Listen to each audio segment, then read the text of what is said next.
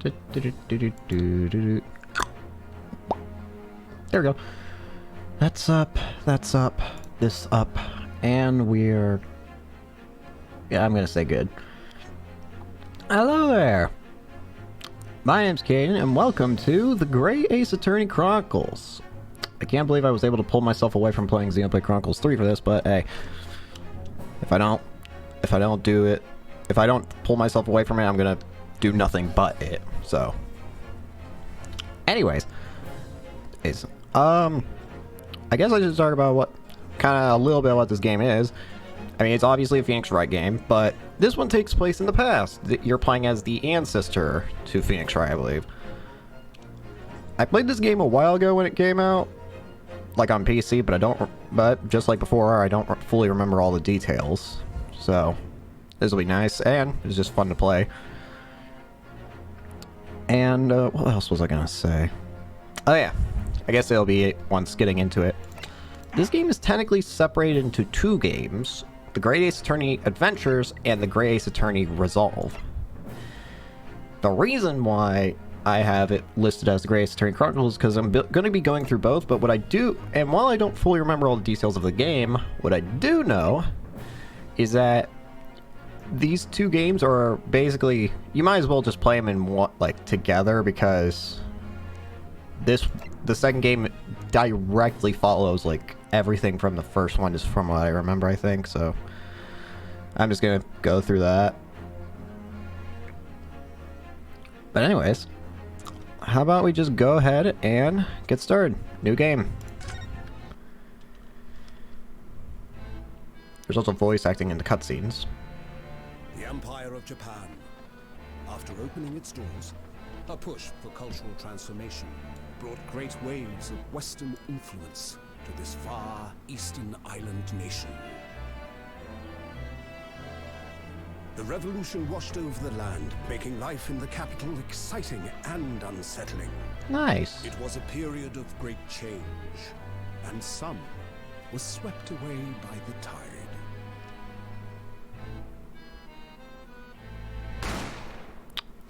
Someone died from it. But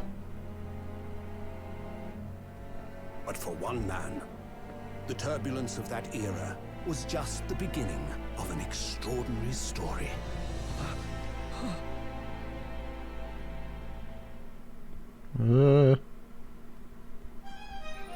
Episode 1. The Adventure of the Great Departure.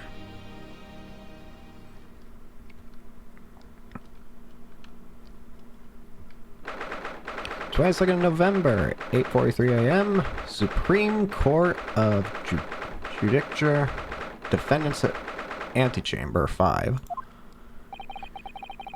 I still can't believe it. I still can't believe this is happening.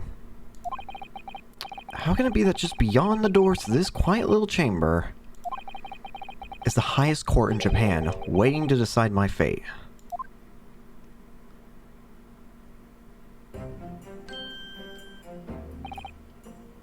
What? Oh, great. We have already started with bad bitrate issues. That's pretty cool. Hold. Oh god. Stream why? Why?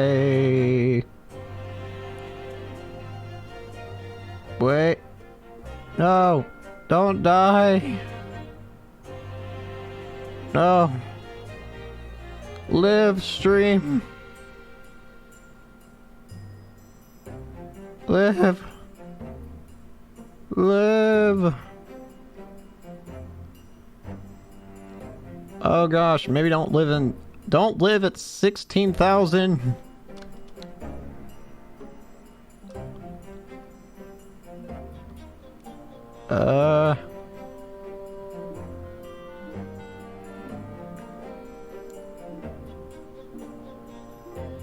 Audio. I don't even know how audio sounds. I should probably check that while I got a chance.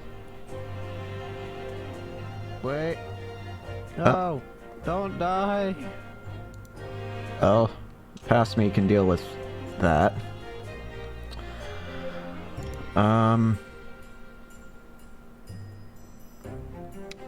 Yeah. It never. You good, stream? Huh.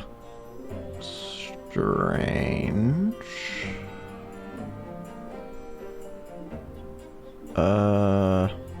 Alright. I think it's okay now. Apologies, I'm just very paranoid now because, well, that's not good what happened. Usually that only happens later in the stream. Why now? Ay, ay, ay. I dropped playing Xenoblade Chronicles 3 for that. No. I think it's okay now. I prefer that the bitrate thing shows green now, but it's in the generally correct position now for what it should be. Alright, I think we're good. What? Oh! Oh, no, nothing. Save your glares, murderer. Question. What is the... Oh, there is no audio change. First of all, that's weird. I didn't even think about games with not having that or not. Strange. Well... stream... Why? What'd I do? Sorry.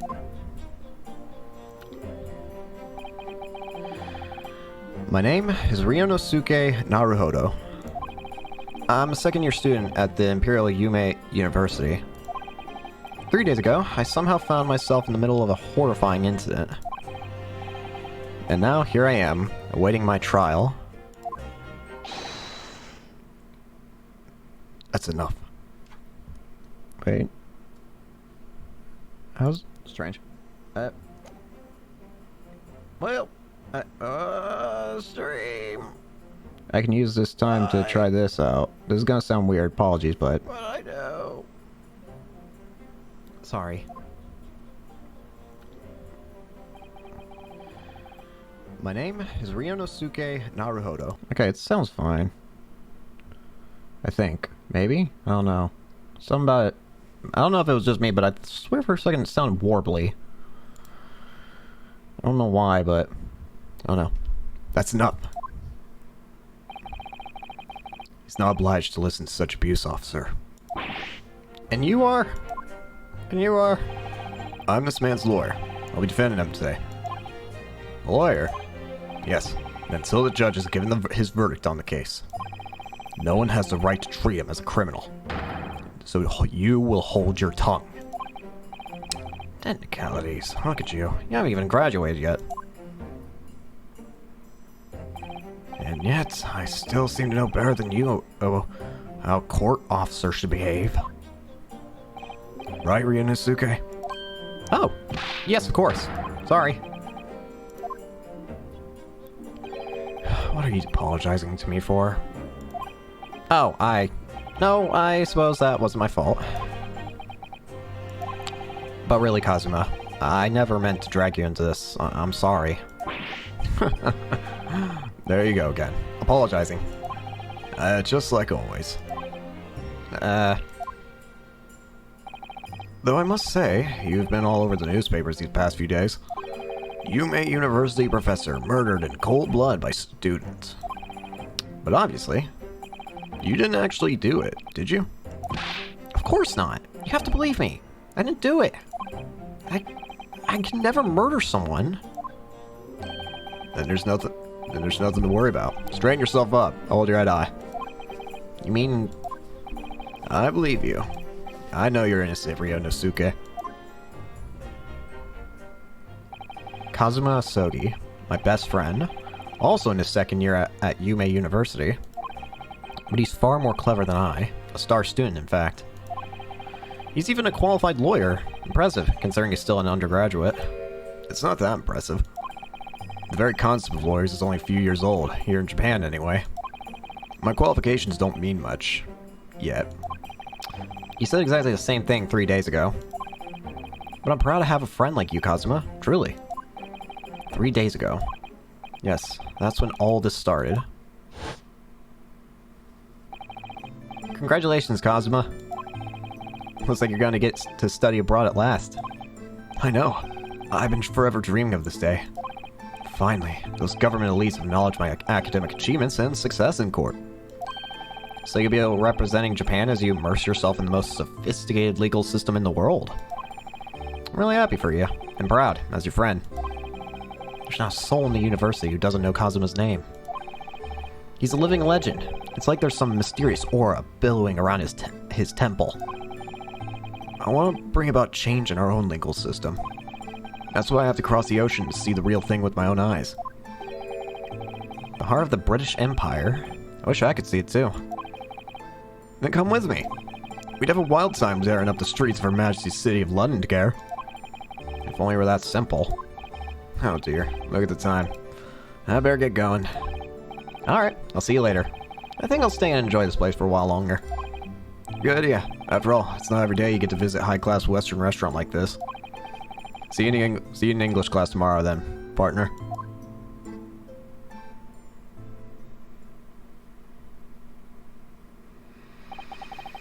But straight after that, that's when it happened.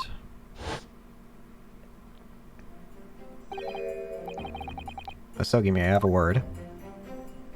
Hi. Professor, I didn't know you were coming. Well, this case has personal significance to me. But never mind that for now. Asogi, you should go immediately to the judge's chambers.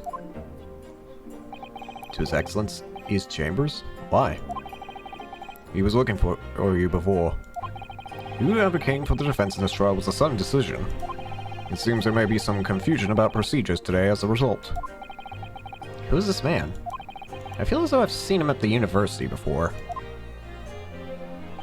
I see. I'll go at once then. I shall accompany you. Alright then, Ryunosuke. I'll see you in the courtroom. Yeah. Thanks, Kazuma. Bye. Bye. This is awkward. If I may. Yes, sorry? You must be the defendant. Ryunosuke Naruhodo, I believe? Yes, that's right. My name is Eugen Mikotoba. I'm a professor of forensic medicine at Yume University. Professor Mikotoba. I've heard that name from Kazuma before. As I recall, he's been pushing to get the government to agree to Kazuma studying abroad. Asogi has told me about you. You and he are best friends, I understand. As such, I feel you should know. Know what? Well, as you've no doubt heard, Asogi's been granted admission to go and study in Great Britain. However, if he should fail to defend you in today's trial, I'm afraid that permission will be revoked, never granted again. What? As I suspected, you were unaware of this. I had a feeling Asogi may have chosen not to tell you. He's agreed to defend me, knowing that if he fails, his dreams will be shattered? But I don't understand. Why would the government do such a thing? The administration has to choose from a large number of applicants for overseas study. It's very difficult to persuade them to grant permission, even in the most favorable of circumstances. I don't believe it. But I didn't do it, I swear! I'm not a murderer. I'm sure that's true. Nevertheless, I can assure you that proving your innocence will be no easy task. You see, there are certain peculiarities about today's trial. Sorry? What do you mean? You'll soon understand, once proceedings get underway. But then what should I do? Well, naturally, I'm not going to suggest doing anything that could lead to a conviction. Right, so as soon as the trial starts, the judge will pose a certain question to the defense. When that happens, you must answer before anyone else. You must say, "I do." I do? But what will the question be? Surely not, "Do you accept the accusations brought before you?" Of course not. Defendant! Court is about to begin. Proceed to the courtroom at once. It would seem our surreptitious discussions are to be cut short. So allow me to summarize. Kazuma Sogi must not be the defense lawyer in this trial. Of course, as the defendant, the final decision is yours. What are you waiting for? You want to be found guilty for failing to appear? Get moving. There's no point in anyone for advocating for the likes of you. This is it. If this trial goes badly, Kazuma's dreams of studying abroad are over. And what's more, I'll be found guilty of murder. And so, with absolutely no idea of what lay ahead, I embarked on that unforgettable trial. My one and only chance of proving my innocence. The trial that would decide my destiny.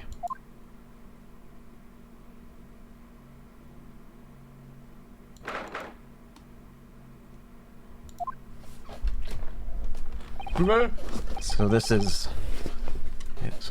is the courtroom. The Supreme Court of Judicature. No court in the land has more power. I don't much like the look of those people sitting in the public gallery. Lots of military and other uniforms in there. The powers that be have demanded that this be a secret trial. A secret trial? A trial that's closed to ordinary members of the public. Only military and government officials may attend. What? But why? It'll become clear in time. But for now, you need to concentrate, Ryunosuke. It's about to begin. Why are you alive still? I see pain is eternal. The court will now hear the trial of Ryunosuke Naruhodo. The prosecution is ready, Your Excellency. I somehow exist in the past. As is the defense. Before we begin, there's one point of order I would like to confirm. Yesterday evening, the defense made a last-minute request for a change of advocate. That's correct, Your Excellency. I made the request myself. Normal procedure is for the defendant's advocacy to be decided 2 days prior to the trial. As this is an unusual circumstance, I am obliged to ask for final confirmation now. Who advocates for the defendant in this trial? This is it. This must be the question. Who's going to defend me? That's the question the professor meant. But then, if I say I do... I need to answer quickly. What should I do? I do! Your Excellency, no confirmation is needed. As I'm standing here beside the defendant, I hope it's clear who will advocate for his defense. Yes! I raise my hand. What is the meaning of this unruly outburst?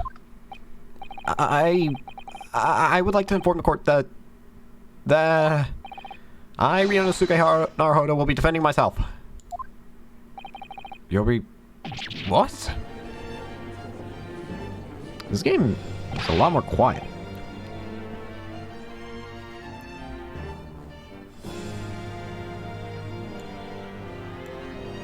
Let's see if that works. What are you playing at now, Ryunosuke?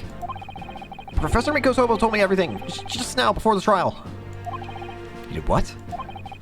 He said that your dreams of studying abroad would be dashed if you were to lose. How sad. It means you don't have faith in me. You think I won't be able to get you off? No, it's not that, really. It's just... Well, on the off chance that things don't go well for me, I couldn't bear to be the reason I... Yes. I knew that's how you feel. This is exactly why I decided not to tell you. Professor Mikotoba shouldn't have stuck his nose in this. Very well. The court hereby recognizes the defendant's desire to advocate for himself in today's trial. Well. Does the accuser admit defeat already? Renouncing his own counsel, really? Objection! Make no mistake, counsel. This merely shows that the defendant's innocence is apparent. He's confident he can speak for himself. Is that so, Naruhodo-san? Yes, exactly. Exactly what I wasn't thinking. I'm not confident at all. In fact, my mind's a complete blank. I realize you're in charge now, but still, try not to look so bewildered. Well, Ramir University soon to be brought before the Supreme Court. You must have perpetrated a most heinous crime indeed. As you are no doubt aware, this is the Supreme Court of Judicature in Japan. Accordingly, the very high standards of conduct are expected of all present. Do I make myself clear, Defendant Naruhodo? Yes, Your Excellency. It is therefore my duty to assess your competence for the task you have undertaken. My competence? What does that mean? He's questioning your ability to do the job. Well, you can't be questioning it more than I am. So, let's start with the very simplest question.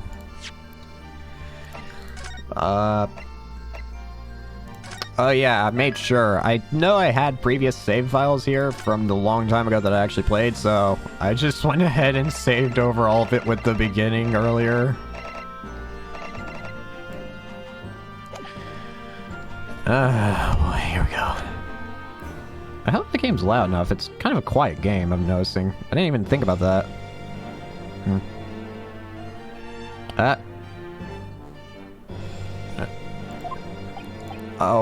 Yes. Kindly state before the court the name of the victim in this case.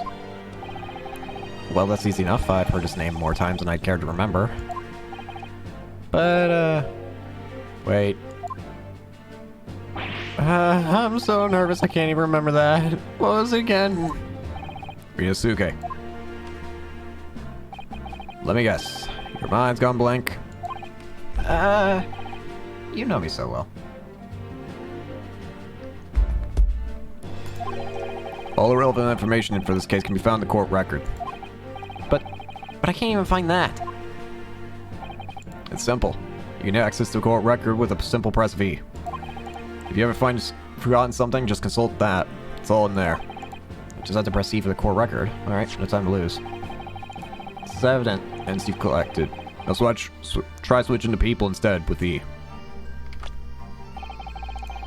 You find details about the victim in here. When you're done, just press Z to go back. Let's look at everything else.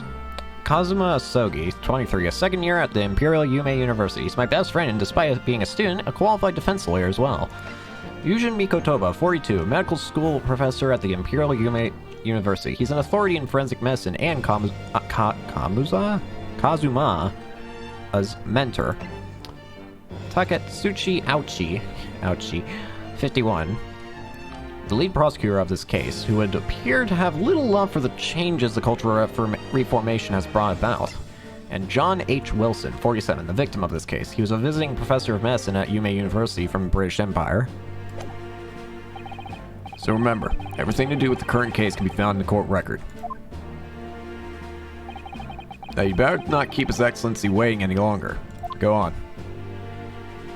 Find the victim in the people section of the court record, then press R to present it. Right now. Yes! There you go. The victim's name was Dr. John H. Wilson.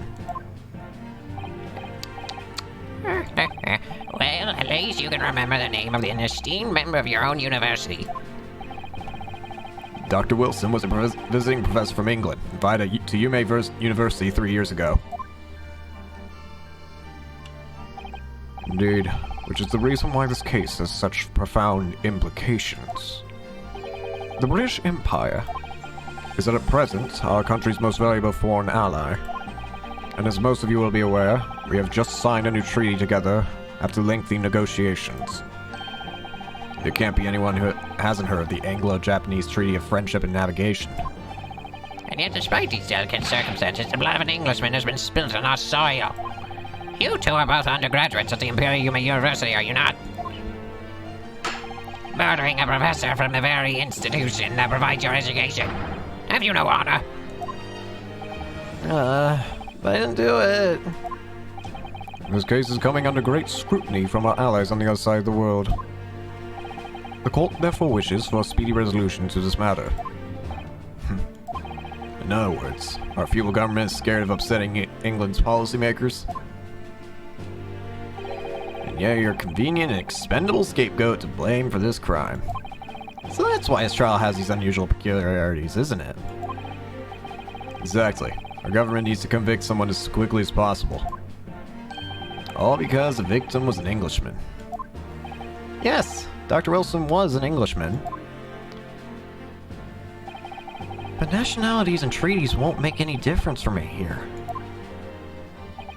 The fact is, I was there at the scene of the crime. Oh dear. Look at the time. Better get going.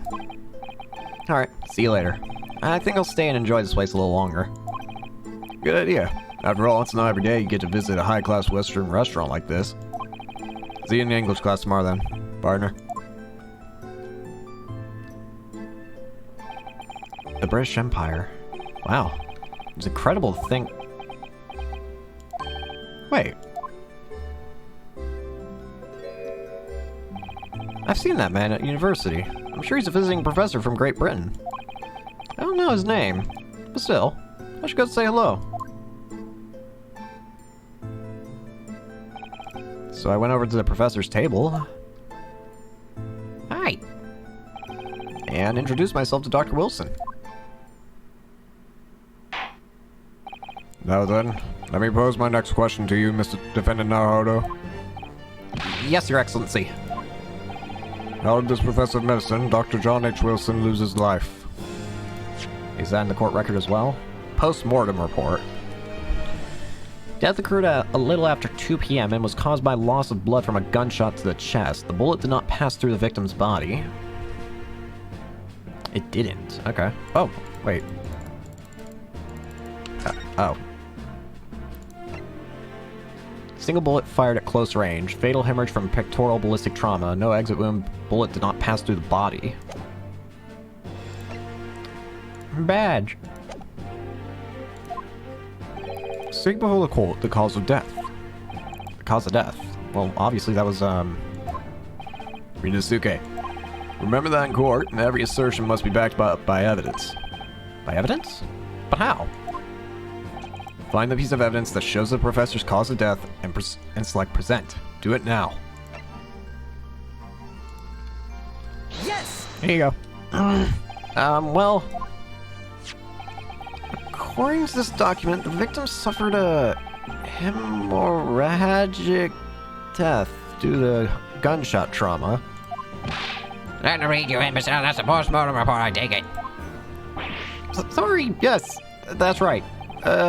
Post-mortem report. In the West, a doctor dissects corpses to identify the cause of death in an autopsy. Here in Japan, a police officer merely inspects the body and draws conclusions that way. Oh, I see. As long as I'm not going to be tested on any of this later. This is the so-called photographic print of the scene of the crime. You can clearly discern scorch marks around the bullet hole produced by the powder explosion. Anything particularly weird here? I mean, I guess the button's gone, but that should be obvious. He was eating steak. In other words, we should assume the victim was shot at close range. Thank you, Consul. The court will accept this modern scientific evidence into the record. Photograph of the victim. A photographic print that shows the victim. He was shot from the front in the chest and subsequently died. So that's a photographic print. Well, that's something I've never seen before. It's clearly superior to drawing. Detail's incredible. Very well. I'm satisfied with your answers. Let us start the trial. Certainly, Your Honor. So, without further ado, in order to better praise the court with the facts of the case, the prosecution hereby calls its first witness who were there at the scene of the crime when it happened. This is it then. I think I may have worked out what the professor had in mind. Professor? You mean Dr. Mikotoba? Yes. Clearly you're the defense lawyer today, not me. That doesn't mean... Well, I can still act as your assistant. Ah, of course. When he was speaking with me before, he simply said, Kazuma Sogi must not be the defense lawyer in this trial. He really has been sticking his oar in, hasn't he? Maybe, but any help you can give me would be greatly appreciated, Kazuma. Well, my first piece of advice is rein in that crazy look of bewilderment and control the cold sweats. Only if you rein in that crazy headband and control the cold stares first. Here we go. Hi. Witness, state your name and occupation for the court, please. Of course. My name is Satoru Hosonaga. I'm the head waiter at the Western-style restaurant called Le Carnaval.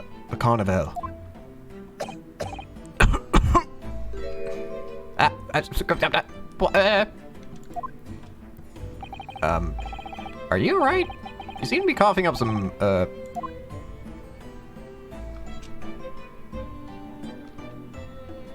It's a regular occurrence. It really doesn't bother me. Well, it really should. As everyone knows, the capital Southeastern culture was developed for foreign visitors some years ago. It's become a very fashionable district now, full of hotels to accommodate overseas guests. This grim crime occurred in one of the district's so-called restaurants, an Occidental eatery 3 days ago. Understood. Hosonaga-san, will you kindly tell the court everything you can about the incident? At once, sir. And no petty interjections when you're aspiring lawyer boy, please. Oh, perspiring maybe, but aspiring? It was just after 2 p.m. on the day in question. We have few diners at that time of day. The lunchtime rush was over, and there were only three tables still occupied. That fits in with my memory of it, too. There was hardly anyone else in the place.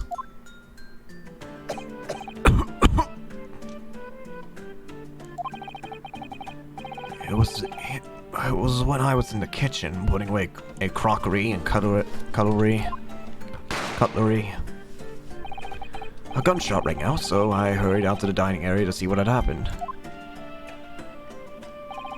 I found the victim, an English gentleman, slumped in his chair. And standing immediately beside him, gun in hand, was the accused university student. Yes! Hold on! Let me just clarify something here. While I did pick up a gun I found lying on the floor beside the professor, I didn't shoot him. Objection! I do believe I asked you to refrain from petty interjections. The court wishes to listen to the witness's report of what he saw, you amateur. But... Next time you interrupt at an inappropriate time, you will be penalized, Defendant Naruhodo. Don't worry, Yunosuke. You'll have your chance to fight back. For now, we must just quietly listen to the witness.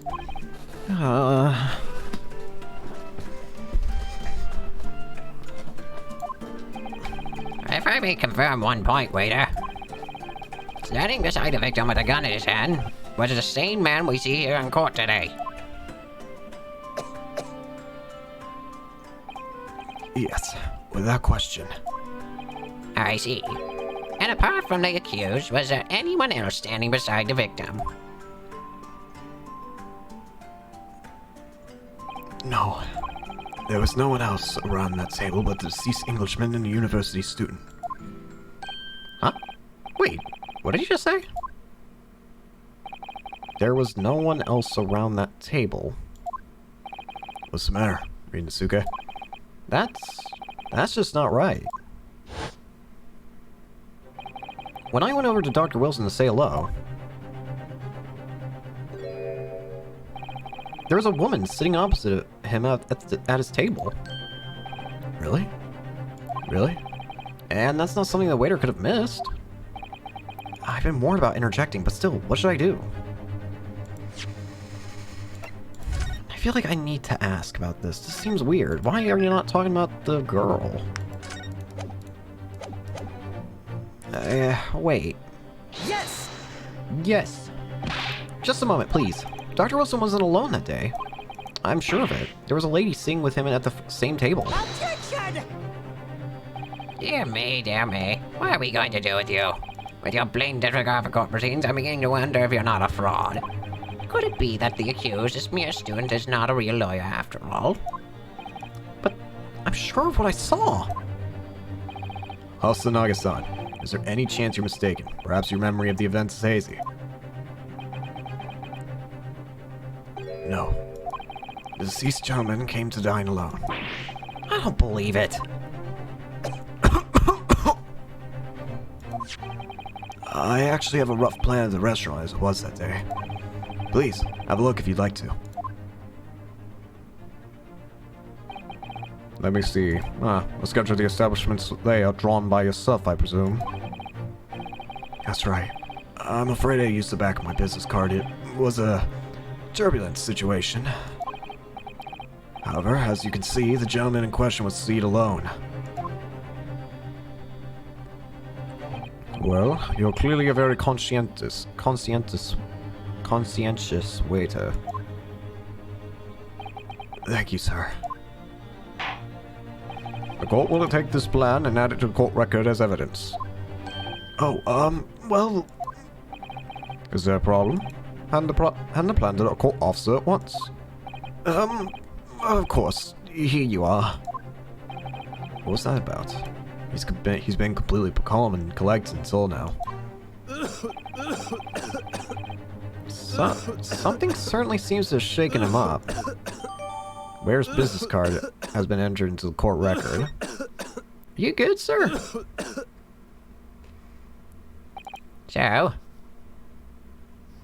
the court has now heard a recess of the case. Yes, at the moment a gunshot was heard in the restaurant. The only person in close proximity to the victim was the defendant on trial today.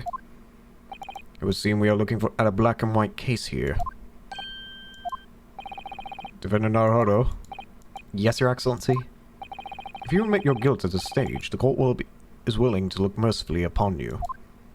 In other words, you may have some small reprieve in terms of your inevitable punishment. I called his waiter as an unsworn witness in order to explain the details of the case to the court. But I must warn the defense if you are determined to pursue matters further in this trial. The prosecution decisive evidence from sworn witnesses who were present at the scene of the crime.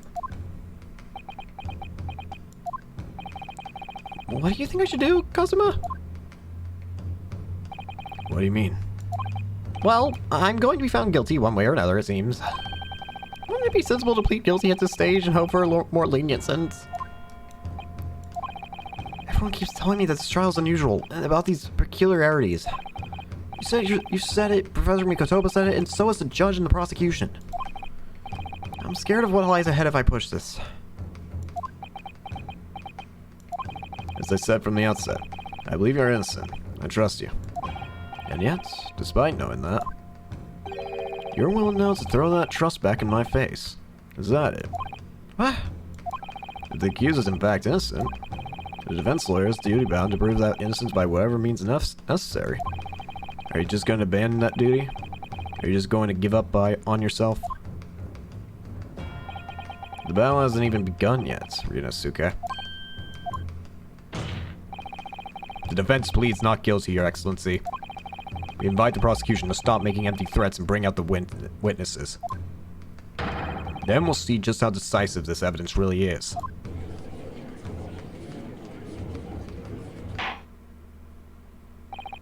Indeed. Prosecutor Ouchi, please continue with proceedings. Well, you were one. Young can be so reckless. You know, many call me a saint, but I can be a devil when I want to be.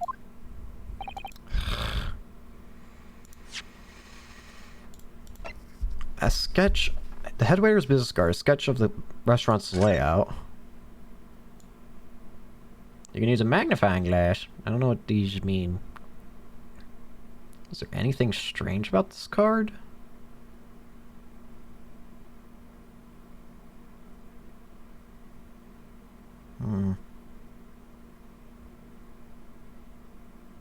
There's a little flower symbol.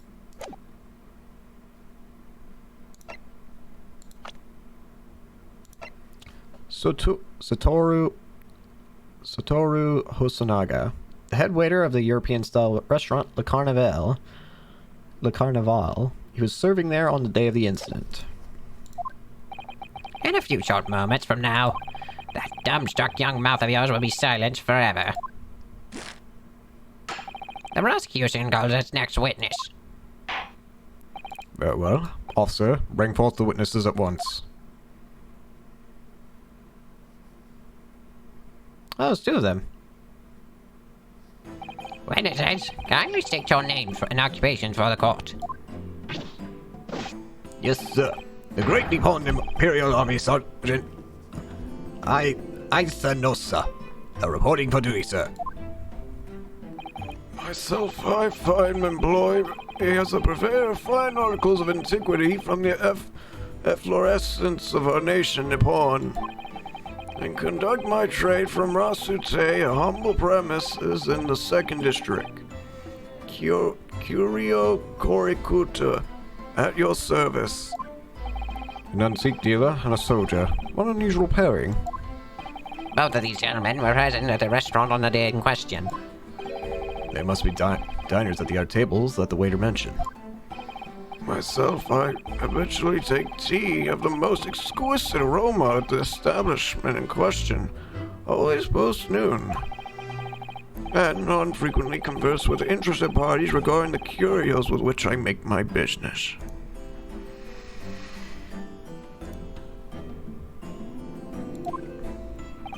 I can't understand a word that old man is saying. He's an antique dealer. It sounds like he's a regular at La Carnaval. He seeks out potential customers who may have an interest in antiques and tries to sell his wares to them. He obviously targets Le Carnaval because it's a high-class restaurant with rich clientele. Right, I see. Although, to be honest, the sergeant looks more like he'd be a seller rather than a buyer. Now, you both witnessed the precise moment of this atrocious incident. Is that correct? Affirmative. The enemy unit was seen attacking the fauna in what can only be described as an act of war, sir.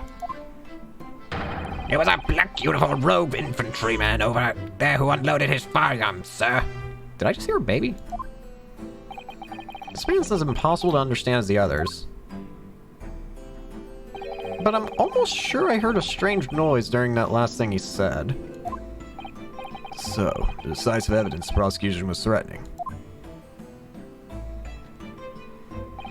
The soldier is claiming that he actually saw the precise moment you shot the victim dead.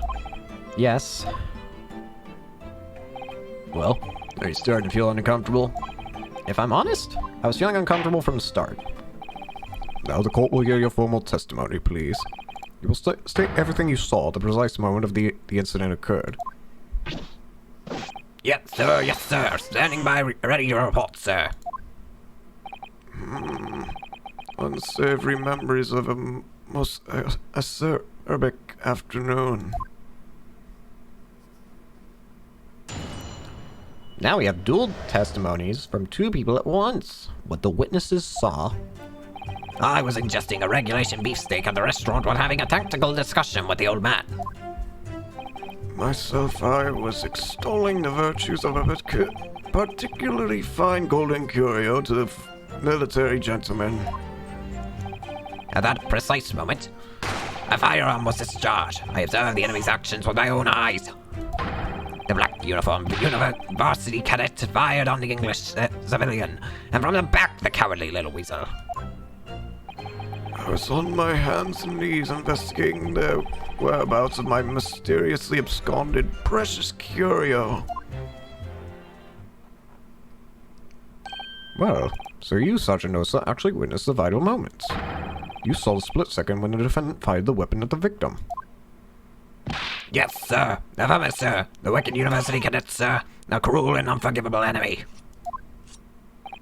What times we live in when an English gentleman may be assailed in the broad light of day. But this is ridiculous! I didn't shoot anyone! Is that really true, Ryunosuke? Yes! All I did was pick up the gun I saw lying on the floor! After I said hello to Dr. Wilson, I went back to my table and sat drinking some coffee. Then, when I'd finished, I got up from my seat to leave the restaurant, when I noticed an English-made gun next to the chair where the professor was sitting. I thought perhaps the professor had dropped it, so I bent down and just as I was picking it up, bang! Well, if that's the truth, then there's obviously a criminal on the scene somewhere. And somewhere in these two witnesses' testimonies, there's a clue as to who that criminal was. There is? Ryunosuke, you must exercise your right to cross-examine the witnesses. Cross-examine? Do it now. As we have heard, Your Excellency, there's no room for doubt in the testimony of these witnesses. The defendant is clearly guilty. It's time to bring the suspectable student to justice. Certainly. The testimony recalls just heard eliminates any vestige of doubts. Therefore, Yes!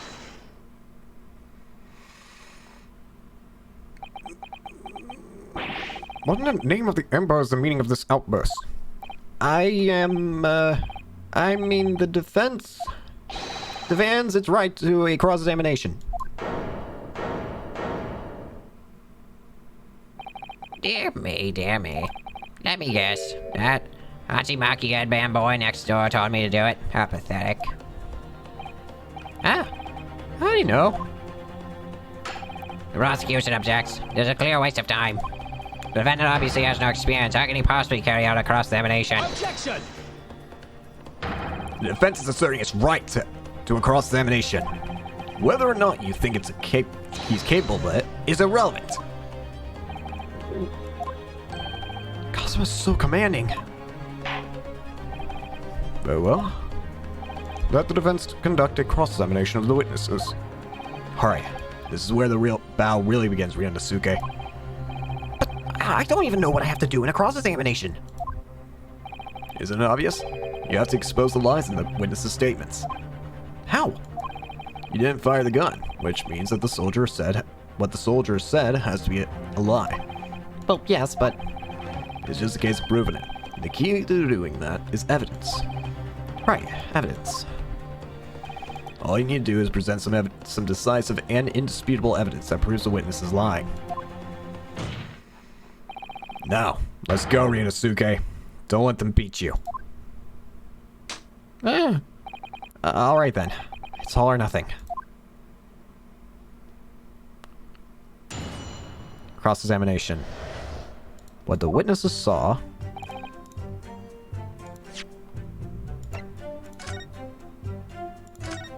I think I already know what the issue is here. But might as well press for the sake of it, why not?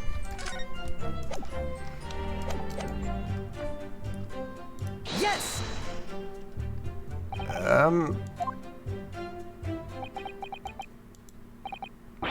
Why aren't you saying anything? Is that some sort of new interrogation technique?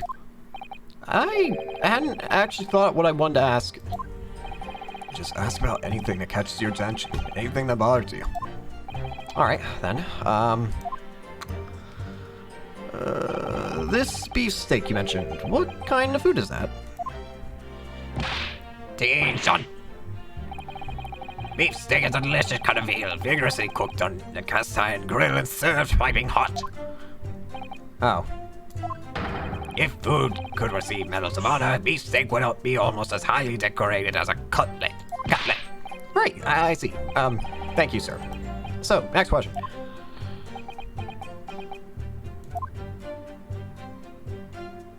This cutlet you mentioned, what kind of food is that? Dean, shut. Ah, Cutlet is a delicious cut of veal tossed in breadcrumbs and deep fried in cooking oil.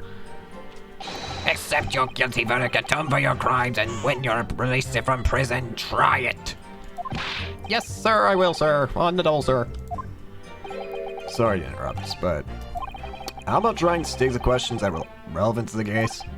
Oh, sorry, I'll do my best. So, next question. Is it just me, or do you keep hearing a sort of wild crying noise? Negative. Well, at least we've learned that he's a big beef lover. Affirmative. It's not easy knowing what questions to ask. Fine, let's cut to the chase then. At the precise moment of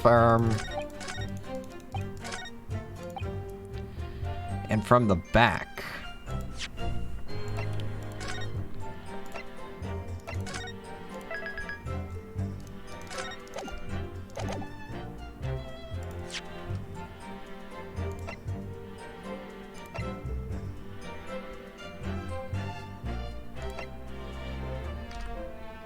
Yes!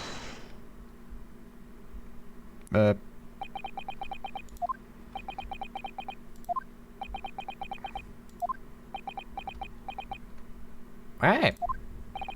What? What are you playing at, Cadet? What is the meaning of this subordination? Thrusting some photographic print in my mustache? An inconsistency, sir. I mean, yes. There's a clear inconsistency here. what nonsense. What can this brain possibly tell us that we don't already know? Well, obviously, that, I know what I want to say, but the words just won't come out of my mouth. I think this proves beyond any doubt, Your Excellency, that there's no place for an amateur student here in this grand courtroom. It's so frustrating. Oh, please. Surely this doesn't require an explanation. It couldn't be more plain. To spell it out would be an insult to the court. Cosma? What? What are you talking about? It's apparent from a single glance at the photographic imprint presented by the defense that there's a clear discrepancy here with the sergeant's statement. What? Sergeant Nosa. Yes, sir. What is it, sir? The statement you just made was this. The black uniformed varsity cadet fired on the English civilian, and from the back, cowardly little weasel. Yes, sir. Affirmative, sir. I witnessed the crime with my own military-grade eyes, sir. Yes! But no, that just can't be. And why not, Cadet? Because...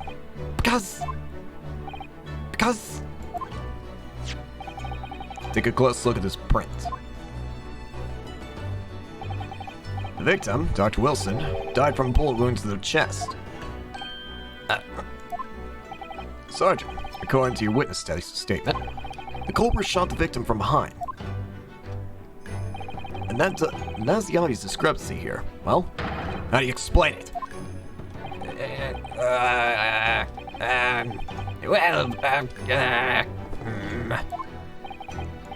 What the... What was that? Something just popped up from behind his back, but he pushed it back down again. Certainly, there's a clear discrepancy with the facts here. Would you not agree, Sergeant Nosa?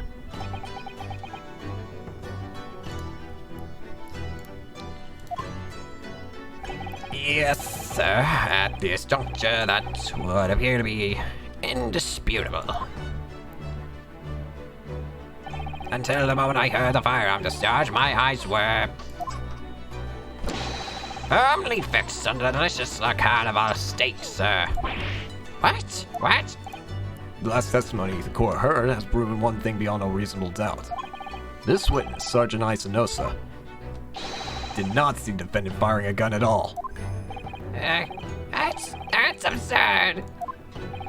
I think the conclusion we must draw is simple.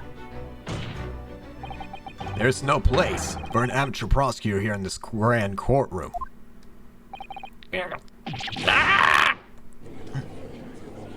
It's so quiet, the whispering. There's been a complete turnabout in the mood of this trial. Just from that one discrepancy.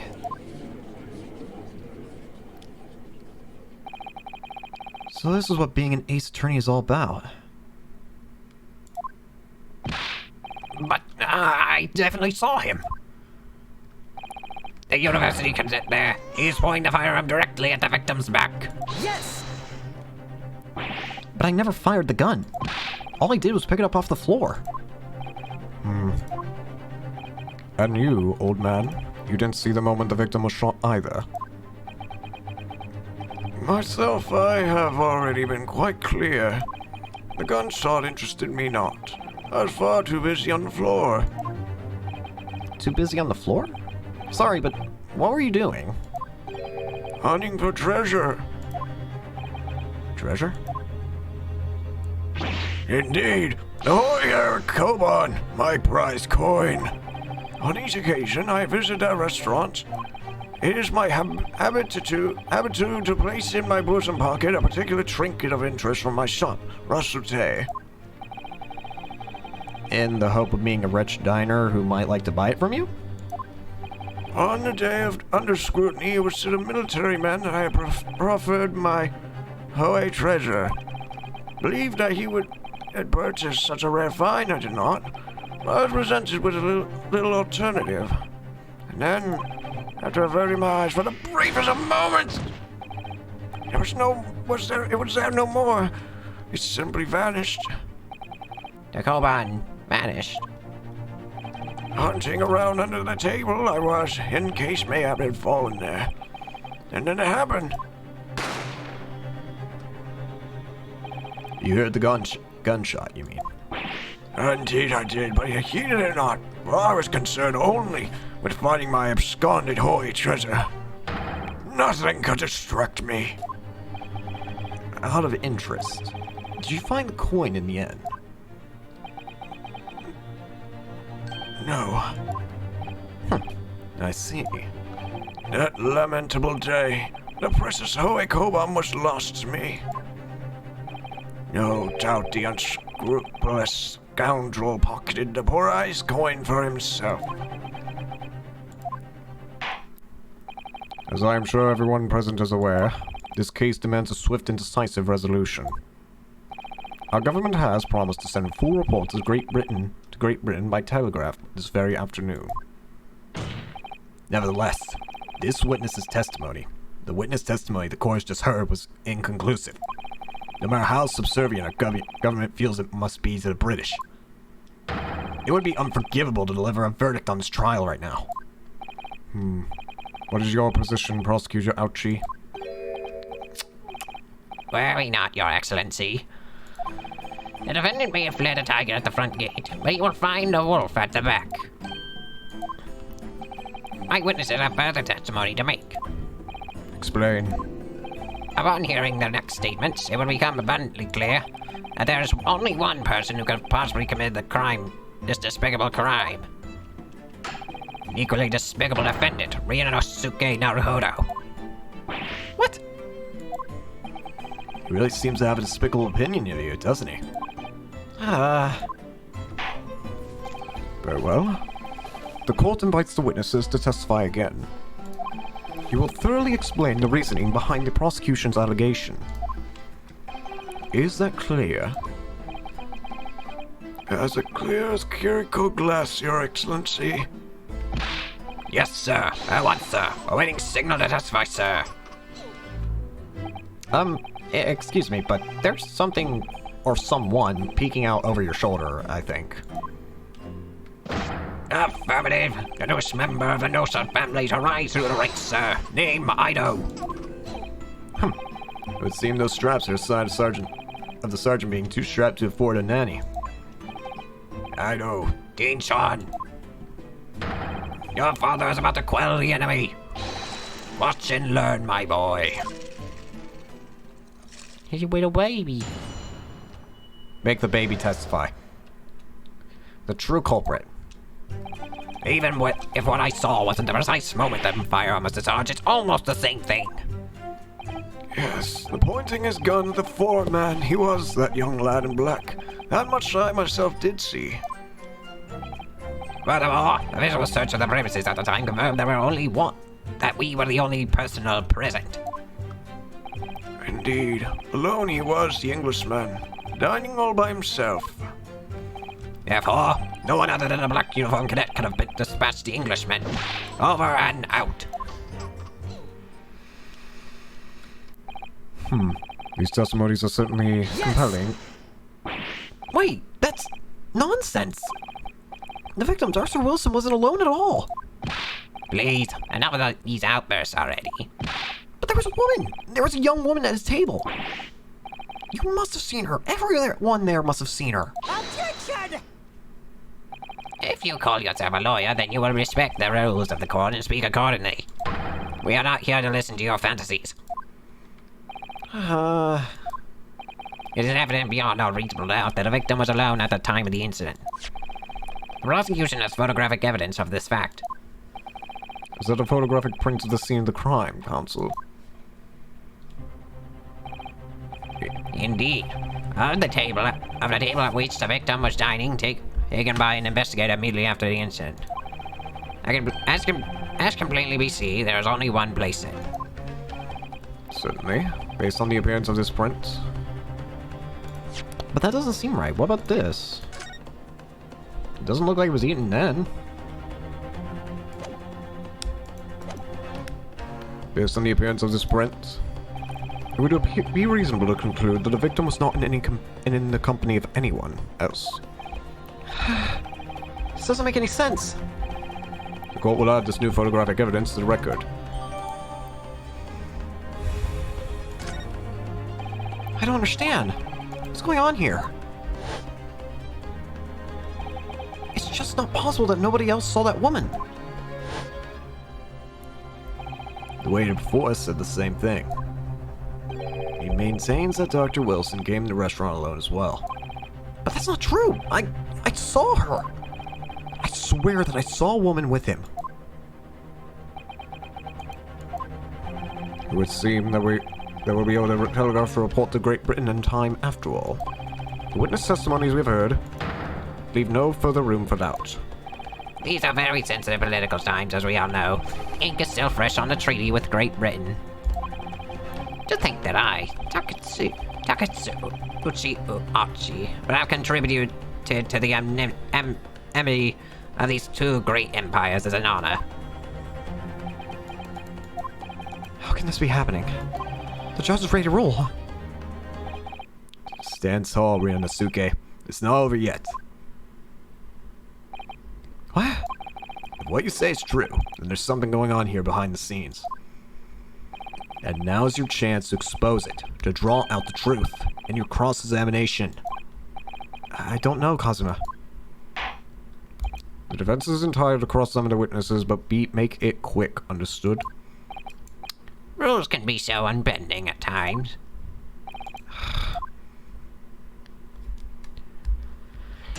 Alright, I'm probably gonna need to press them for this. Because nothing immediately seemed out of the place.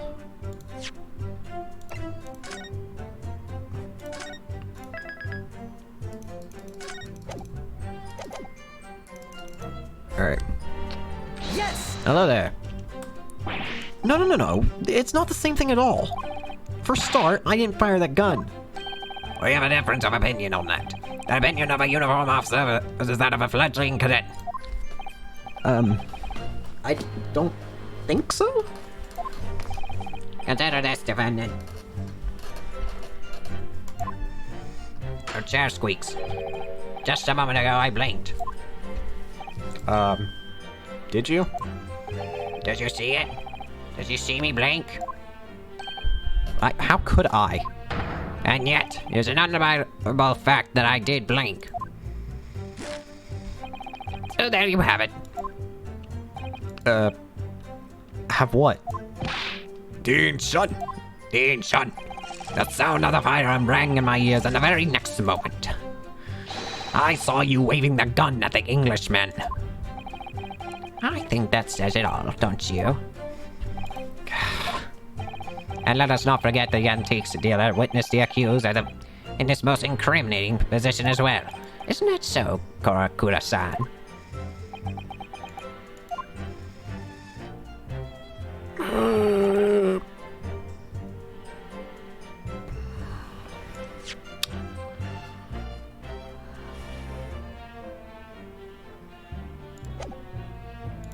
Ah, wrong button. Yes! Yes, it may be true that I was holding the gun at that point in time. But I told you already, that's only because I picked it up the floor. Well, obviously, as a culprit, that's the only way you can explain it away. I just finished drinking my coffee and I was about to leave the restaurant when I noticed a gun on the floor at Dr. Wilson's feet, so I picked it up. And at exactly that moment, a gunshot rang in my ears. Full of events beyond our control, life is. Sorry? What do you mean? In your case, you found a pistol on the floor and picked it up, which precipitated a testing predicament. Whereas conversely, I failed to pick up the Koban from the floor and find myself in an equally testing predicament as well. Anyway, the fact remains, myself and I did see you, with pistol in hand, standing over the foreigner. Furthermore, a visual search of the premises ended up getting me. You must have noticed someone else at Dr. Wilson's table. There was a lady there. Objection! As you have been at pains to point out time and time again, I feel like I'm growing a callus in my ear. And yet, no one else appears to have even a glimpse of this woman. If only there'd been more people dying there at the time. Then someone else would have noticed her. Unfortunately, it was already past 2 a.m. when it happened. Quiet time between lunch and dinner in any restaurant. I know. Of course the place was almost empty. It's what you'd expect. Certainly, 2 p.m. is neither here nor there in terms of a time to eat. I wonder if there was a reason why the victim was eating at that time of day and why he was alone. Yes, Your Excellency, there is indeed a reason. There was? This was found in the victim's jacket pocket. What is that, Counsel? Here's a medical report card, Your Excellency. It would seem that the victim had an appointment at a clinic prior to visiting the restaurant. Had a clinic? Yes, there would indeed appear to be an entry for the date in question. 19 November, noon to past 1 p.m. The very day of the incident. So the victim went for a late lunch following his appointment. The explanation couldn't be more simple. The prosecution felt no need to submit this evidence, therefore, as it really has no bearing on this case. I wonder. What do you think, Rinosuke? Huh? Well, it is hard to see how it could be related, really. Remember, you can request for it to be entered into the court record as evidence if you think it'd be useful. Should I ask for Dr. Wilson's medical report? Yes! Yes! Hand. If I may, I'd like to ask for that medical report card to be submitted as evidence, Your Excellency. On what grounds? Uh, The court has already heard conclusive witness testimony. Additional evidence would be extraneous. Not to mention that the victim's movement prior to his arrival at the restaurant are of no concern. Objection! Oh. Whether or not they have concern is up for us to decide. We have a right to explore all possible avenues. I beg your pardon? You have no authority to refuse a perfectly valid request for the submission of evidence. Very well. The court will grant the defense's request. Youngsters these days are forever asserting their rights. It's a most disturbing trend. Huh? Officer, kindly add the victim's medical report card to the court record. What we need right now is new clues. You have to explore things from every possible angle, and even if they don't seem relevant at first. Right, I hear you. You can inspire the prowling destroyer as much as you like, but it's a day of the festival already for you. Or perhaps you've forgotten that these witnesses' testimonies leave no room for doubt. Feel free to reiterate for the accused, Arakuda-san.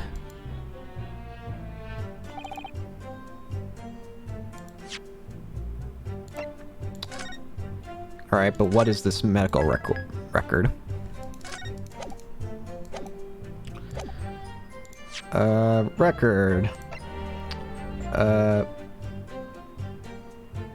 Can I not examine this? From Hada Clinic. What the heck? I can't. Whatever. Wait, I don't know. Like, I feel... Excellent work, Ryusuke. We've gleaned some new information now. Well, yes, but I don't feel like it changes it much. I can't see how that brings any real discrepancies to light. I wouldn't be so sure. Let me see that medical report card you got there. Oh, you mean this? Yes, this is a brand new piece of evidence.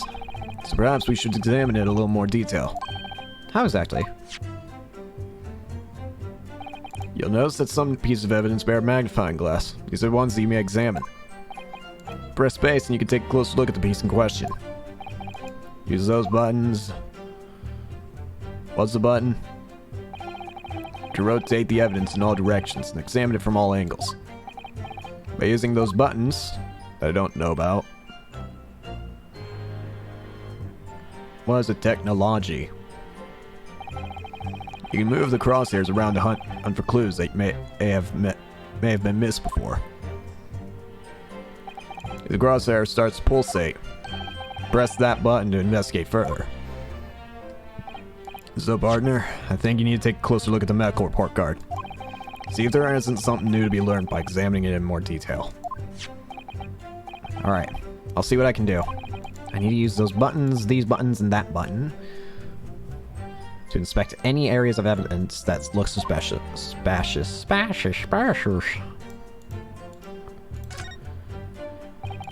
says Hada Clinic on this medical report card. I hate clinics, almost as much as I hate hospitals and surgeries. Aren't they all the same? When I was 5, I caught the only cold I've ever had in my life. And I remember, even though I felt awful already, I had to have this hideous injection in my right arm. I'll never forget it. Never my whole life. Most people would give their right arm to have only one cold in their whole life. Anyway, I don't think this is a clinic where they treat people for illnesses like that. Just keep looking for clues. Don't want to miss anything.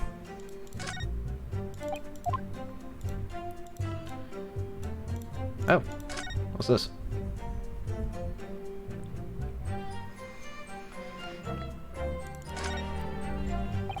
Let's have a look. This is some kind of medical history. Ah, and there's an entry for the day the professor was killed. Extraction of molar with topical anesthesia. Extraction of molar? You mean he had a tooth taken out? It would seem so. Just before the incident, he had a bad tooth removed. Perhaps they used laughing gas. That's the most modern practice in the West for pain relief. Yes, I've heard of this anesthesia. Although it's hard to believe there's anything that can actually stop you feeling pain. Ah, there's a cautionary note from a medical practitioner as well. Strictly no food or drinks beside water for 3 hours post-procedure, until anesthetic effects passed. Really? Sounds like information worth bearing in mind. On the day of the murder, the victim had undergone dental treatment and been prohibited. Here we go. With this new information, the meaning of that one particular statement totally changes. So I think it's time we listen to the testimony again, don't you? Definitely.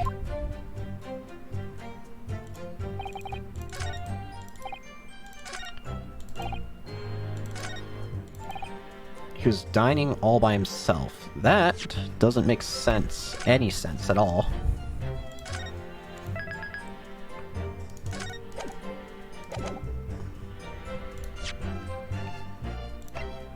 Yes! Why would he go there to eat when he literally can't? Well, I think, Why are you worrying about that? Call yourself a lawyer. I wish I could. But first and foremost here, I'm the accused. Ryusuke, everyone stumbles on their words occasionally. Under the circumstances, I wouldn't worry about it. Thanks, Kazuma. I'd see it quite clearly in that cross-examination you just carried out. When you raised your hand straight up like that, so purposefully, you knew exactly what it was you wanted to say. Don't feel like you have to choose your words carefully, just say what you're thinking. Alright. And thanks for the advice.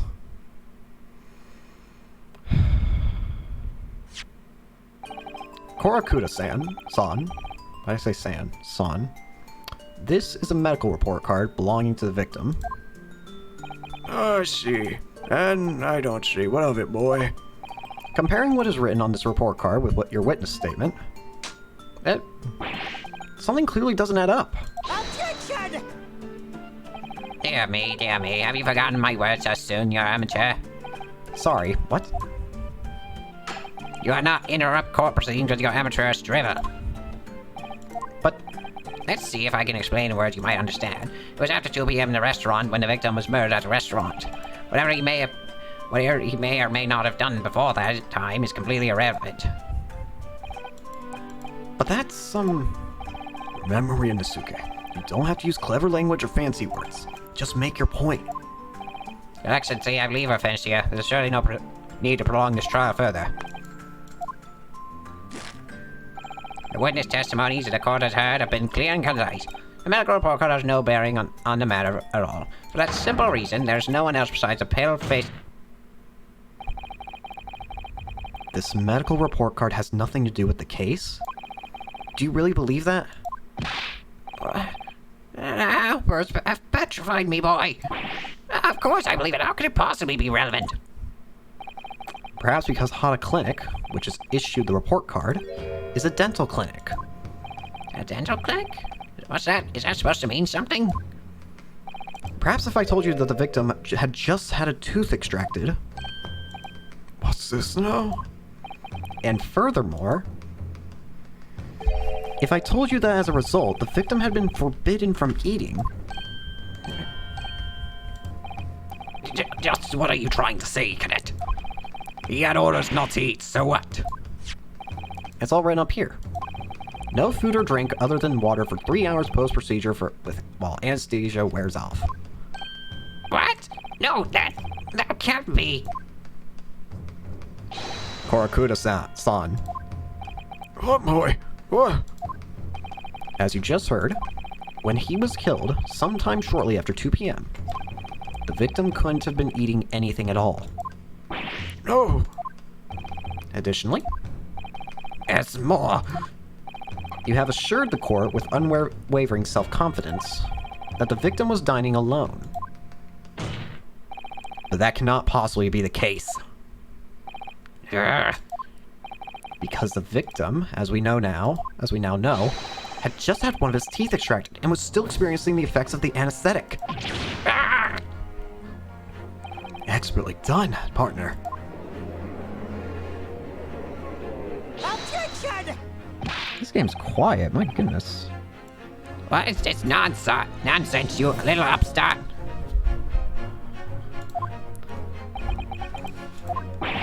These are baseless accusations. Just look at this photographic evidence. It proves for me that he... You can clearly see the plate of food on the victim's table. Objection! Use your head. That's the very discrepancy we're talking about. Or can't you follow the logic? How dare you? I think it's fair to say that the tables in this restaurant case have turned. Wouldn't you agree, Ryunosuke? Yes, most definitely. So having just undergone some dental surgery, the victim was unable to eat. Which leaves one very crucial conundrum. Who in fact was eating the pictured beef steak? The court will hear the opinion of the defense on this new puzzle. I assume you're ready, counsel?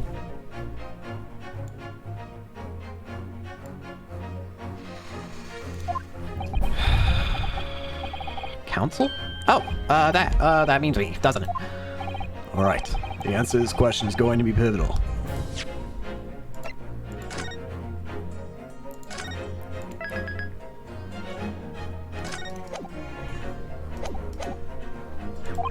This is the start of you turning this trial around. Show them what you're made of. Got it.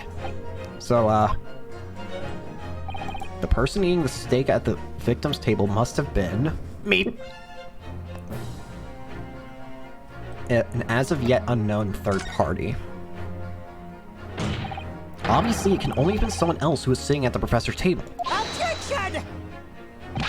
I will not let this go, will you? You will not let this go, will you? There is no such person. Yes! There was, because I saw her. When the incident occurred, we know that the victim couldn't have been eating anything. Yet we have evidence of a half-eaten steak on this table. Therefore, The only logical conclusion is that there was somebody else there eating it. We have strong evidence to support assertion. It's clear that these witnesses' testimonies are unreliable. If the court decides to push through a ruling at this stage, we will lodge a formal complaint with the Ministry of Justice and pursue a fair retrial, relentlessly. Kazuma. Are you insane? You would take on the government? Don't worry, Counsel. I have no issue with you. What do you mean? I have an issue with them, those two witnesses in the stand. What are you talking about? We have demonstrated with the evidence that the victim was not alone. So, if it now turns out the two of you deliberately lied when giving your testimonies, obviously you'll be charged with perjury. Perjury? And, since this is a murder trial, you will also be deemed complicit in the killing. complicit in murder? No! So you better start talking if you're trying... Negative. There was no mention of this at the tactical meeting. I was just following orders. That's right. As the man says, you just say you never saw the gentlewoman. That's what they told us. Oh.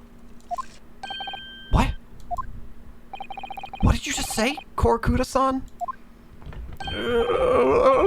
No. You were just following orders. Oh, hold on, no, I was, Say you never saw the gentlewoman? Yeah. When you say gentlewoman, do you mean... you saw the victim with the lady from overseas? What? Objection! What is the meaning of all this? These witnesses gave false statements. Is this true, you pair? Just one simple slip of the tongue.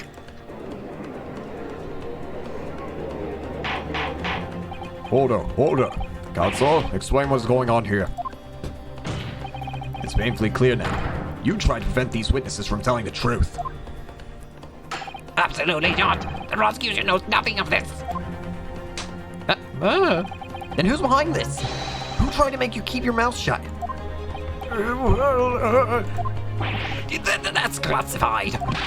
So you plan to be tried as conspirators to the murder, are you? You wouldn't. You just can't be happening. Rinasuke, judging from the way they reacted to this, I'd say that they were sworn silence by someone with considerable influence. However, I don't believe Ouchi had any idea about it. What are you saying? I mean, to wield that kind of influence, there's only a handful of possibilities. It could only have been the government, the military, or the police, I suppose. Well, any ideas about who might be behind this? I might have an idea, but I don't know why they would do that. If we can affirm who tried to silence these witnesses, then we can continue our pursuits. So we need to name whoever it was that tried to make the witnesses keep their mouths shut. Of course, we'll need evidence before we make any firm accusations. Evidence that proves that whoever really did wield his or her power here. But how? How can we possibly... Remember how we made progress before? Before? We examined this piece of evidence in more detail and found a new clue as a result. Oh, yes, that's right. Well, that's not the only piece of evidence we have. Can I do it right now? Because I want to check this. Chief Inspector Satoru Hosonaga. Well, that's unexpected. What is? Look, do you see it says the witness's name here? Satoru Hosonaga. Well, yes, but business cards do tend to show the person's name. That's sort of the point. It's not the name that's unexpected. It's his job title. His job? Oh! Chief Inspector Satoru Hosonaga, Primary Criminal Investigation Division, Imperial Police Bureau. Inspector? What on earth? I had no idea. Let's face it, the police have a lot of power and influence. If they're wielding it somehow here... Bingo. It was Hosonaga. As to why Hosonaga would do that, I don't know. This plan at the restaurant raises a number of questions, I think. Definitely. I suppose it's to show the relative position of everything in the moments following the incident. But there's nothing to show the woman you say you saw there. Exactly. And that's not all. Look here in the upper left, where it says kitchen. Oh yes, what of it? No one would use those complicated characters to write kitchen, especially not if they were in a hurry. You mean you don't remember those characters yourself, don't you? Study hard, we're in a Suke.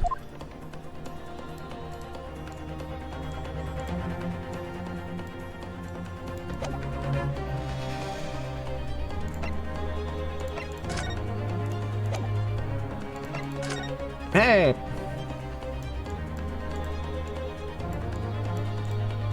Imperial. Ah, the symbol of Yume University. Every student wears this pin with pride. It's funny, but most emblems seem to be either round or rectangular. I like the spike design, even though it doesn't really make any sense. Although, it does cause problems. Lots of students end up cutting their fingers on the badges. Perhaps it was the idea of one of the founders. A sharp pin for a sharp mind or something.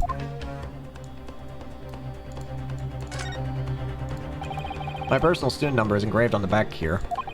If you lose your pin, they won't accept you as a Yume student at the university.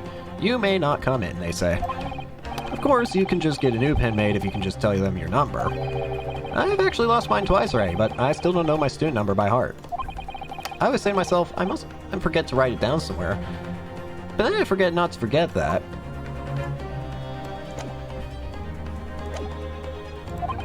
We need to re-examine everything and make sure there's nothing we've missed. There's no time to lose. I want an answers. If it's proven the witnesses have been manipulated, I assure you that the penalty will be severe. Please, wait, Your Excellency. I had no idea of any of this. I swear to every Shinto god. I knew nothing. And what does the defense have to say about all of this? Well, Your Excellency? No time to think. I'm just gonna have to close my eyes and shout the first name that comes into my head.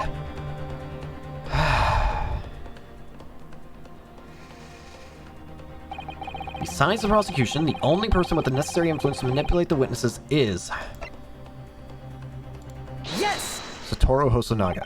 Well, surely that would be... Satoru Hosonaga-san. Hosonaga-san? The waiter who took the stand earlier. Objection! Poppycock. What possible reason would the waiter have to make these witnesses give false testimony? Not to mention the fact that even a head waiter cannot possibly have had that level of influence. For once, I would agree with you. If, that is, the man truly were a waiter. Ah, if he truly were. Come on, Ryunosuke. Time to hit this court with the truth. The truth about Satoru Hosonaga-san's real identity as proven by this evidence. Yes! Yes! The plan of the restaurant sketched by the man in question. I agree, it shows a great deal of attention to detail, but I'm not sure we can conclude anything. Sorry, Your Excellency, but that's the back of the card. It's the back of the card that's of interest. I beg your pardon? Or perhaps I should have just said the front. Yes, it's the front of the back of the card. That's where the telling detail is.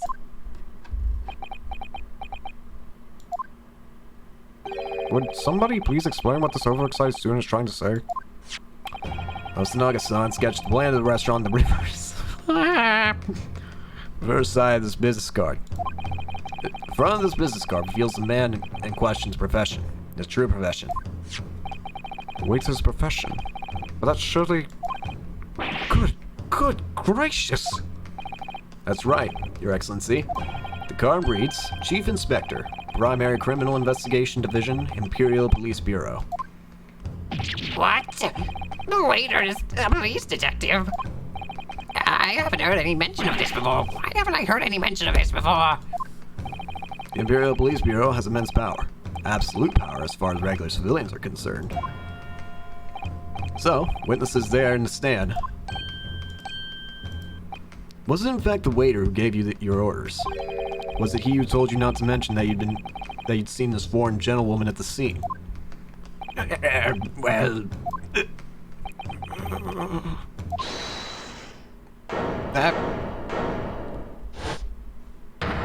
Oh, hi! Inspector Hosanaga. I was worried something like this may happen. The moment you asked me to submit my sketch as evidence, I realized it was a possibility. The court will take this plan and add to the court record as evidence. Well, Is there a problem? Hand the plan to the court officer at once. of course, here you are. Yeah, I remember now. He did act strangely when the judge asked him to hand over his business card. I strive to carry out all investigations flawlessly. It's my guiding principle. But I let myself be distracted when I made that sketch. It was an unusually careless mistake. So, you mean to say you really are a detective? But why would a detective be working as a restaurant waiter? Ah, of course. Your salary must be telling. I was working undercover. Undercover? Yes, there have been a series of incidents at the restaurant recently. In order to investigate, I decided to get a job there as a waiter, working undercover. Incidents at the restaurant. What kind of incidents? That would be classified police information, which I am not at liberty to divulge. However, I can say categorically that they are unrelated to this case of homicide. Very well then, Inspector Hosanaga, but you will elaborate on one point for the court. Of course, Your Excellency. We have just heard new information from the two witnesses beside you. That at the time of the shooting, there was in fact another person present at the victim's table. If that is indeed true, clearly you would also have been aware of this person's presence, having served at the table in question. However, your testimony did not allude to this other person, diner. Therefore, I am led to assume that in your professional capacity as a police officer, you require these witnesses to be in agreement. Would that be correct?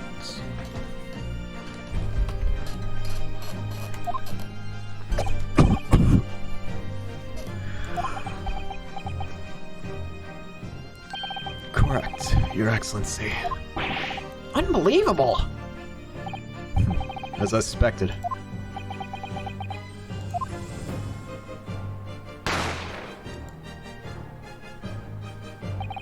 As soon as I heard the gunshot, I ran out of the kitchen to see what had happened.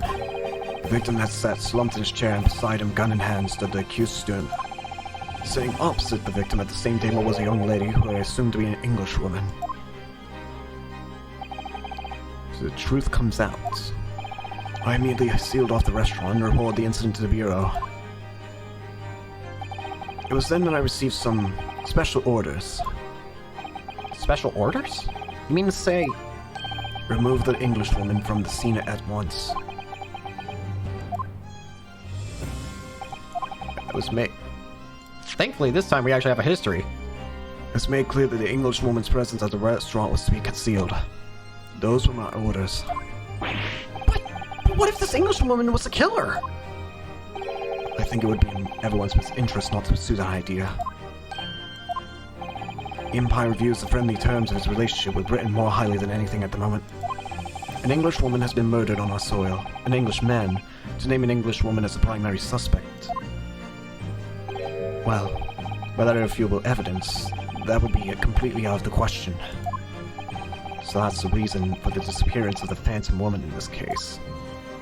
But it's not right!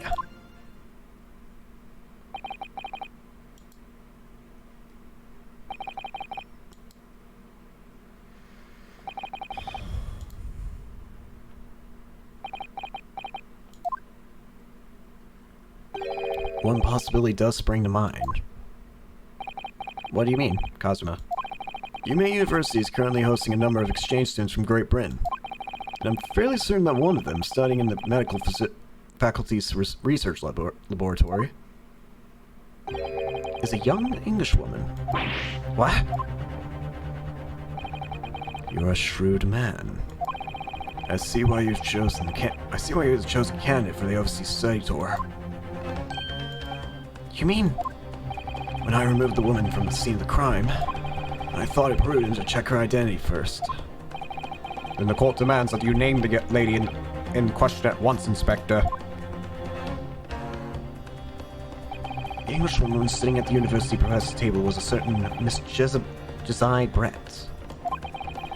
She's indeed a foreign student studying in the research laboratory of Yume University's medical faculty. What is happening here? You're small. I meant to, under orders from the police bureau, I erased all evidence of this lady's presence at the scene, and ordered these witnesses to make no mention of her in their testimonies. Keep down, child. It must now be up to your excellency to decide how to deal with the situation. Very well. My thoughts on the matter are as follows. Thus far, the case presented to the court has been underpinned by a critical premise. Namely, that the victim was dining alone.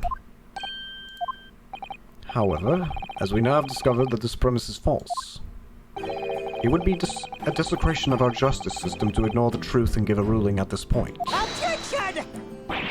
But, Your Excellency, I would be missing the noon deadline of a ruling in order to send a telegraphic report to Great Britain.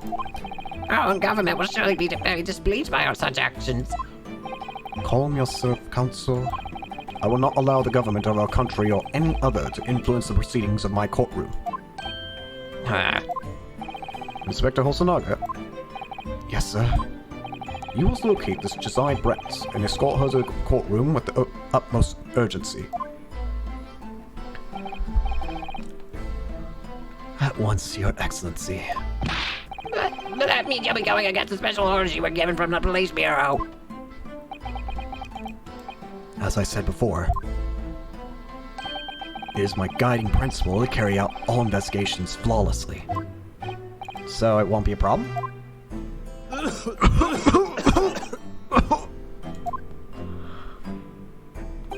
Nothing will get in my way.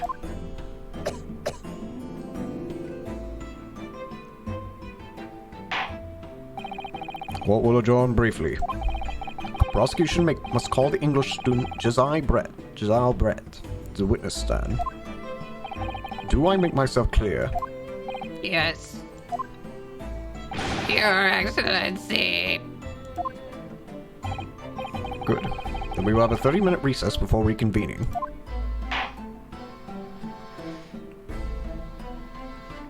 Wow, a first trial that actually goes on for a while.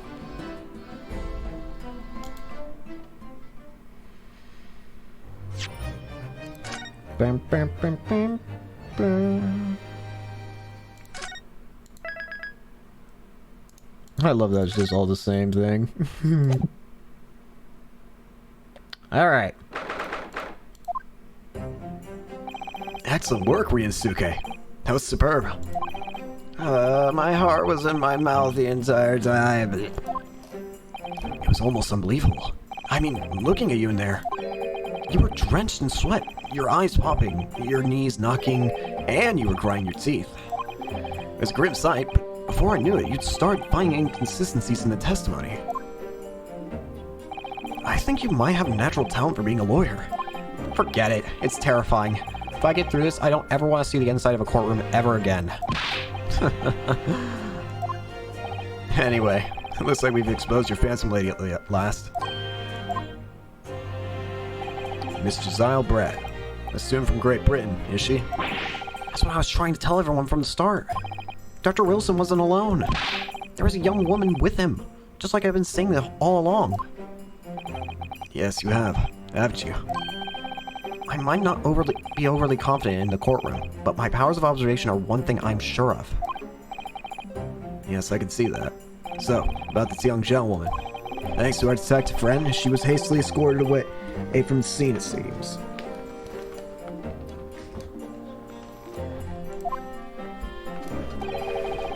Did you see what happened with that? No, I didn't see any of it.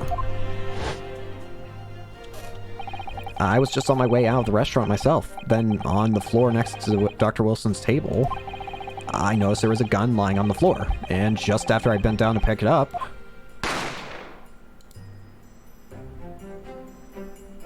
I didn't have time to think about where the sound of the gunshot had come from. The waiter ran over to me, looking as white as a sheet, and he bundled me into some sort of small pantry next to the kitchen. Fast thinking, my detective. He apprehended his suspect without a moment's delay. Yes, and because I was shut in the pantry, I have no idea what happened outside in the dining area. Ah, there you are. Well done, both of you. Well done, both of you. Professor Mikotova. Well, it seems I was right. The pair of you make an outstanding team. You exceeded my expectations, I have to say. Yes, it seems you planned this from the start. You arranged things so that I wouldn't be able to act as a lawyer in this trial. Our modern country is still in its infancy, our justice system even more so. Which is why I firmly believe that we need to send our brightest young stars overseas to learn all they can. I wanted to avoid a situation that may have resulted in your study tour to Great Britain being cancelled. Well, it makes no difference. Lawyer or otherwise, if I'm the kind of man who can't help his best friend avert the worst crisis of his life. I shouldn't waste everyone's time by going to study overseas anyway. What? What are you saying, Cosmo? So that's your stance. I was afraid you'd feel that way. Cosmo! Well then, it looks like it all comes down to you, young man. To me? Yes, you need to prove your innocence and uncover what really took place in that restaurant. I must say, I very much want to know the truth. After all, I have a personal connection to this case. Come to think of it, he said the same thing earlier this morning, didn't he? If you don't mind me asking, Professor, did you know the victim? Yes, I did. As you're probably aware, Dr. John H. Wilson was a visiting professor at UMA University. And it was I who invited him. Oh, I see. I didn't know that before. Anyway, you're about to go into battle. The victim was a university professor from Great Britain, and a well-known one at that. Naturally, our government is looking to identify and punish the culprit as quickly as possible. But let's not forget we're going up against the gentlewoman whose involvement our police bureau went to extraordinary lengths to hide.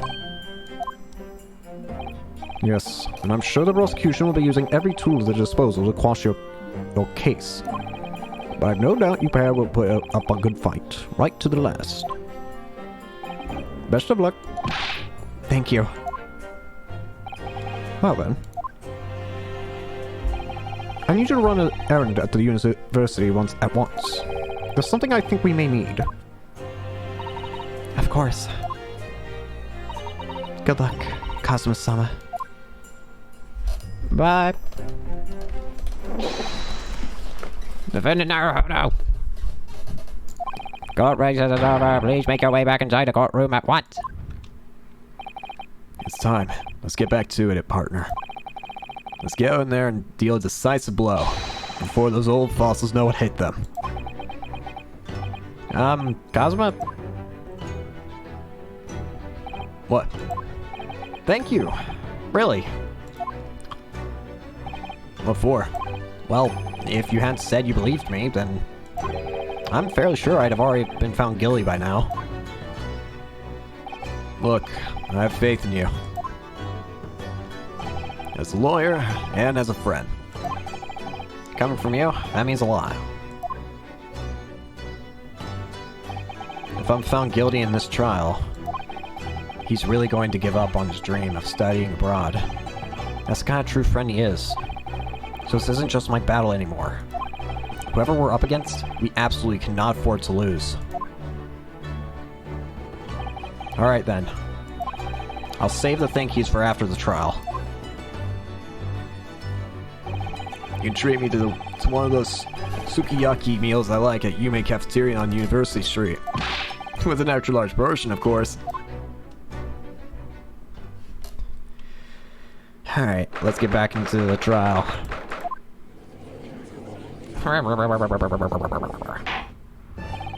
The court hereby resumes the trial of Rinosuke Naruhodo. Prosecutor Ouchi, have you managed to subpoena the witness? Yes, Your Excellency, against all odds. And thanks to a certain young stripling, the prosecution is now under rather painful scrutiny from the government. Sorry. Let the government scrutinize. That's their job. It's nothing to worry about. It's highly unlikely the good relations we forge with Great Britain will emerge from this trial unscathed. But you still think it's nothing to worry about when the new treaty breaks down in our nation our nation founders? Again, terribly sorry. If the friendship between our nations is really so fragile, then the treaty isn't worth the paper it's written on. You really have nothing to worry about, Rinosuke. What do you mean? A secret trial, anxiety over some foreign government's opinions, a bungled up investigation, missing witnesses. Is this what our nation's justice system is? Is this Supreme Court of Japan or of England? Shut up, you jumped up rookie boy. You and your friend know nothing of the situation our nation finds itself in. By aligning ourselves with this great world power, we'll become strong. Diplomacy has never been more critical. Steady political maneuvering is what will secure our futures. I won't deny that I'm no expert. I'm just a student and the one who could arguably study harder too. But standing here in our Supreme Court, there is one thing I feel very strongly. A country that fails to uphold the truth in its justice system is a country with no future at all. Well said, Rinosuke. Despite the wide-eyed look of terror. You little brats! Thank you, Counsel. This court is the pinnacle of our nation's justice system and exists solely for the pursuance of truth. With that in mind, this trial will now resume with the next witness taking the stand. The visiting student from Great Britain, Miss Josiah L. Brett. Yes. Your Excellency. My head. Bird. Hi.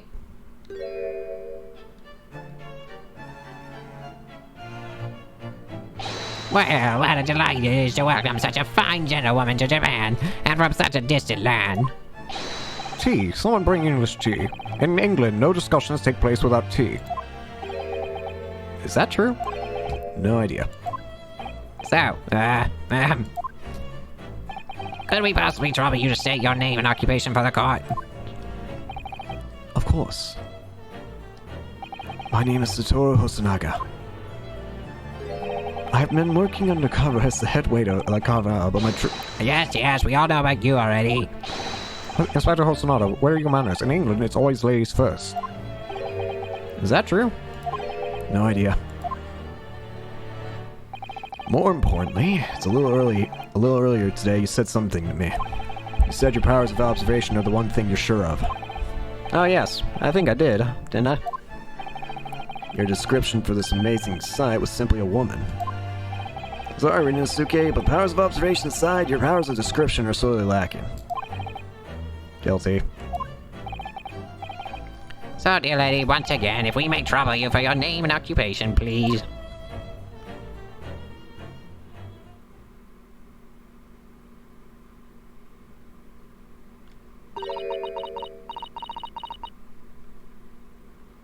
Sorry, I don't speak squiggles.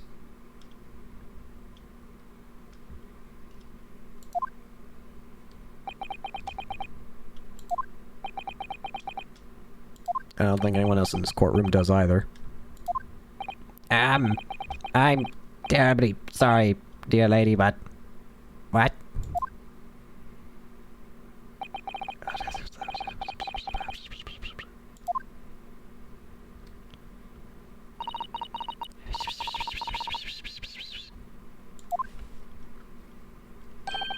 The lady says her name is Josiah Brett. She comes from London, England. She's a visiting research student, currently enrolled in the University's medical faculty. Oh my, what a rare treat to hear the dulcet tones of the delightful language of the British people. I'm afraid I don't understand a word you said, but it was as beautiful as a hummingbird's song. As far as I can tell, the detective is translating her words faithfully enough. Yes, I agree. You'll obviously do fine in England, Cosma. Your English doesn't rattle you at all, does it? Nor you. You've clearly been paying attention in English class, Rinasuke. The court now thanks the beautiful lady for taking the stand. Now, if we may trouble you to confirm something, Miss Brett. 3 days ago, at a restaurant called Le Carnival, a grim murder took place. The court has been led to believe that you were dining there with the victim, Dr. Wilson, at the time. Is that correct?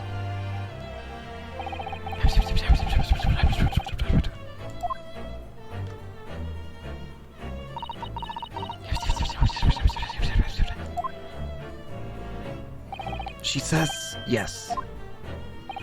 This could take some time. So even though she's studying here in Japan, she can't speak any Japanese?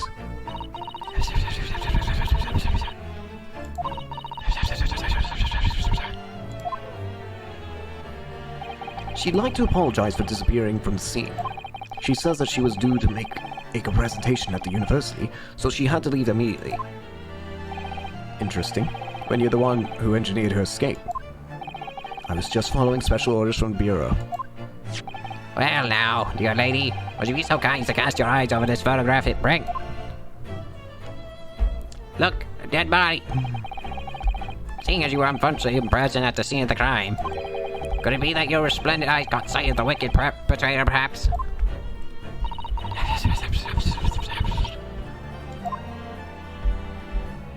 Apparently, it was a very frightening and sorrowful sight. Do you mean to say... Yes, it would appear that the lady did witness the crime. The very moment when the accused, standing right there in this courtroom, shot the victim in cold blood.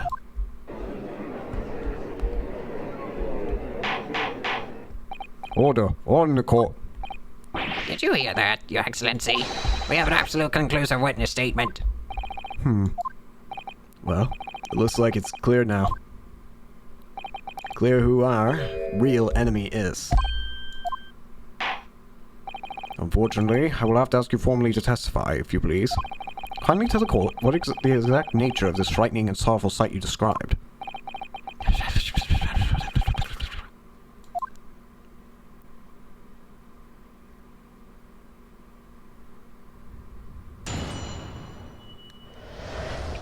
A frightening and sorrowful sight.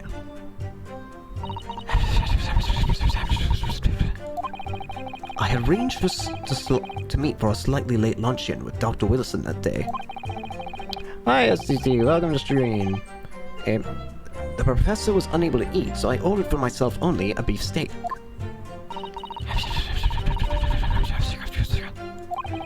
After a while, the accused came over to greet the professor, and they got into a fierce argument. Then, not long afterwards, the accused took over his gun and shot him right before my eyes.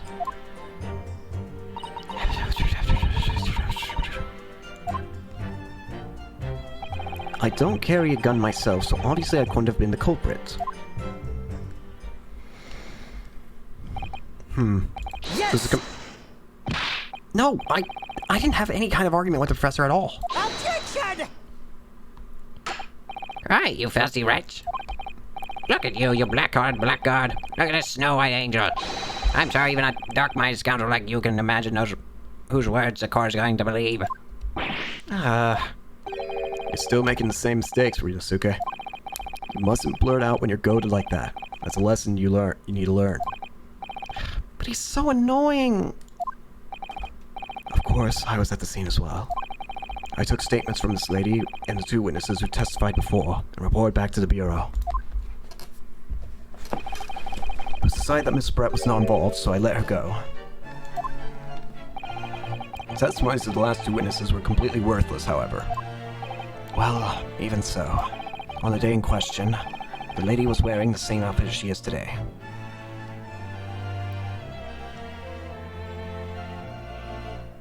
What's wrong with black hair? Wait, black hair. If you're talking about...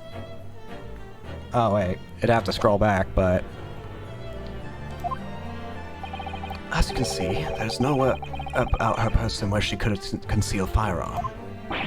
If you're thinking about this character, this is the main character, who's being accused of murder, of course, for the first trial. I would think she could hide a gun almost anywhere in that outfit if she wanted to. And unless the precise location where the witnesses to have hidden a weapon can be shown, this is moot. There are no pockets in my outfits. I have nowhere to hide a gun. Those are the witness's own words on the matter. Ah, that's ridiculous. Only was allowed to lift up her dress like a... Ryunosuke. Don't think about doing anything rash, Ryunosuke. But I didn't fire the gun I picked up. There must be another gun there that day. Right on that. Which means this lady was hiding a gun somewhere. Yes, that's what we have to prove now. And to do so, we will need to pull her testimony apart. Huh? The defense may now cross-examine a witness. Oh, yes, Your Excellency.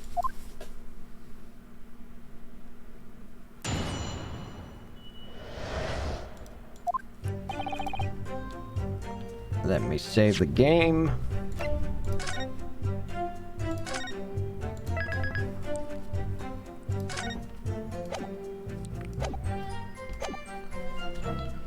Alright, arranged me with you. Yes! Yes. After 2 p.m., in fact. That's really quite a late lunch, isn't it? Objection! You don't keep by the latest fashions from Britain, do you? Late luncheons are on vogue. Is that right? No. No. Uh, The decisive English no has quite a sting to it. A gentlewoman is currently working in the victim's research laboratory, it seems. So it was apparently a daily occurrence that they would at lunch together. But on the day in question, the victim had another appointment at the clinic first. Yeah, which we can prove from the medical report card that was submitted as evidence earlier. That's right. Miss Brett and the victim went to lunch following the victim's treatment, which is why it was so late. Yes, that all makes perfect sense. such wonderful logic. What a shining example of English intelligence this fine gentlewoman is. So you both arrived at the restaurant. What happened next?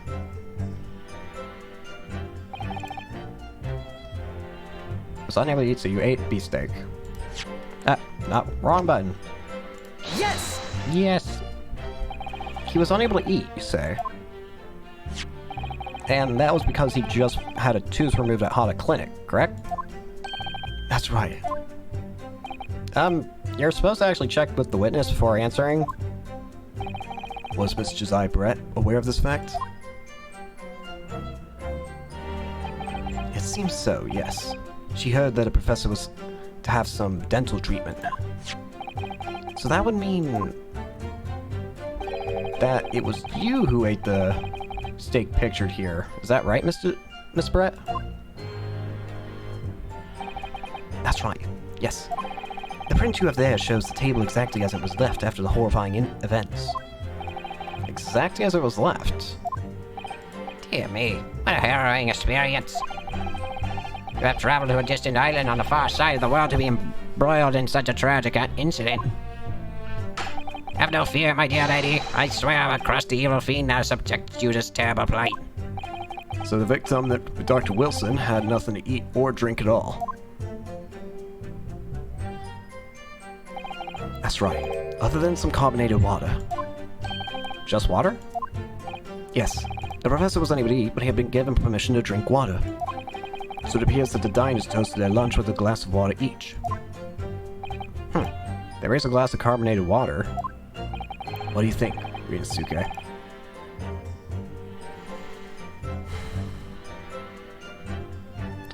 Hold on a minute. Carbonated water? Carbonated? Was he allowed to have carbonated stuff?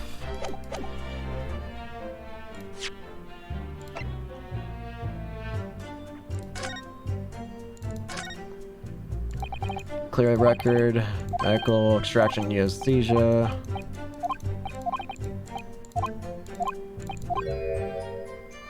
No food or drink other than water.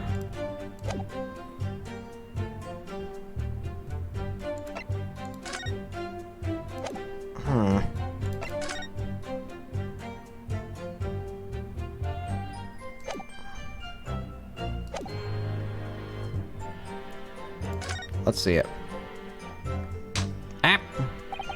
The last statement of yours, Miss Brett, has profound bearing on this case. Well, how fascinating. Do tell us, what's the profound bearing, The significance of this statement will become apparent when the time is right. The defense calls for the witness's last statement to be formally added to the testimony. Well sidestepped, counsel. Very well. Miss Brett, kindly repeat what you just said to be added to your official testimony. Gladly, she said. That was brilliant, Cosmo. I'm gonna remember that one. Which one? The significance will become apparent when the time is right. I could really use that phrase. I hope there are some more useful tips you're picking up from this experience than that, Rinosuke. No! I ordered a beefsteak for myself, and the professor and I said cheers over a glass of carbonated water. Yes! So both you and the professor drink this carbonated water, did you? Oh, wait a minute.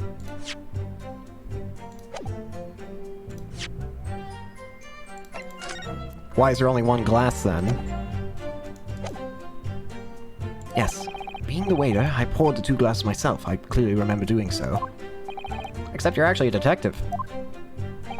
And the beefsteak. That was for you, Miss Brett. The lady said she heard it was not customary to eat beef here until Japan opened its doors to the world. Yes, that's true. What a frightful place, is the lady's opinion. And I've heard that it's customary to eat sashimi in Great Britain. Now that's frightful. Every country has its own cuisine. As long as people have food to eat, what does it matter what it is? Our glass ran away is the actual culprit. First time I ever tried carbonated water, it was much more of a shock than the first time I tried beef. But anyway, back to my statement. I love that. It's like, huh? Looks at the player like, what the fuck? Somehow I feel like there's something out of place in what she's saying. We need to bounce on even the slightest thing now. Because you never know what might lead us to our goal. The goal of turning this trial around. Understood, Kazuma.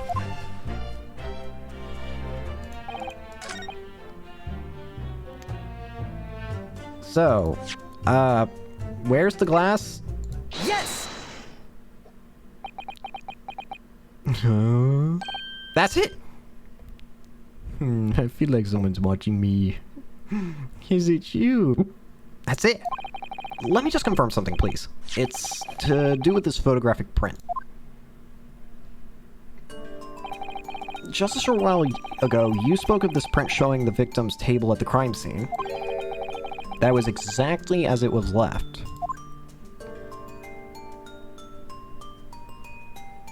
That's correct, the lady says. But, Well, that is... It's odd, very odd. dear me, what's odd is the defense's inability to express itself. Ugh. Rinosuke, what is it about the print that looks odd to you? Well, obviously, it's the cheers. Cheers. Miss Brett just told us that she and the professor said cheers over a glass of water. But if that's true... there should be 2 glasses on the table, not 1. Ah. You're quite right, Counsel. There's only one glass pictured here. Objection! Are we supposed to be impressed by this nitpicking over minutia? What possible difference does the presence or absence of a glass make on the case? Objection! Minutia, you say? Oh. Could it be that the detective had removed the glass from the table to conceal the lady's presence? Of course not. I would never do something so reckless. What? But there should have been 2 glasses on the table. Or are you going to try and tell me that you can clink with only one? You're quite right. I certainly took 2 glasses to the table. Huh?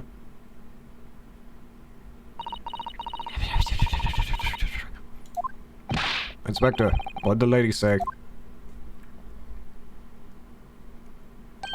It would seem that it was Miss Brett who took the glass from the table. What? It was also terrifying, everything that happened. I panicked and thought I should try to hide the fact that I'd been here at all, she's saying. Good gracious.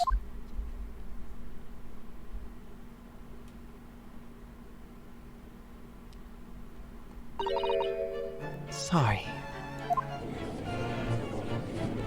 Alright, jeez. Also mumbling. As I assured the court before, this is of no consequence at all. Oh, please. We must remember that this student had just murdered this lady's luncheon companion before our very eyes. Who could blame her for concealing a glass or 2 in her state of disarray? That's absurd! Oh, really? So do we take it that you are now going to accuse this vulnerable, young, and beautiful woman of mischief? What? No, this can't be put down to mischief. I'd like to know exactly how the lady took the glass from the scene.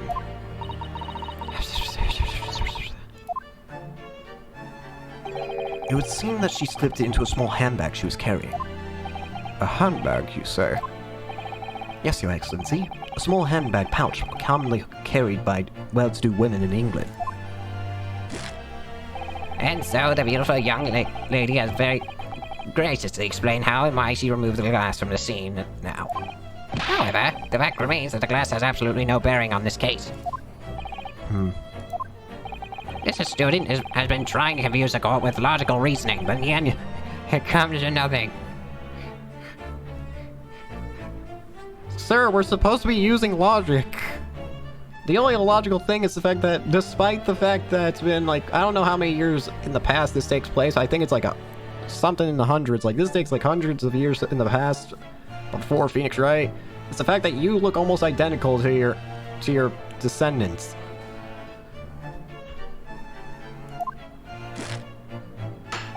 No more pretentious accusations. You have wasted enough time already. Indeed, the lady has offered a satisfactory explanation as to why she removed this glass. I think henceforth we can consider the matter to have no bearing on the case. Counsel for the defense, are you in agreement? Well, I don't know, really.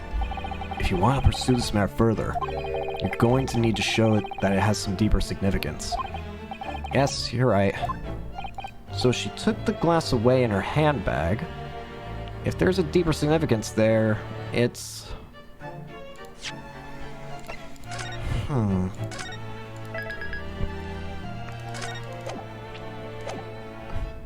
Judge outfit is trippy. If there's a deeper significance there, it's... the handbag, I'd say. Wait, the lady put the glass in her handbag, you say? Yes, do try to keep up. It's already been explained to the court that all English gentlewomen carry handbags for small items. Let me see. A little while ago, Miss Britt stated that the following. There are no pockets in my outfit. I have nowhere to hide a gun. But what she forgot to mention was her handbag. In which it would be perfectly possible to conceal a gun. You're right. Well done, partner. I have a feeling you pick up on that too. What are you insinuating, you vile blackguard? It's really very simple. The gunshot was heard when the defendant picked up the gun from the restaurant floor.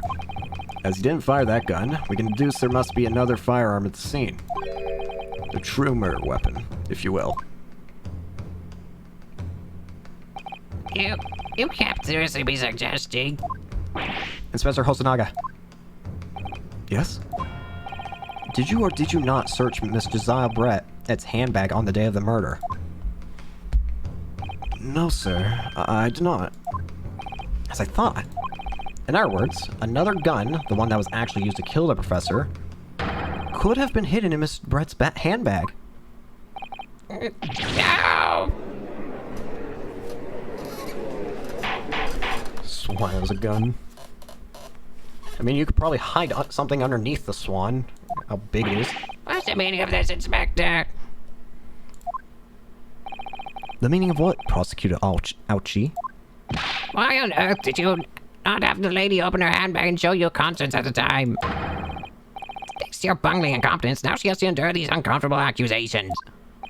Brilliant work, partner. Now we have a chance to expose the real woman behind the mask. Do you think so, Cosma?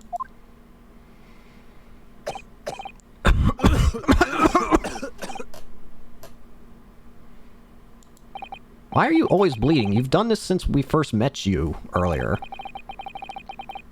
Well, what's a sorry situation? Clearly you have no faith in the police. Huh? As I said, I did not search the lady's handbag after the shooting. Simply because it was unnecessary. Unnecessary in what way? I ought to think the student lawyer, really.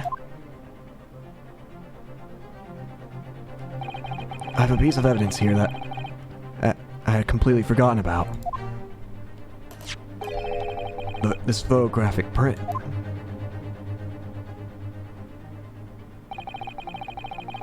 Huh. Why? Wait a minute, I know that... That's a black plague, oh no. I've seen that symbol before. Wait, shoot, where... Do I even have evidence to show it? I think I do. Yeah, it's the food plate.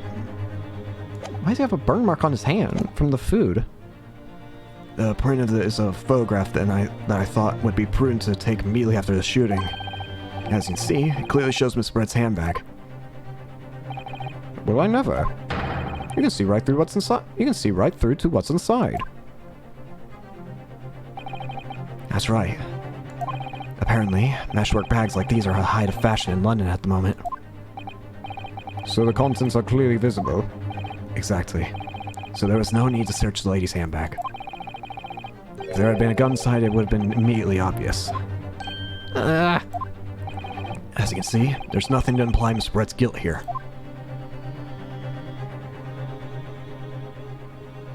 Thank you for helping to prove that, Naruhodo-san.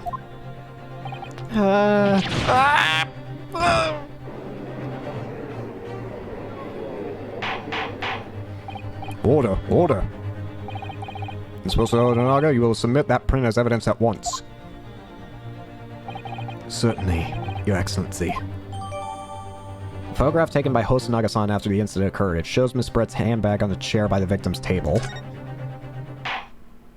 I think we've had long enough to cross-examine the witness, counsel. The court has now been shown considerable evidence.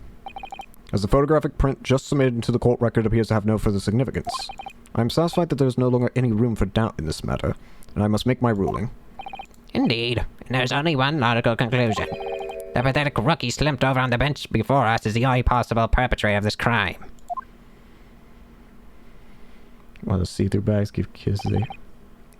Oh.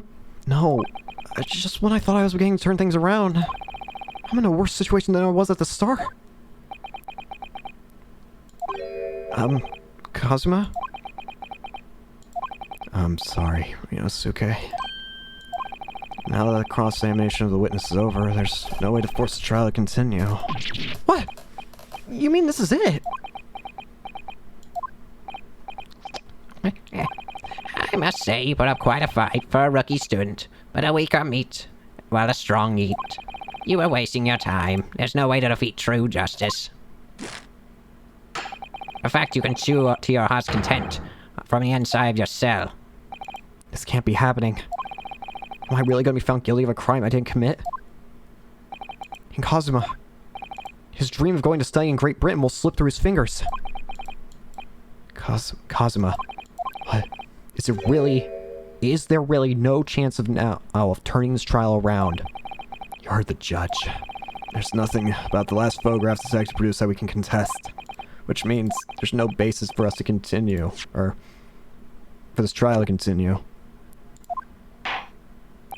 Very well, I will now proceed immediately to the ruling. Seem to be able to report to the British government on time after all. That smug little... Inosuke Naruhodo, having considered all the evidence placed before me, I hereby... Yes!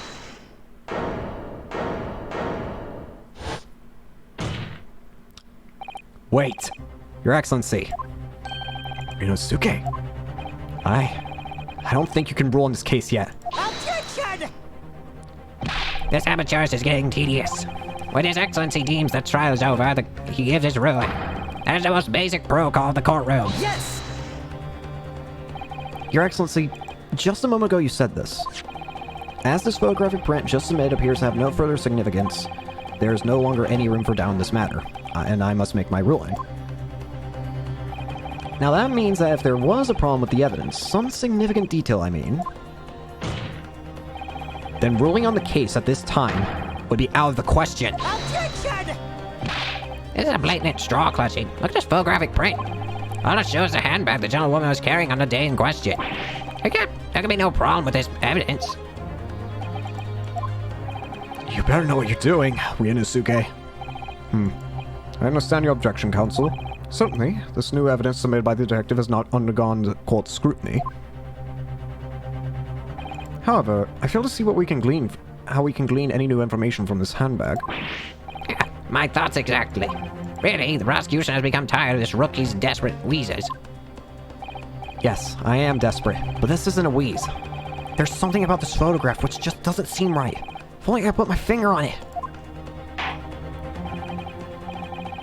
Well, I grant the defense one final opportunity. What? But be warned that if I am unsatisfied by your response, the trial will be over with immediate effect. Do I make myself clear? I don't like Judge smack his hammer like that. Gives me bad feeling.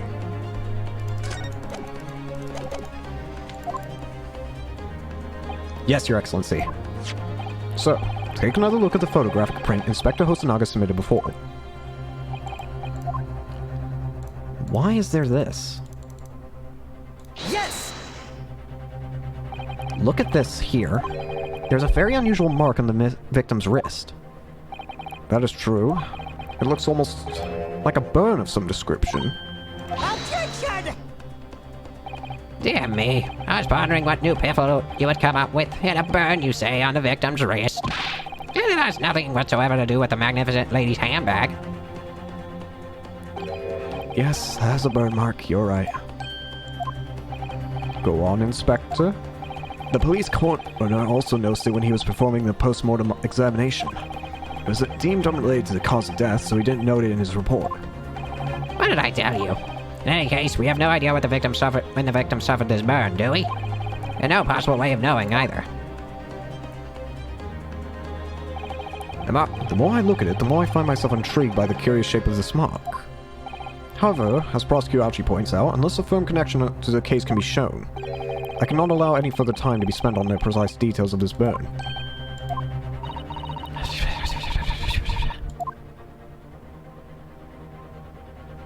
Excuse me, Your Excellency. It would seem Miss Bray has a lunch appointment with the Dean and other university staff. She would like to know if she may be excused from the stand now. Oh, of course, dear lady. We shan't hold you up any longer. I'm quite sure His Excellency is about to give his final ruling anyway. What's your thinking on this, Ryunosuke? Do you believe this burn has something to do with the case? To be honest, I'm not really sure. But if I don't keep pushing, then it's all over. So I was thinking I should keep digging and digging, and hope that I might uncover something useful. Yes, you're right. I am. If we can just link that burn to the case, if we can do that, we might be able to prise the shutting door back open again. Just give up, Council. You can't possibly hope to do that. Indeed. I'm afraid that without evidence, I cannot allow you to pursue what is little more than conjecture. But if we have evidence that irrefutably linked the burn on the victim's wrist to this case, then you allow it. I would, yes. To tell the truth, I hadn't noticed that burn. But as soon as you pointed it out, what I did notice was the color draining from Miss Brett's face. Really? I have to find some link between that burn and the case.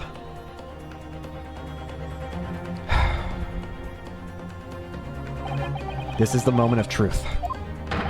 It's time to find some evidence that proves that what the burn really means. So then, the defense will now present its evidence. Yes! What's this, Council? Yet another print? Yes, Your Excellency. I believe photographic prints are an amazing invention. When we humans look at a scene, we miss things. But in a photograph, things we may have overlooked at the time are recorded forevermore. Do hurry up, Rookie. What are you trying to say? To inconvenience this poor lady any further really would be quite inexcusable. Actually, we may need you to stay with us a little longer if you don't mind, Miss Brett. You see, it's very clearly visible in this other photograph.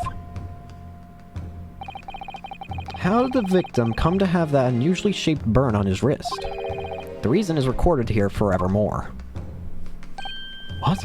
How? Objection! You can't fool me with your little bluffs, boy. If that's your game, then let's see how it plays. Show the court exactly what you mean. You're blind if you don't see it, Ouchie. Yes! The beefsteak? Actually, the point is the metal plate the steak was served on. The plates? Excellency, are you alright? As you can see, there's an emblem on the plate. I would guess it's some sort of trademark at Le Carnaval.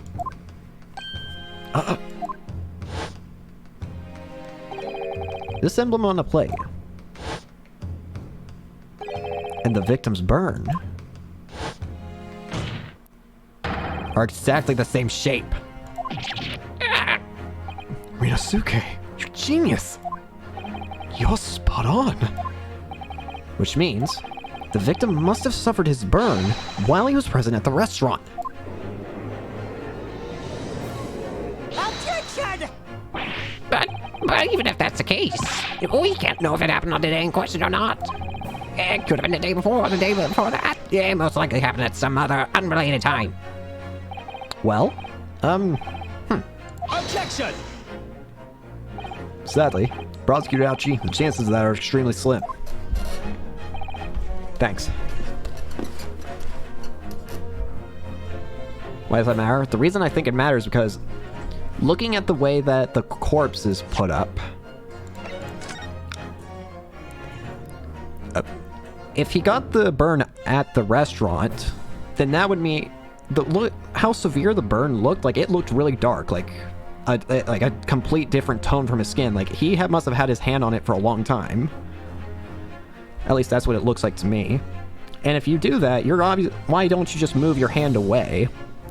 But what if you couldn't move your hand away? What if you were dead? What if you couldn't move your hand away and it was and the only reason that it stayed was because you just... What if someone was dead? They, they couldn't move their hand, so it'd just stay on a burning plate. I think this changes what position the victim was in when they died.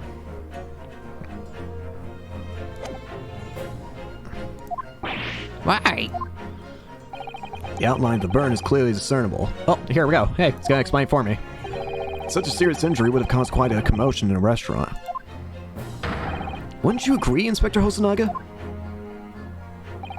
I can't imagine having missed such a terrible disaster, certainly. But... I would say, looking at the picture of the wound, that it wasn't suffered very long ago. And although it's not a particularly large burn, it's extremely well defined, as its vents just pointed out. It was no mild burn, that's for sure.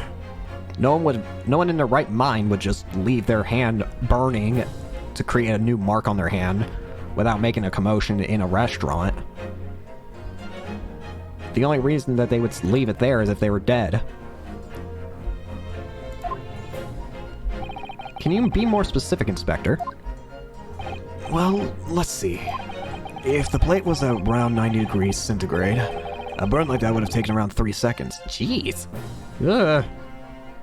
What are you putting them into? Into lava? It's inconceivable that the victim wouldn't have let out a scream of pain then. I've been investigating at the restaurant for several weeks already, but I've not heard anyone scream at all. As the head waiter of Le Carnival, I can testify to that without hesitation. But you're detective, not a waiter! Yes!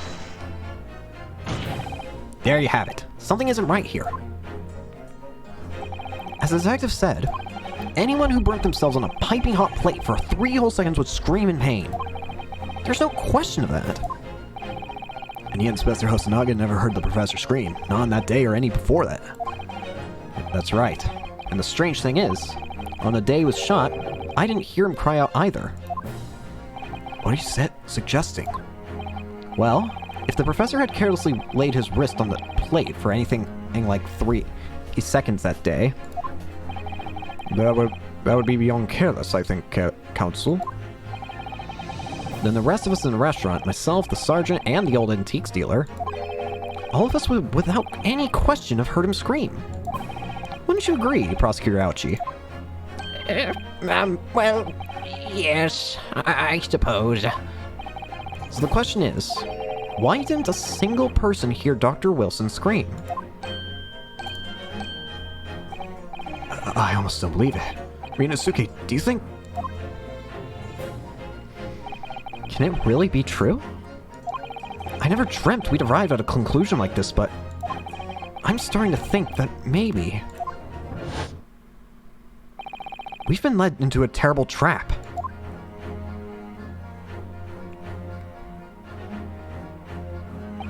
There's only one explanation I can think of to make sense of this apparent impossibility. On the day in question, when he suffered the burn to his wrist, Dr. Wilson was already dead. That's the only thing that makes sense. No man could remain silent while his wrist was burning on a piping hot plate for 3 whole seconds. That's clearly impossible. Apart from in one particular situation. The Council, are you suggesting... Yes, it's only possible if the man was already dead. Already? Dead?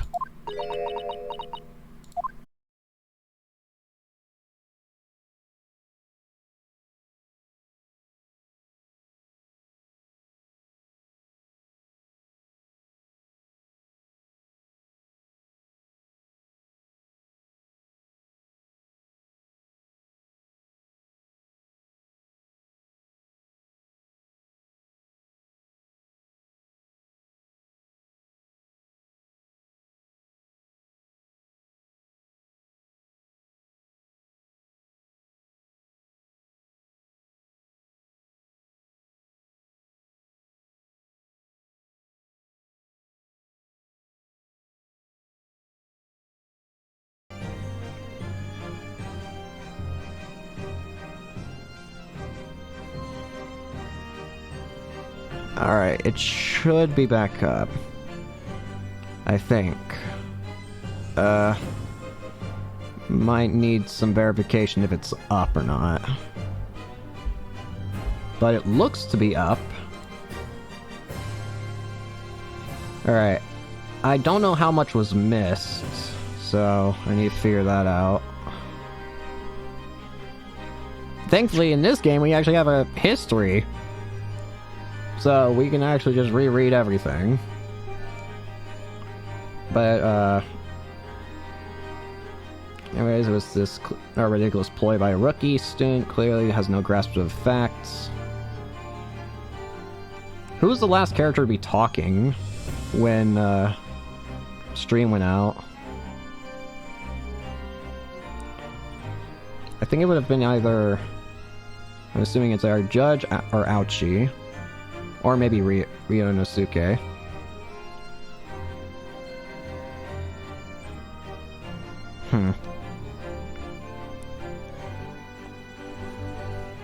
Well, I'll just go back to the friend of the main character. That would be Kazuma.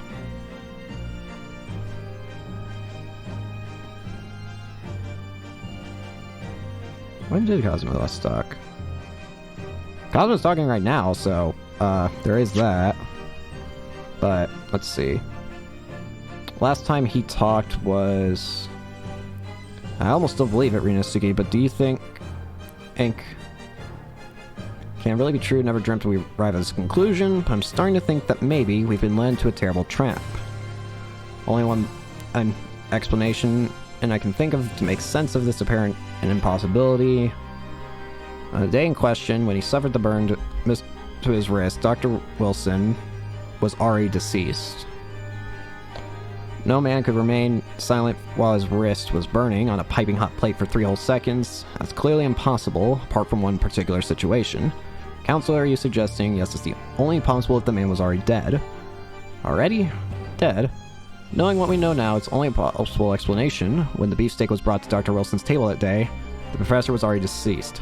That's madness. Explains the notion at once. The victim was killed by a gunshot. That's right. That's absolutely right, Your Excellency. This is just another ridiculous ploy by a rookie student. Clearly has no grasp of the facts. A projection. No, Prosecutor Ouchie. It's you who has no grasp of the facts. I beg your pardon. As soon as it became apparent that the victim had suffered that burn while at the restaurant, this whole case just turned upside down. Or have you not grasped that yet? Your Excellency, the court must hear from the witness again. If it's true, as we now believe, that the victim was already dead before the gunshot was heard, it's highly likely that Miss Brett knows something about it. I mean, in that case, that would be implying that she was talking to a dead body. I don't know about you, but if someone doesn't talk to you like that and you try getting their attention and they don't move, maybe consider checking for a pulse.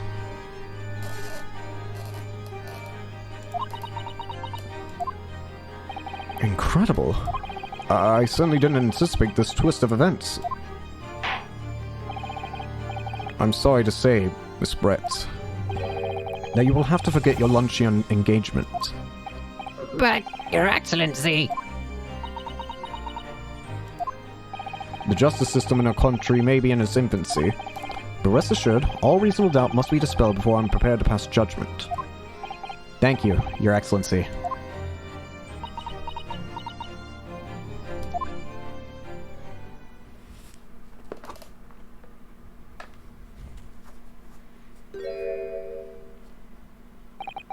What was that smile? Yes, of course. I mean, I'd be delighted to help. Oh, you can actually speak! So why haven't you been talking this whole time? Even he's scared. Like, what the... Especially if it helps relations between my country and yours. Miss Brett, you speak Japanese? What are you talking about? We're speaking English. Well, of course I do. I'm studying in your country, after all. But then, why have you been speaking through an interpreter until now? My mother tongue, the Queen's English, is the most refined and elegant language in the world. As a gentlewoman, I try to avoid speaking in your vulgar tones as much as possible. Well then... But it seems that the men of this land possess none of the chivalrous virtues of English gentlemen. So I can see that I shall have to lower myself to communicating with you all on your own level. Well... You are the epitome of a true English gentlewoman. We are truly honored by this lavish consideration you so graciously afford us. I see. In that case, Miss Brett, I will now ask you to testify in your own words about the events leading up to the death of the victim, Dr. Wilson.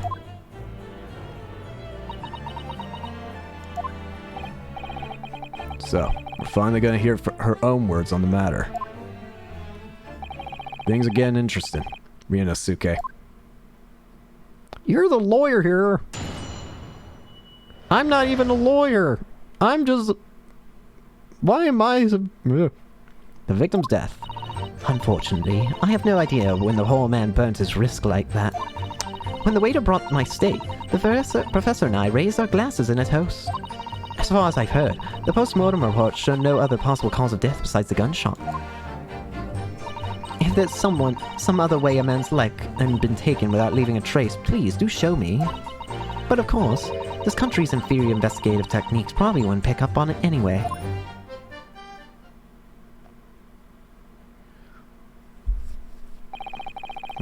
That most captivating and beautiful testimony will go down in the Supreme Court's history. Thank you. Easy does it.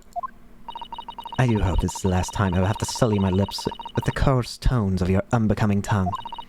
Oh, forgive me. I do hope I haven't insulted anyone. No, it's a delight merely to hear you speak, dear lady. And it seemed very clear that from your testimony that this boorish talk of the victim burn is utterly irrelevant. I will be speaking to your country's Minister of Justice about what has happened here today. Minister of Justice? May that irritating little bully of a student be given the harshest punishment possible. Amen. Huh. Thanks. But was that a prayer then? Well, you have to forgive the irritation, Miss Brett, and to put up with the cross-examination now. I expect you've noticed this little bully of a student, as you put it. Doesn't miss much. I'm sure I don't need to remind you, counsel, that this will be your final cross-examination in this trial. If you fail to demonstrate any problems with this witness's testimony, I will be ruling on the case immediately. Is that clear?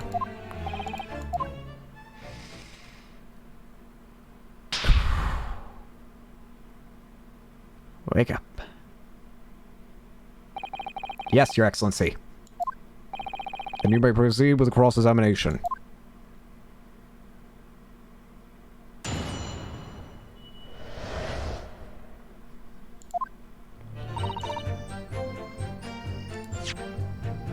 Let me save the game.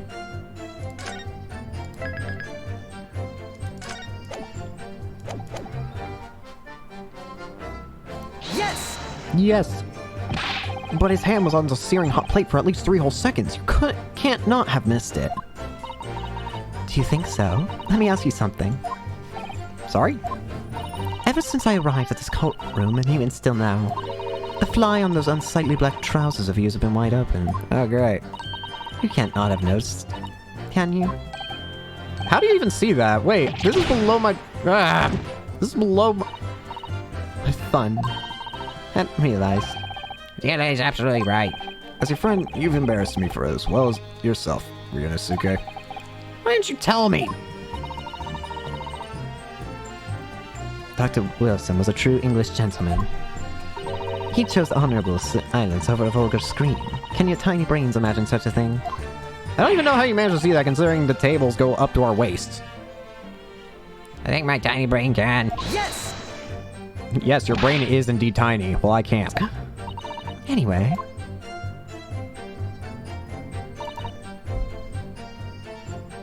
Yes! As you testified before, you were drinking carbonated water. Is that right? Dr. Wilson was only permitted to drink water at that time, if you remember. Which explains why he ordered that drink, correct, waiter?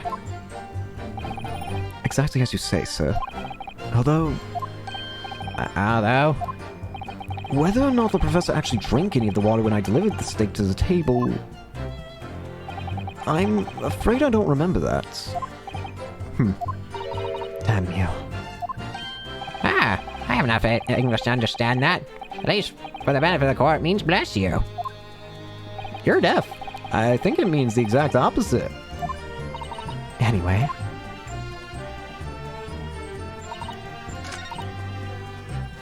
Where brought my steak?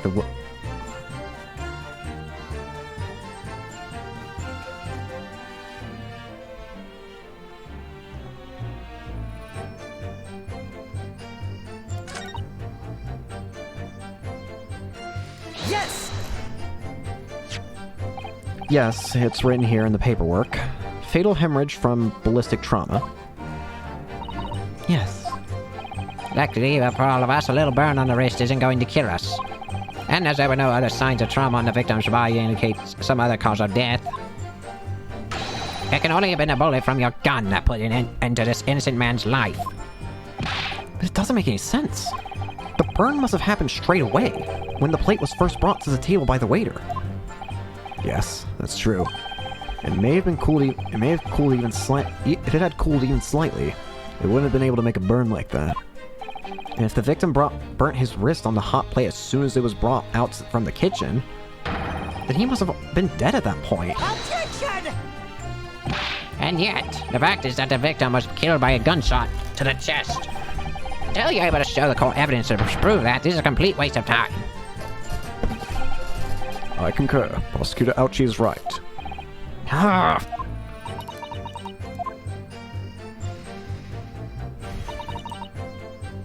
Is there a way for someone to be killed without leaving a trace?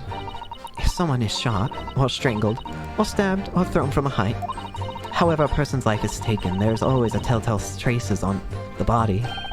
Right, dear lady. And as our police force has thoroughly examined the body of the deceased, there can be no doubt. Isn't that right, Inspector Hasanoga? As I've said, I always aim for a flawless investigation. There would be physical traces with all those causes of death, that's true. But maybe there's some other way of killing someone that doesn't leave a mark. If heaven forbid, you doubt me, young man, you're going to have to tell everyone how exactly you think the professor did lose his life. Otherwise, I'm afraid your argument falls rather flat, doesn't it? Oh no, Parasitha, calling such a sweet young lady's innocence into question? On my honor, Takasuchi Ouchie will cut down any who dares to cast such aspersions. A way of killing someone that leaves no trace. We need some evidence to back us up here. Yes, the evidence. I don't know if I quite have that kind of evidence, though. Yes! Inferior? What do you mean by that? In the lands of Great British Empire, the police stole everything found at a crime scene for later examination. But in this country, you investigate it once and that's the end of it. Isn't that so? Quite right. The carnival is open for business as usual today, just days after the incident. Exactly. Which means that even if the investigation takes a different direction, I'd have let... Huh? Osanaga?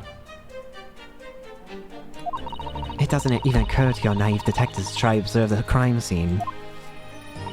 I'm trying to be as tactful about this as I can, you understand? Kill him, Lo. He's as formidable as he is beautiful. Amazing. He's actually admitting our police may be flawed. Perhaps Prosecutor Ouchie is starting to see sense. I very much doubt that. Still, there's something about what Miss Brett just said. There was a moment before when something didn't seem quite right. What do you think, Ryunosuke? I think it's going terribly. No matter how much I press her, I'm not turning up any new information. Yes, I suspect that she's a tough witness. We need to find a way to break her testimony, or the cross-examination will be over. But that would mean I have to find a way. There must be some clue somewhere to help us find a chink in her armor. Kazuma. What, Ryunosuke? There is one thing I noticed. Something that's been bothering me. Bothering you? You mean about Miss Brett? Actually, no. About the person standing next to her, Inspector Hosonaga. The detective... Yes, he seemed to react a little strangely to Miss Brett's last statement. I was wondering if it might be significant, if it might present an opening, maybe. Alright, I have an idea. Try pressing her on that last statement one more time. If you think so, but this time, instead of targeting the woman herself, let's see what we can get out of the detective. Alright then. wonder what Cosmo's thinking. I'll find out soon enough, I suppose, once I press Miss Brett on her last statement again.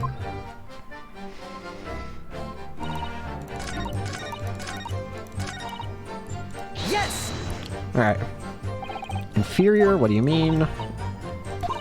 This country investigate once and that's it, isn't it so? Quite right. Chronicles just open. Wait. Here's that.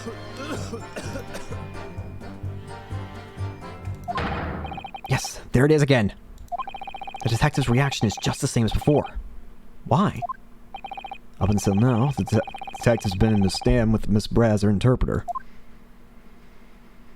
But things are very different now. For this testimony, the detective is just listening to what the Englishwoman has to say. This could be a golden opportunity. What do you mean? When people are actually testifying, they're usually very careful not to let anything slip. However, when they're listening to someone else speak, you'll find they often let their guard down. You're right. Look at him. He's lost in his own thoughts. I can even see a bubble above him. It's time to pursue the man in his train of thought. Sorry? Pursue? I'll explain how to do it now, Rinosuke. It's all to do with the witness marker. What marker? At the moment, we're focused on Miss Brett, who's the person actually making the current statement. But by moving the marker left and right with A and D, you can turn your attention to other people in the stand. While you're looking at the other witnesses, you'll be able to pursue them with space. If you can catch the person at just the right time, you might uncover some new information to pursue. If you ever notice a strange atmosphere amongst the people in the stand, take a good look around. Alright, so first I should move the marker with those buttons, pursue him, and see what's on mine. Here it goes. Wait.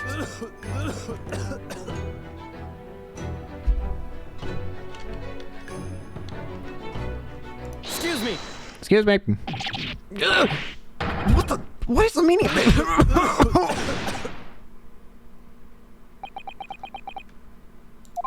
I'm so sorry. I didn't mean to shock you. He really was lost in his own thoughts. Deeply. It looks like you were thinking about something just now, Inspector. Perhaps having heard what the lady next to you has to say? If there's something you'd like to say, please, share it with the court. Objection! Where's the meaning of this? Is it a delightful Englishwoman who's testifying at the moment? If you can't fault with her testimony, then the cross-examination should be over immediately. Oh, is that how it works? Absolutely not. Huh? The detective in the stand, which the detective is in the stand, which makes him a valid witness.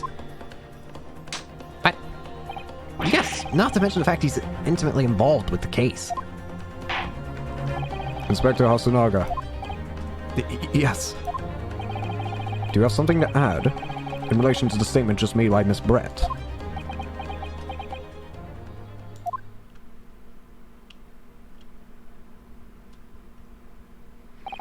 Well, yes. If you don't mind, I would like to speak.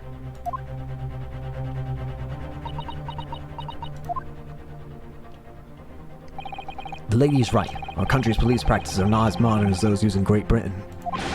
Which is why I, Satoru Hosonaga, always strive to make every investigation involved in flawless. What do you really mean by that? I'll tell you what I mean. I won't have evidence lacking on my watch. I'm not afraid to take everything I can find from a scene of a crime. It's preserving evidence, you see. I don't care if they call me a crime scene thief. I'm not ashamed of what I've done.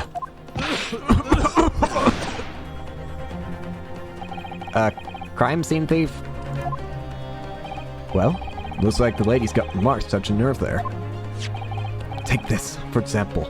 Oh. Is that? This is the bottle of carbonated water that I took to the victim's table on the day in question. And yes, it's lost all of its fizz, having been opened 3 days ago now. But it was carbonated water, I don't care what anyone says. Yes, there's some left in the bottle, I can see it. One day our police force will be among the best in the world. The time is coming, I guarantee it.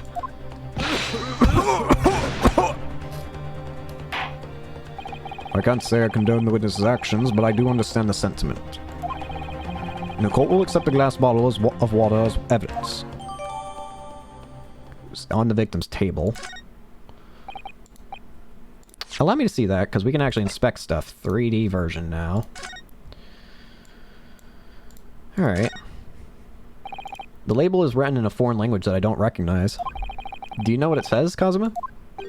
I think it's French. This must be very expensive water. Yes, but what does it say? That's what I was asking.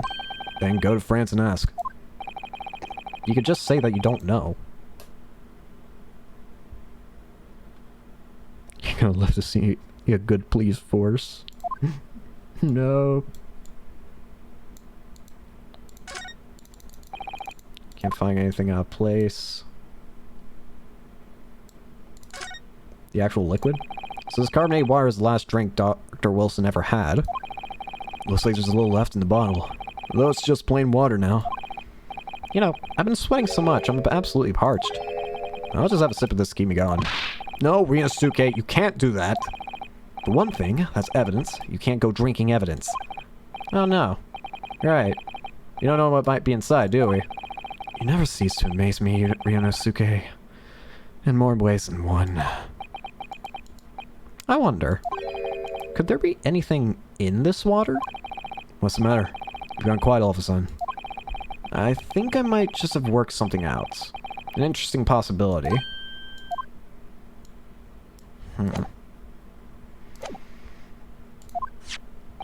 Can you confirm this is indeed the bottle from which you drank on the day of the victim's death? Yes, it was that bottle. What was that about? She seemed to avert her eyes when she answered the judge's question. Very well. Counsel, you may resume the cross-examination. The inspector will kindly control his fervor.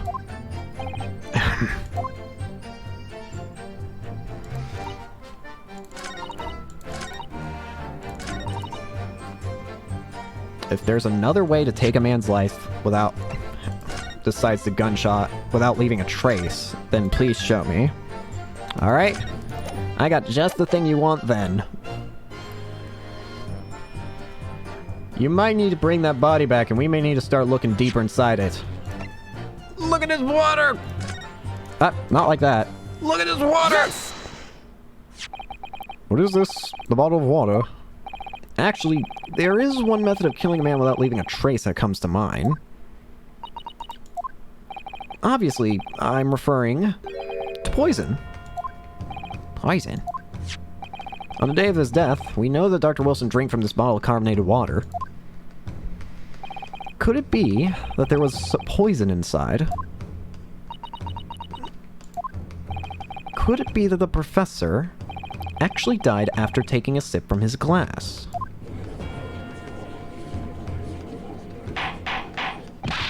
Order, order, order! And on that day, who was sitting at the same table as the professor and able to slip the poison into his drink? The only person who could have done it. Josiah Brett. It was you! Objection!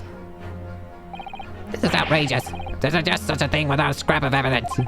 You little rookie imbecile, have you even considered the delicate situation our country finds it in now? Have you forgotten that we've only just signed an accord of friendship with the British Empire? Have you even the vaguest inkling that your rash accusations could jeopardize the entire treaty? Objection! This is not a political arena. This is a trial to determine one individual's guilt with respect to one crime. The fact is that this woman is British. The fact that this woman is British makes no difference. We are here to determine the truth. If I may. I will silence you forever for this disgraceful attack on It is you who should be silent. Of course. Dear lady. Where did that come from? She just snapped. I'm afraid I may have spoken unfairly before. I offer my most humble apologies. I'm sorry, my lady. To what are you referring? I described your police force as inferior. But no matter how inferior they may be, We still investigate this particular point thoroughly, I believe. This bottle, I mean, Inspector, and whether it contained poison or not. Of course. You did? Have you forgotten what my guiding principle is already? I strive for a flawless investigation every time. I don't believe it. Naturally, we test the inside of the bottle and its contents. And? What did you find, Inspector? I ordered tests for every toxin that's available in this country at the present time. We could now find no trace of the poison of any description in the bottle of carbonated water, Your Excellency. What? Are you sure? The tests were meticulously carried out by the Chief Coroner himself. No! No! I'm very grateful to all of you Japanese. You've successfully established my complete innocence in this horrid affair. Thank you. Ah, but of course, dear lady, a pleasure was all ours. I was so sure! This can't be right! Everything falls into place if he was poisoned!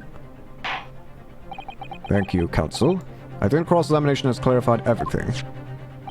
As the prosecution has asserted, a shot to the chest from this gun is the only conceivable cause of death. Furthermore, the accused, who by his own admission was holding the weapon, is the only possible culprit. I'm done for. The court wishes to apologize for the great inconvenience this has caused you, Miss Brett. Oh no, I'm just glad the matter is resolved. Before proceeding, I must ask the counsel for the defense. Do you have any further new evidence to present the court at this point? Ugh. Kazuma. I'm sorry, Ryunosuke. I have nothing more. Well, if you'll excuse me now, I really must be leaving.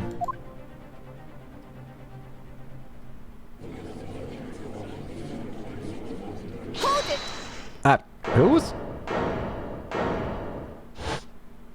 Hey! It's you again, from earlier. With Kazuma's friend or whatever. Please wait. Isn't that... What is the meaning of this? Forgive me for intruding on court proceedings, Your Excellency. Susato Mikotoba, judicial assistant to the defense. Mikotoba? In my darkest hour, with nowhere left to go, she appeared like a bolt of lightning. And in her hand, she carried a small package wrapped in a furoshiki cloth.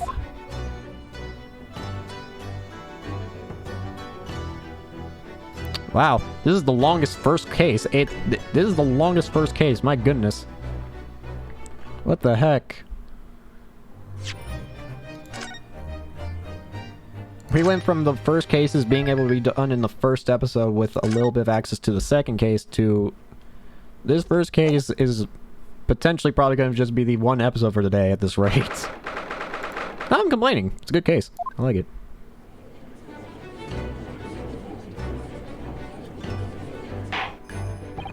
Well, I understand you are the judicial assistant to the defense, but why the sudden ingress into my courtroom? Ah, judicial assistant, and a woman no less. The rules state that females are not permitted into the court of law other than to testify. Yes, I fully understand that. I only asked for 5 minutes of time. I have some vital evidence I must hand over to defense. Ah, you're too late, little girl. The trial's already been concluded. 5 minutes. I will not allow a moment more. But, Your Excellency! I am most grateful. Hi. Who exactly are you? I'm sorry, there's no time. Please, simply accept this for now. What is it? A report about something? Written in English. It's just Brett's research. The English woman's? After the trial was resumed earlier, I hurried back to the university. I went to Dr. Wilson's laboratory in the medical faculty and borrowed this paper. Oh yes, that's right. Ms. Brett was studying under the professor, wasn't she? So, does this research, whatever it is, have something to do with the case? I'm afraid I don't know. I haven't been able to listen to the proceedings of the trial myself. Oh, No, of course not. Special characteristics of curare and its effects on human subjects. Interesting. Curare? What's that? Never heard of that word before. Time's up. Prosecution demands the immediate removal of this female trespasser from the courtroom. There's too little time for me to read it in detail, but I've summarized what I could on a note just inside the cover. If you think it could be valuable, please cast your eye over it. This is wonderful. Thank you. Zybret's diary, a report detailing an unknown poison that Miss Brett had been researching during her time at university. Goodbye, then, and good luck.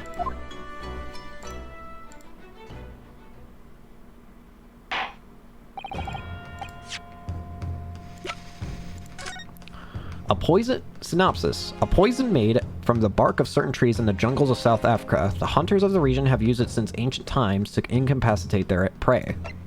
Special characteristics. Instant paralysis of the entire body and subsequent death even in minute doses. Route of entry. The above mentioned effect occurs when the poison enters the body through a wound, such as that inflicted by a blowpipe dart.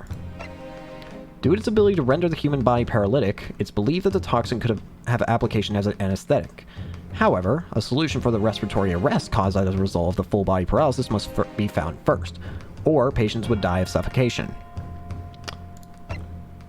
Bingo. Now what intrigues me is it says through a wound.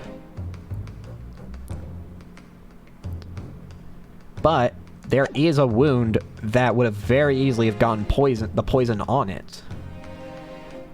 That being record of dental work. On the day of the murder, the victim had undergone dental treatment and had been prohibited from eating or drinking anything but water. They would have had a very, very much open wound, probably.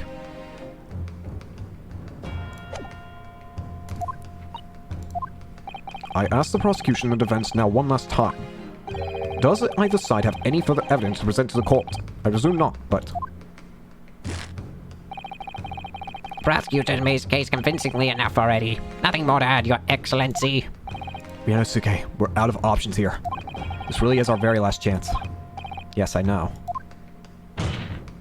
Your Excellency, the defense does have new evidence. That look. That unyielding stare of a true Japanese warrior. Well, Miss Brett? Yes, Your Excellency. If you wouldn't mind, perhaps you could grace us with your presence a little longer. It's a delightful invitation, but I'm afraid it's not so very long until tea time. I'll have to politely decline. Forgive me, Miss Brett. It seems I wasn't clear. I realize it was phrased as a question, however, I must ask that you treat that as an order. I said it many times before, but the Japanese language makes no sense to me. My apologies, dear lady. So, counsel, what is this new evidence that demands the court's attention? Yes! Mr. Zylbrett, we understand you were studying under Dr. Wilson at Yume University, doing research. A research by sheer coincidence, perhaps, into a deadly poison. What? Poison? Where are you going with this, counsel? A toxin known as curare, Your Excellency. Even the slightest amount of this deadly poison entering the body leads to an instant death. Objection! What complete and utter nonsense? Curare, you say? I've never even heard of it. You wouldn't have done. You wouldn't have done. What do you mean? I mean that you wouldn't have heard of the curare for one very simple reason. It doesn't exist in our country. It doesn't exist. Correct. Which means, no matter what test the police can do for toxins, they never identify curare. Why? Because there is no test available that can identify the presence of this highly deadly poison. Ah!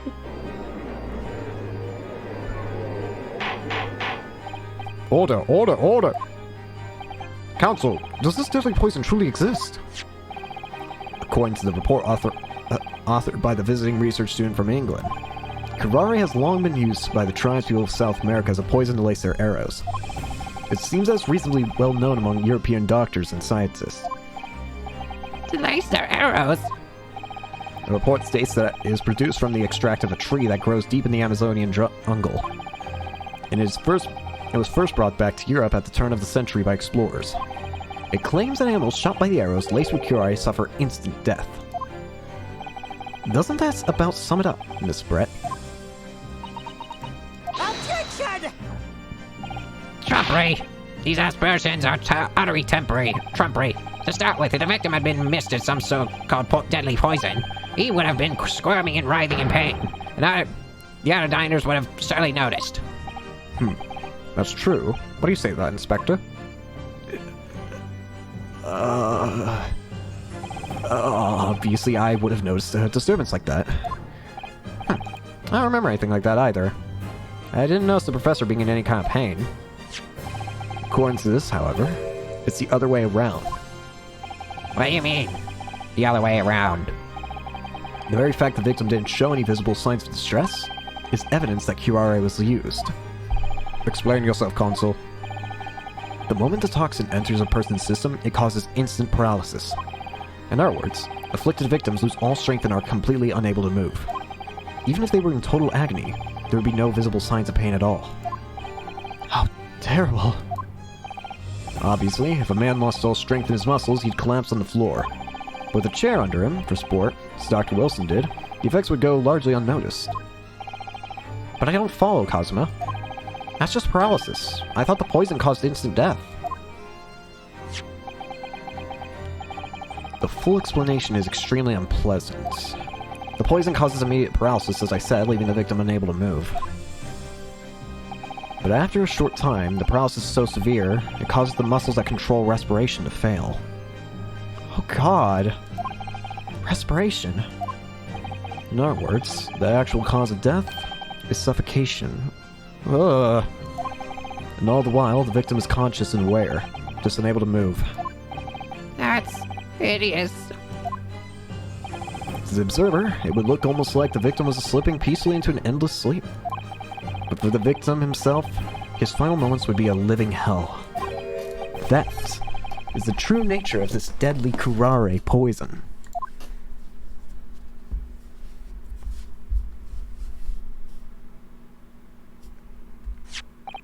And you're suggesting that this bottle, Counsel, actually contains this terrifying poison? Objection! This is all very convenient, isn't it? Hitherto unknown poison for which there is no means of testing. What a happy tale for the defense. If I may. All these facts, you think you're so clever, but you must be taught some manners.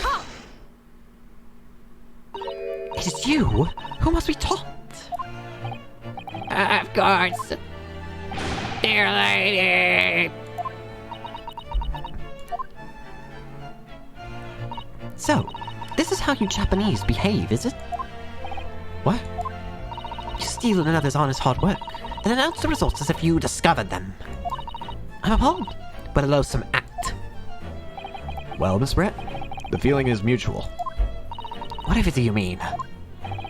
Capitalizing on the unfortunate circumstances of an innocent man to frame him for a heinous crime.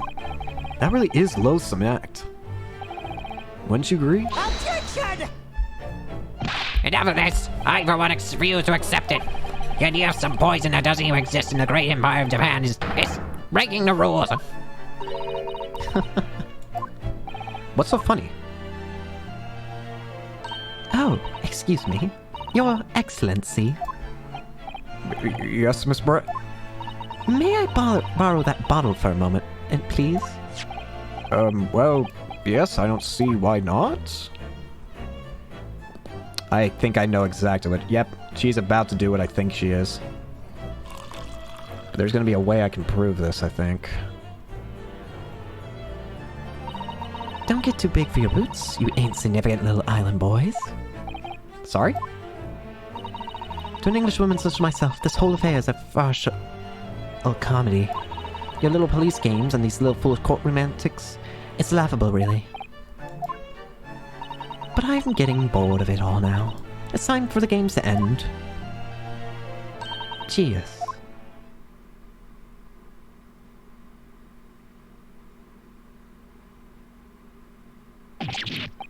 Let me guess, it doesn't actually work on someone if it's just ingested. It explicitly said wound. The fact you're so willing to drink it. No sparkle left at all. How appropriate for this shabby affair.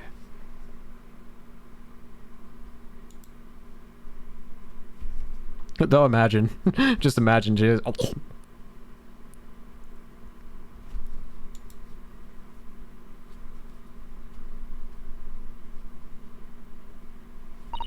Goodness. Whatever's the matter? You all look quite stunned. So, no curare. The bottle wasn't clean. It was clean is what you're saying. You look quite incredulous, little boy. But of course, it's the simple truth. Thank you for presenting the findings of my research so concisely here in this grand venue. Most kind. Thank you, waiter. Now then, Your Excellency... Yes, Miss Brett? I should like to be excused now, please.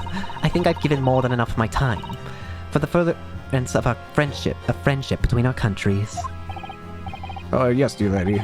We are most gratified with all the assistance you have given. I ain't letting you get away with this. This doesn't make any sense. There has to have been poison in that bottle. So how? How'd she swallow the whole glass and leave to tell the tale? I don't understand it. Well, I suppose if nothing else, this little Far Eastern trade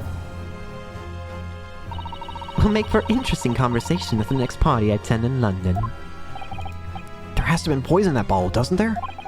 But there can't have been, because otherwise she would have keeled over dead.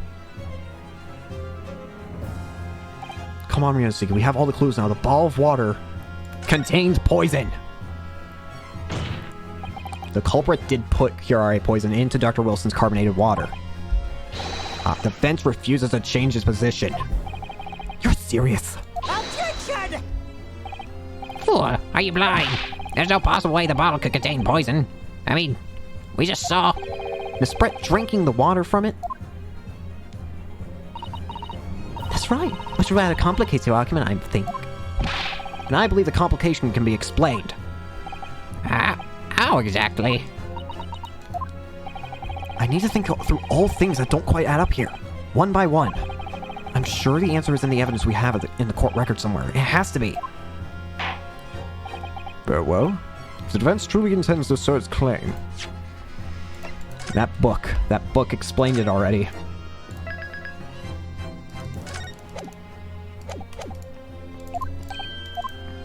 Then I must ask you to support your assertion with evidence. The book. Yes!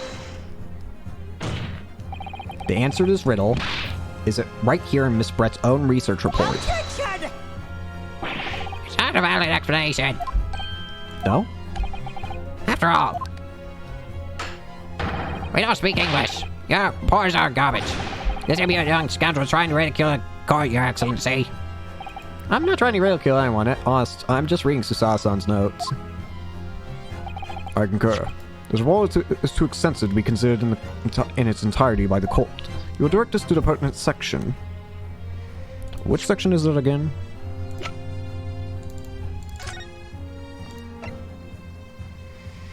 Special characteristics. Route of entry. Enters the body through a wound.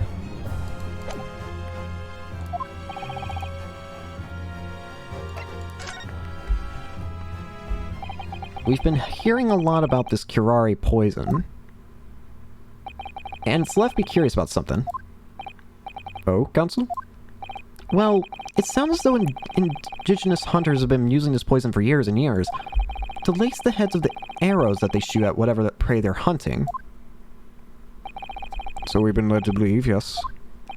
And the point of hunting is to catch prey to eat. Get to the point, please. But if they were to use these laced arrows, doesn't that mean there would be traces of poison left in the prey the hunters are going to eat? Yes, good point. So surely the hunters wouldn't want to eat their prey, would they? because they've been eating poison. Good gracious, Council. No, that would be madness. But I actually found the answer to that conundrum in this research paper here. Under special characteristics, it says this. The poison starts to work after entering the body through a wound. Through a wound, you say? I see. That makes sense. Yes. The mention of that particular detail seemed a little strange to me, though. But it all makes sense when you interpret what's written like this. When curare enters a body through an open wound, it has terrifying poisonous effects. However,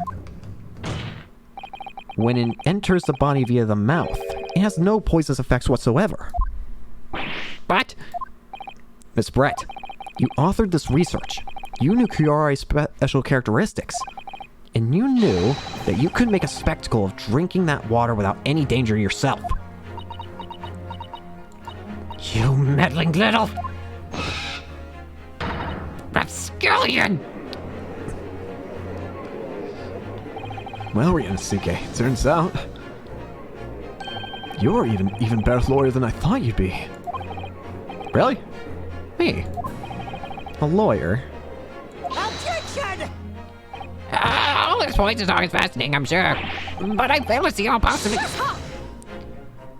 So, purebred little puppy has a new toy to play with. Some facts he read in a book. But I'm afraid knowledge doesn't suit you, little boy. It only makes you look silly. What are you trying to say? Your schoolboyish logic has a fatal flaw. Schoolboyish? Fatal flaw? As even your brain has managed to deduce, curare is safe to ingest. It seemed likely that its effects are neutralized by the acidic nature of gastric succus. Oh, yeah. Well, of course. Gastric suckers? Where are they? So, if this lethal poison is completely harmless when drunk, the professor wouldn't have died when he swallowed it, would he? Yes, he would have. That's right. Good gracious. But that's basic science. Science that even schoolboys should be able to understand, no? Order, Nicole, order! The logic holds. If the lady and the professor drink the same poison, they would be affected in the same way. Are you trying to suggest that? Yes, the curare poison is completely irrelevant to the case on trial. That's right. Surely even a little cockroach like you could understand something as simple as that.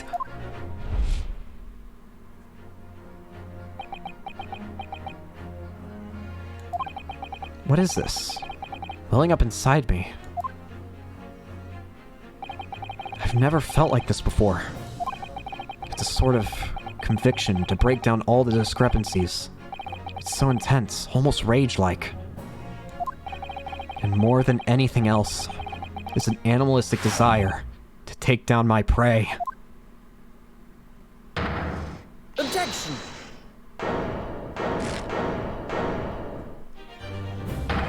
I don't think so, Mr. Zalbrett. How dare you use that tone with me? You know very well that there's no fatal flaw here. You know exactly why, even though both you and the victim swallowed the same poison, you are alive, but Dr. Wilson is dead. Counsel, I'm sure I don't need to remind you. You must provide compelling evidence. As we know now, this poison is completely harmless when ingested. Why would Dr. Wilson alone have been killed by the curare? Take that! His surgery. As Miss Brett so readily pointed out, she drank the same water as the professor. However, there was a fundamental and fatal difference between the two diners. A fatal difference. The toxic effects of curare are only felt when the poison enters the body through an open wound. So, for a healthy person with no injuries, drinking it is completely harmless. But what if there was a wound inside the mouth of the person drinking the poisoned water? Inside? Yes, like a wound you might have if you had just been to the dentist and had a tooth extracted, for example. Oh! Miss Brett, you've acknowledged many times in your testimony already that you were well aware of Dr. Wilson's dental appointment that day. So that's it. Use that knowledge to orchestrate this.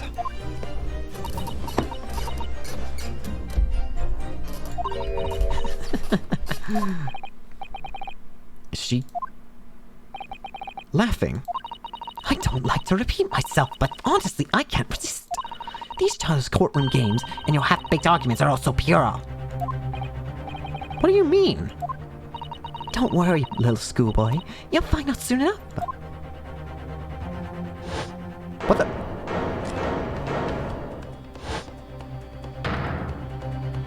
You see, when you leave vital evidence lying around, you never know what might happen to it. No! I mean, it could just slip. You! Oh dear. How careless of me. I'm afraid some crucial evidence may have just been tragically destroyed.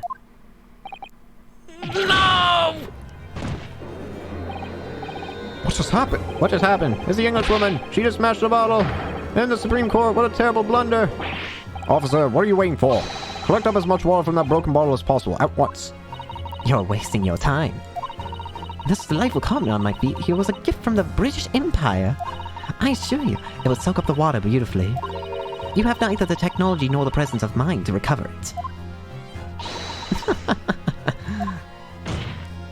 How could you? You won't get away with this! You can thump the bench and shout as much as you like, little boy. But I'm afraid we'll never know now, will we?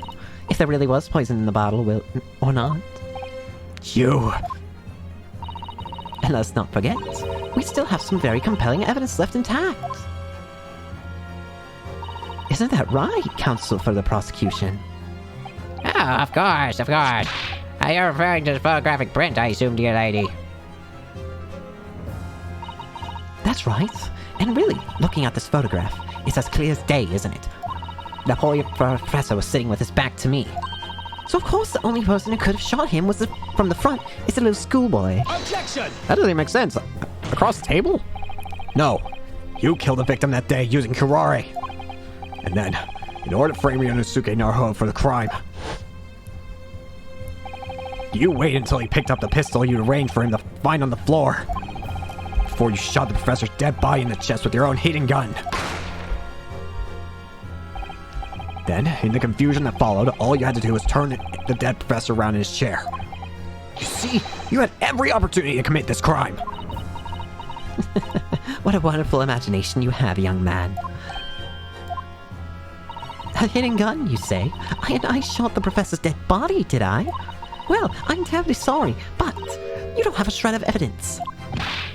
Actually, and as you have nothing to support your wild claims, the prosecution's stance remains unchanged. The victim, Dr. John H. Wilson, was killed by gunshot to the chest. Delivered in cold blood by the accused, Ryunosuke Naruhodo. This is unbelievable. How can this be happening?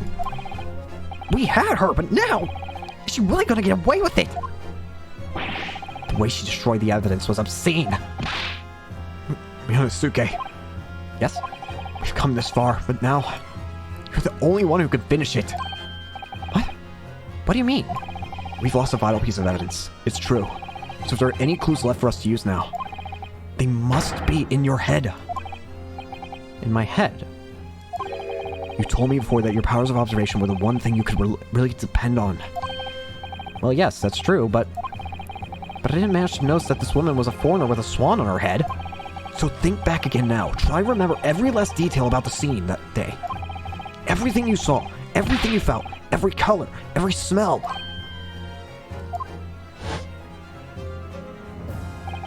What I saw, what I felt, every color. Blood. Is Kazuma right? Somewhere in the vibrant memory of the same scene in my head. Could there be another clue to expose the identity of Dr. Wilson's killer? Actually, Kazuma, I think I might have something. Thinking back over everything I saw, I think I might have uncovered another clue. You always have had something up your sleeve, don't you, Ryunosuke? Come on then, let's wipe the smug smile off that English woman's face with some evidence. Alright, can't wait. Well, I can wait if I save.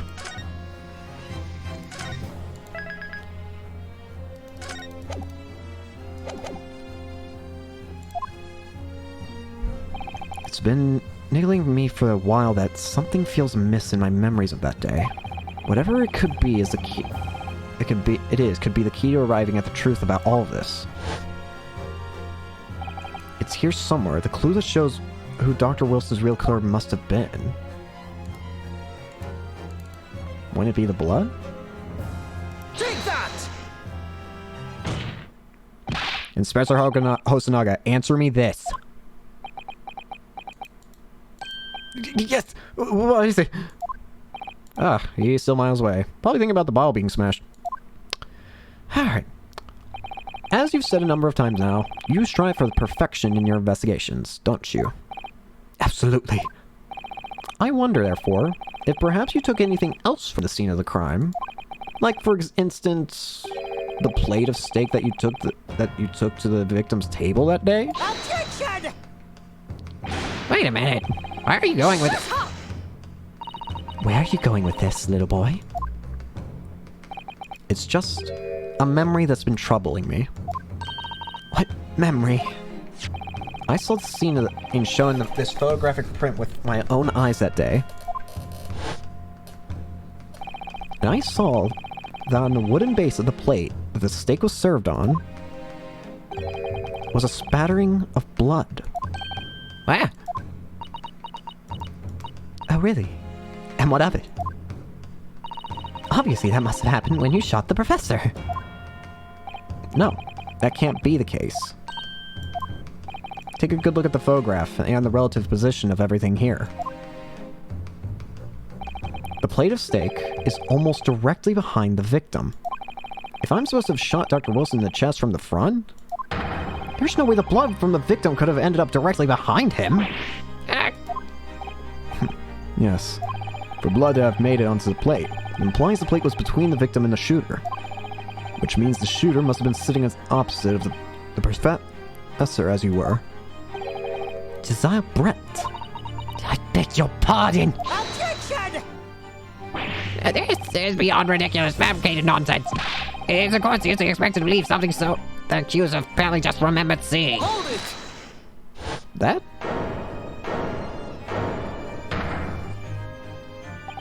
This could be the moment that my entire career in the police force has been leading to. Inspector, you mean? Yes, I took the plate in the interest of preserving evidence from the scene of the crime. I took it, meat and all, and I don't care if they call me a crime scene thief because of it. You did what? I took the steak that you had been eating, Miss Brett. I took the steak that the sergeant had been eating. And I did it all in the name of justice. Then we can find out for sure whether or not there's a blood stain on Miss Brett's plate. We must examine it now.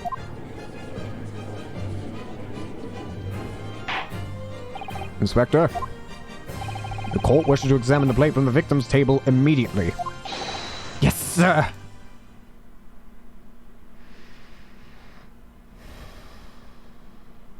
I can already tell. Sorry for the delay.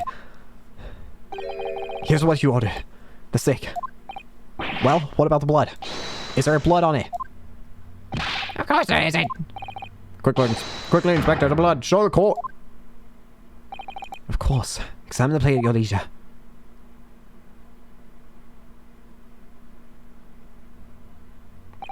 No. No blood. No blood anywhere. But no, that's possible! I know it's not! I'm sure of it! Then this must be a different plate, then. It was right there on the table behind the professor. There was the blood on the side of the plate! What an unbecoming expression, little boy. You see, this is why I say you can't trust what the Japanese tell you. I couldn't agree more. In the case of this disgrace to the Empire, I believe we may finally have reached a conclusion in this trial. Let's hope so. Let's pretend attempt at a courtroom proceedings is painful to watch. But I do promise to do my best to forget all about it when it's over. sorry, excusing sake reveals the facts all too clearly. If so, the sorry-looking accused wishes to examine again, be my guest.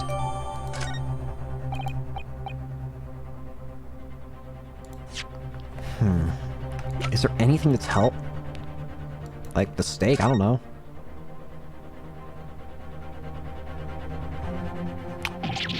Huh? Wait! This is the old man's coin! It was mentioned earlier that the old man had lost his coin. This is it. It's under this plate. Wait, if this is the wrong plate then... I might know who this is then. This is the soldier's plate then. Because the soldier would have wanted to... the soldier would have wanted the coin. And if he wanted a coin, he would have had to steal it, possibly. Maybe he didn't want to pay for it. So maybe he thought he could hide under his steak. But that leaves the question of if that's the case, then why is it that this plate is being mistaken for... Like, if this isn't Giselle's plate, then why is it being mistaken for being that plate? What in the world is this? I think it's a Koban coin. And the whole mark is from the Hoei era, I believe. No, I don't mean what it is. What is it? I mean, what's it doing there? Wait, did you say it was Hoei Koban? Yes, and apart from the meat juice, it looks to be in good condition. I imagine it's very valuable.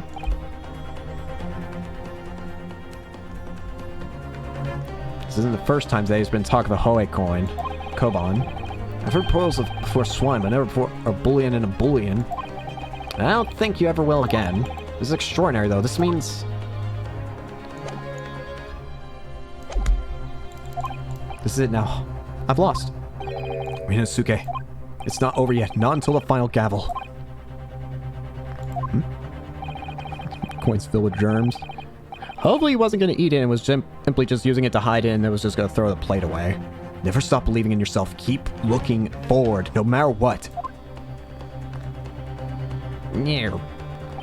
Believe in myself. Really? Maybe I should at least examine the evidence for myself. As the evidence requested by defense has not been shown to be problematic in any way, I presume any further examination of evidence in this trial will be unnecessary. Does the defense have any objection? It was going to clinch the trial for me. Can I play? Your Excellency, please wait. The plate of beef is hiding another clue. Another clue that will reveal the shocking truth. Objection! The only thing that's shocking is your unhealthy fascination with beefsteak. Your Excellency, I think I've made myself clear, haven't I? I will not be able to turn a blind eye to any more unnecessary procrastination in this trial. I'm sorry, Miss Brett, but we must ensure a thorough examination of the evidence.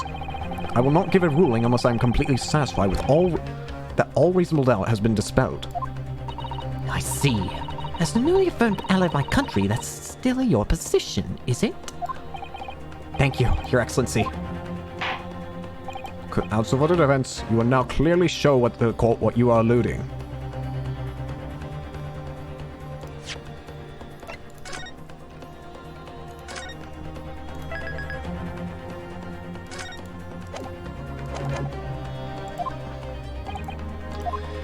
Let's take a look under.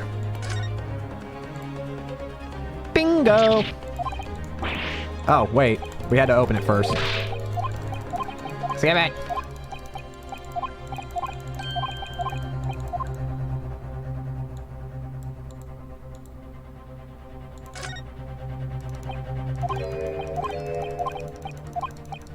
Don't eat the coin, dang it. Got Good gracious, that's... Koban? What on earth? Whole era one? That? Miss Brett, this is in fact the beefsteak that you ordered at the restaurant on the day in question, is it? Tell me, why is there an old coin seemingly hidden underneath the meat? Shut up! What a ridiculous question. How should I know? I've never seen a thing before in my life. I don't know what this is, but I want no part of it. Objection! I fail to see how this is relevant. A coin under the meat. That could simply have been a careless mistake by the chef in the moment of distraction. Objection! Don't be absurd. We're supposed to believe that this happened by accident in the kitchen? A rare Hoei Koban just happened to be underneath the plate of steak? If this turns out to be irrelevant to the case, I'll rip up my ticket to Great Britain right now. He's right. It can't be a coincidence. Your Excellency. Yes, Consul? A rare Hoei Koban just happens to be underneath that piece of steak? If this turns out to be irrelevant to the case, I'll give up my lawyer job right now. Objection! I'm not even a lawyer. By all means, don't let us stop you. No one invited you anyway. Shut up! Perhaps, little boy, you should realize it is you who is irrelevant. Even though I'm the one on trial here.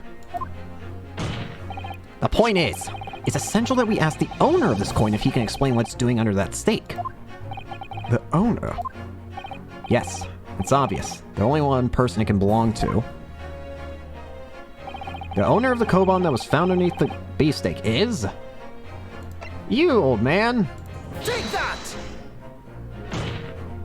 Obviously, it can only be the antiques dealer and owner of Rasute, Curio Korekuda-san. Curio? As in Mr. Cucumber something? Honestly, these ridiculous Japanese names are quite unfathomable.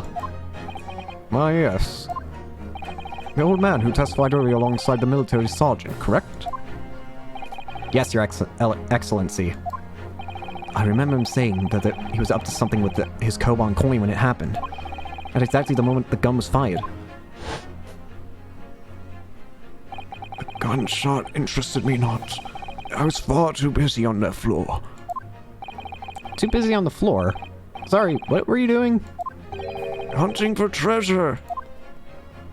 Indeed, the Hoei Koban, my prized coin.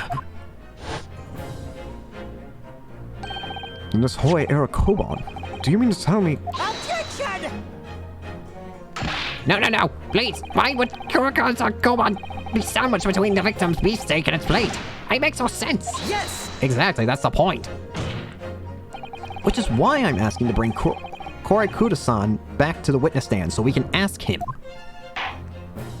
Officer, bring both witnesses that testified earlier back in here. Without a moment's delay.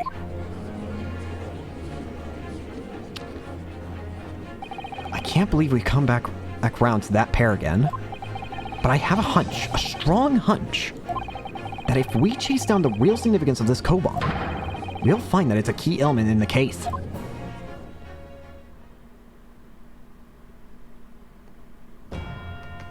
Oh gosh, the witness stand is very full and your child is trying to kill you. Still, I should say. What's this all about? What have I been called up again? Why have I been called up again? Don't you realize it's still at a time for little baby Ido? When my son's belly is empty, he's fiercer than a pack of wolves. Exploited by the police we were, like miserable dogs, forced to bear false witness. And when cast from this courtroom myself, I became a ruined man in a trice, a worthless, withered antique. Nothing more have I to say. The sun is set on this Rasute shop owner's existence. Be that it may, Korekuda-san, something has come to the light that requires a clarification. As far as your Rasute memory serves, have you ever seen this Koban that... Oh, ow! It just hurt him! That's it! The one! The very one! The very exact one that it is!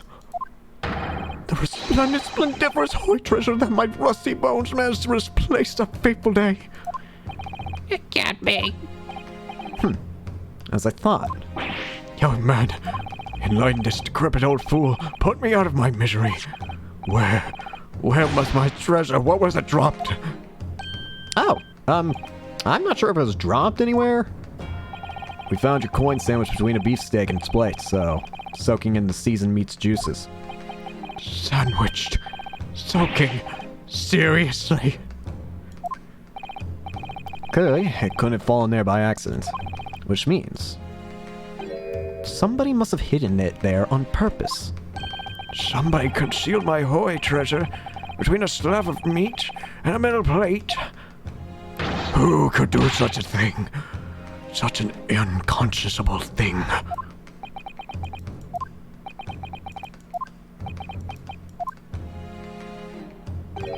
Excuse me, could I say something? Yes, of course. Proceed, Inspector Hosonaga.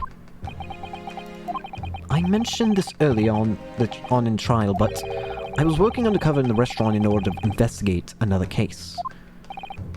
Ah, yes, that's right. The secret undercover operation. The Carnival is a high-class Western cuisine restaurant. It attracts wealthy diners, including many foreigners. Recently, there's been a run of similarly executed thefts targeting the restaurant's rich clientele. A number of such incidents have been reported to the police bureau.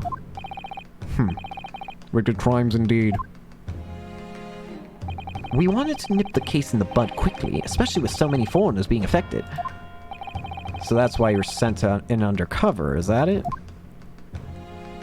Yes, I took on the job of waiter at the restaurant in order to flush out the criminal. It seems likely that this Koban incident is the work of the same thief. So unbeknownst to us, there was a master thief at work in the restaurant on a regular basis. The place was already the scene of several crimes, it seems. I don't know about the master thief part, but the identity of the person who stole and hid Korikuta-san's Koban is all too clear. What? What? I think the court would like to hear the defense's view on this matter. Tell us, who is the despicable scoundrel that stole Korikuta-san Koban and hid it under the stake? Well, it's clearly the one guy who's been freaking out this whole time when everyone's talking. Start speaking, soldier boy. Take that! Obviously, it can only be you. Sergeant Isanosa. What? How dare you monster! Monster? I stole that Koban, did I? I'm the master thief of La Carnival, am I? You're seriously accusing me of these crimes, Cadet? But it wasn't me. It was Ido.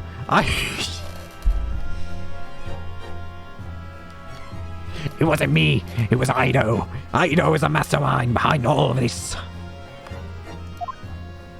The child? Are you You're a bad dad, aren't you? You're pinning the blame on your son.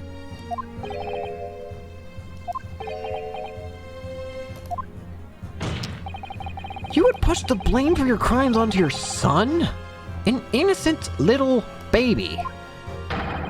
It's you's the monster, Sergeant Nosa.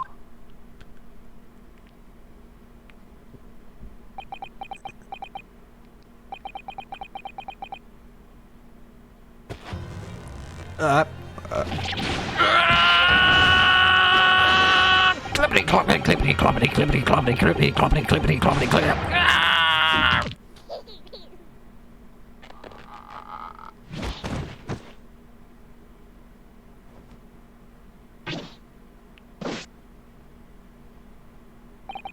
Nippon Imperial Army Sergeant Isanosa, preparing to stand down in the Supreme Court, sir.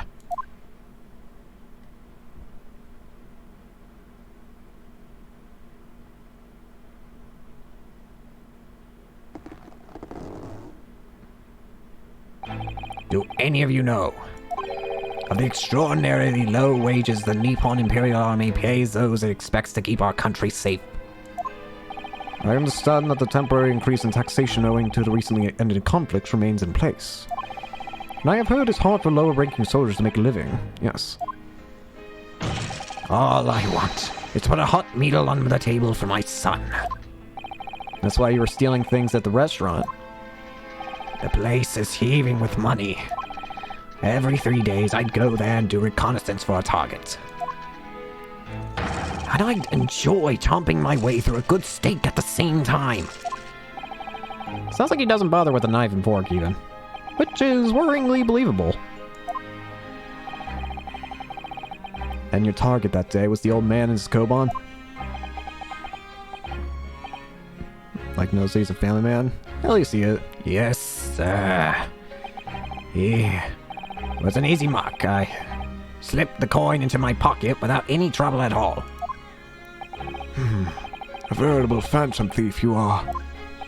I was all set to leave the steak. I was halfway through devouring when it happened.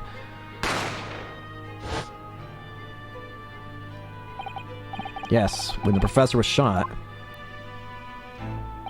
I knew that if the police conducted a search and found the coin in my pocket, I'd be finished. I do too. So I hid the incriminating evidence as fast as I could, on the double. I slipped it under the steak, hoping that I'd be able to rendezvous with it again at a later date.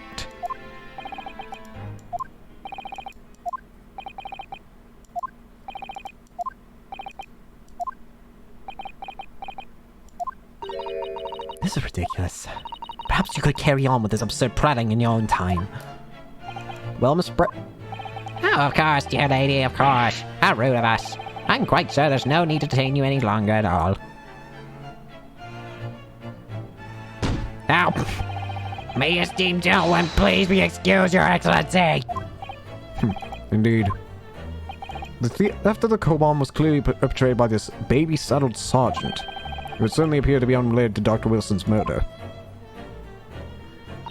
Of course it is. Hiding a coin under a lump of meat? The sheer nonsense of such an idea astounds me.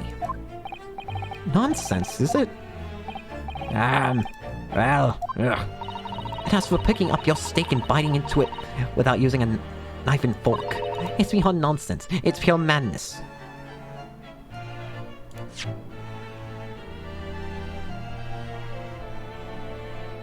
Did...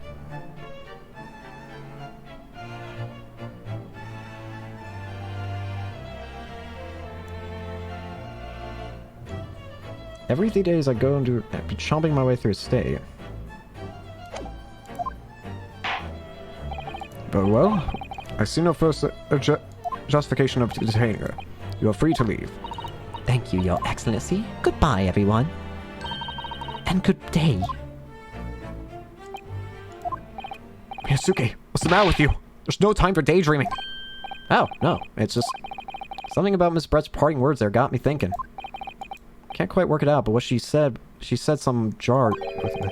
Felt like there was a contradiction in there somewhere, something that didn't quite add up. If that's the case, then don't just stand there thinking. Make your voice heard. Sorry? You can think later, but if you don't call out now, it'll be too late. The trial will be over. Hold it! Wait, Miss Brett. What is it now? I'm afraid, just one last time, there's something I'd like to ask you. I'd like you to explain the contradiction in your parting words from just a few moments ago. What are you talking about? What contradiction? Objection! What new student nonsense is this? Well, what parting words are you talking about, Rinnosuke? If it gives me a list to choose from, I might be able to easily pick it out.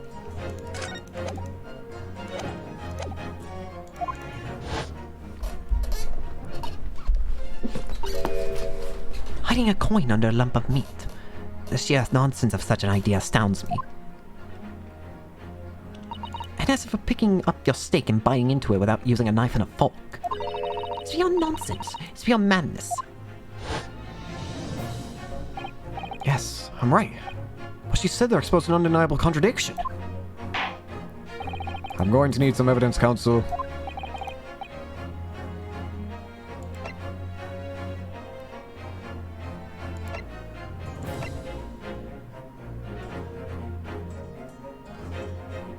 Wait a minute. Wait a minute! Take that! The photographic print of the scene taken immediately after the incident occurred? What's interesting is the plate of steak that you can see on the victim's table. The steak that Miss Brett had been eating before the person was killed. Yes, go on. More accurately, Your Excellency, the steak that was on the victim's table just before the professor was killed. Now you're just splitting hairs. Not true. Doesn't something about this steak strike you as very unnatural? Unnatural? What on earth do you mean? It's extremely obvious. I'm talking about the shape of the edge where it's been eaten. I see you've noticed it too, Miss Brett. Noticed what exactly, Counsel? Just a few moments ago, Miss Brett claimed no Englishman could even contemplate picking up a steak and biting into it without using a knife and a fork. Of course she did. She's a refined English gentlewoman herself. Then take a look at the steak, in particular the edges where it's been eaten. As you can see, there are clearly defined barbaric teeth marks here. Oh? It looks like Miss Brett has realized something. So, the witnesses, as she claims, wouldn't contemplate eating anything without using a knife and a fork. And there shouldn't be teeth marks in the steak at all. Objection! What is your absolute point? Perhaps the delightful Miss Brett was ravenously hungry and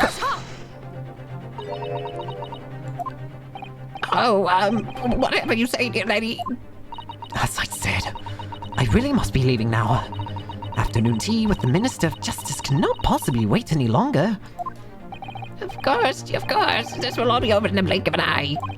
Rest assured, I'm about to put this rookie in his place. Just leave. I've heard enough. You irritating little spectacled samurai relic. Of course. Yeah, dear lady. What's the matter, Miss Brett? Have we ruffled your feathers? Clearly, the witness knows what this means. She's realized the catastrophic implication those teeth marks in the steak had for her. Minazuke, do you know where you're going with this? Yes. Now, at last, it's all come together. The mysterious teeth marks in a steak that had allegedly been eaten with cutlery. The reason why the blood stain I saw somehow seems to have disappeared.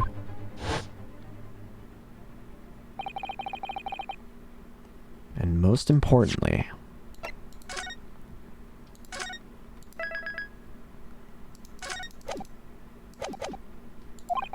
the evidence that proves once and for all who shot Dr. Wilson that day. I accept these teeth marks in the steak are a little unnatural, as you put it, Counsel. But what exactly are you suggesting that tells us? Everything, Your Excellency. Everything? Yes, I believe that these barbaric teeth marks in the steak here amount to conclusive evidence in this case. Evidence that will prove beyond any doubt who shot Dr. Wilson. Conclusive evidence. How many times have I heard that today? You wouldn't know the meaning of the phrase typical Japanese empty threats. How can you be so sure? Oh, it's quite simple. If you really had such conclusive evidence, you would have presented it to the court long ago. Actually, the evidence I'm talking about hasn't been brought before the court yet. Hasn't been what? But just because it hasn't been shown yet, doesn't mean that the evidence does not exist. Objection! It's absurd. The trial's run several hours already, and you say there's evidence yet to be brought forward? That can't be. I don't believe you have it. Objection! I don't, but there is someone who does have it, someone in this very courtroom. And if that person is willing to submit the piece of evidence I'm referring to, it will solve every remaining mystery about this case. Very well. I have a feeling this will be my last request of the defense in this trial. Who possesses the conclusive evidence that will reveal the truth about this whole affair? Take that! Counsel, I'm disappointed. As this is likely your last chance, I would have expected you taking it more seriously.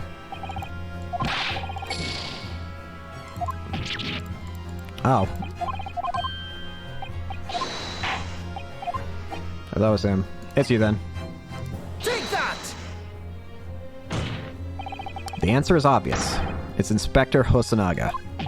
What? I have it. Yes. You think I've been withholding conclusive evidence? That's ridiculous. No, I'm not saying that. Everyone's attention has been focused on this stake with the teeth marks. Yes.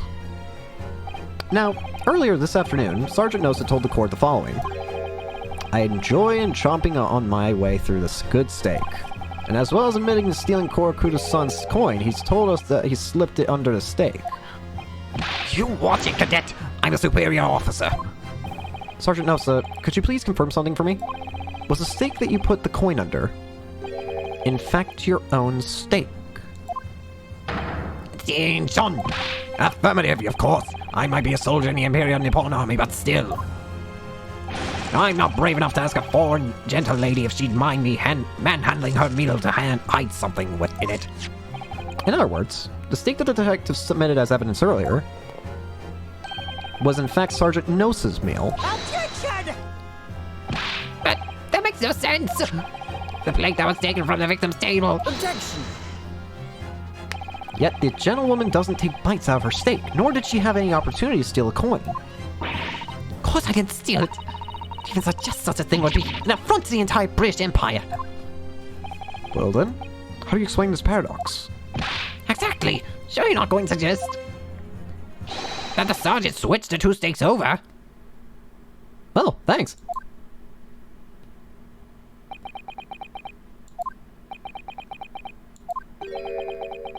Hey, we even got confirmation. I messed up. You did switch the plates. Well, after it happened, when I saw the civilian had been murdered right in front of my eyes like that, I panicked. As I said, I immediately lifted my stake and hid the coin underneath it. But then, the waiter announced he was an undercover policeman, and I thought I'd had it. If he decided to investigate my slab of meat, that'd be it. I'd be getting my marching orders. So when the cadet here was arrested and taken off to the kitchen, I seized my chance.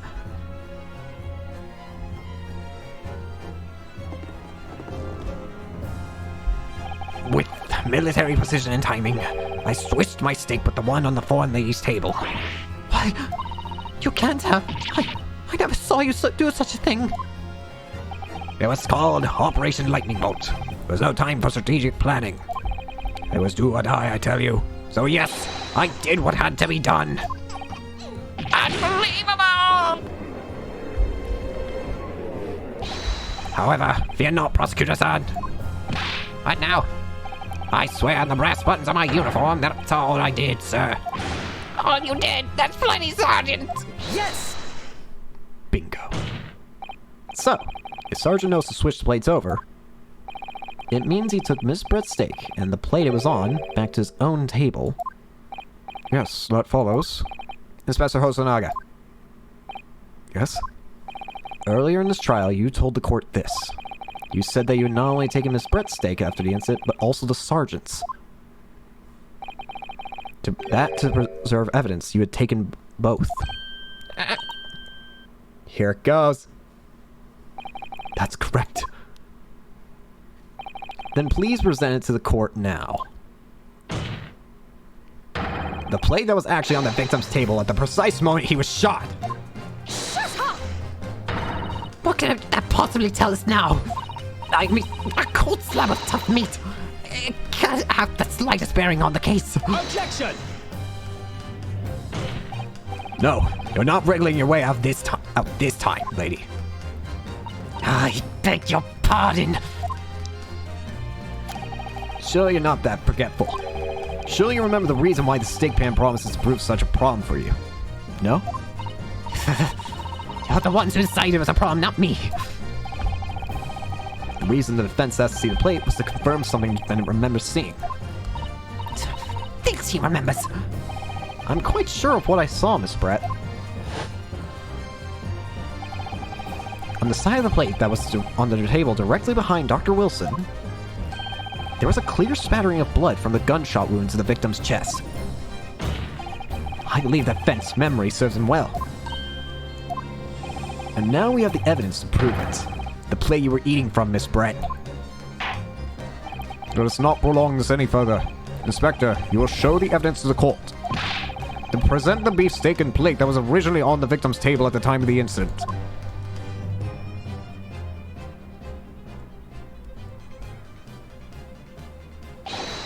Yes, sir! Come on. I can already see it! Sorry for keeping you. Victory. Here's the other steak in its plate. Please, feel free to examine it. Beautiful. The bloodstain. It's clearly visible. Look! Yes! Now this makes everything clear. The blood you can see on the side of the plate shows that at the moment the victim was shot, he was facing the table with his back to me. In other words, it's impossible for Naruto-san to have shot the victim. It can't be. In fact, there's only one person who could possibly have shot Dr. Wilson from the front. And I'm sure everyone knows by now who that person is.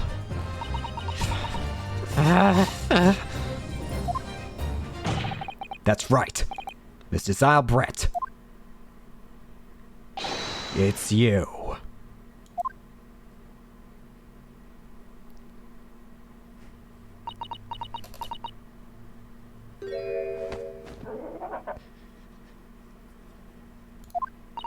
Outdone by a Japanese me. By a Japanese schoolboy. No. No. No!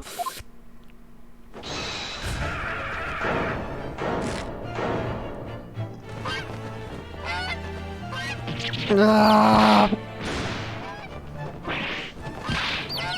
What? What?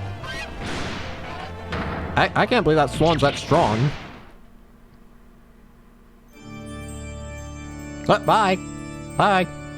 I guess. What? Okay. Bye. Yay!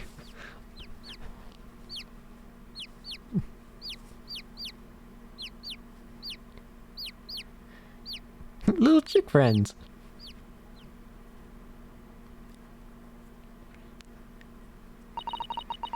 Please excuse my little outburst. I briefly lost my composure. Most unbecoming behavior for an English gentlewoman. Forgive me. Why so racist? I guess it's because it's in the past. Well, Miss Brett, I think it's time you told the court what actually happened that day. The truth this time. Gladly, Your Excellency.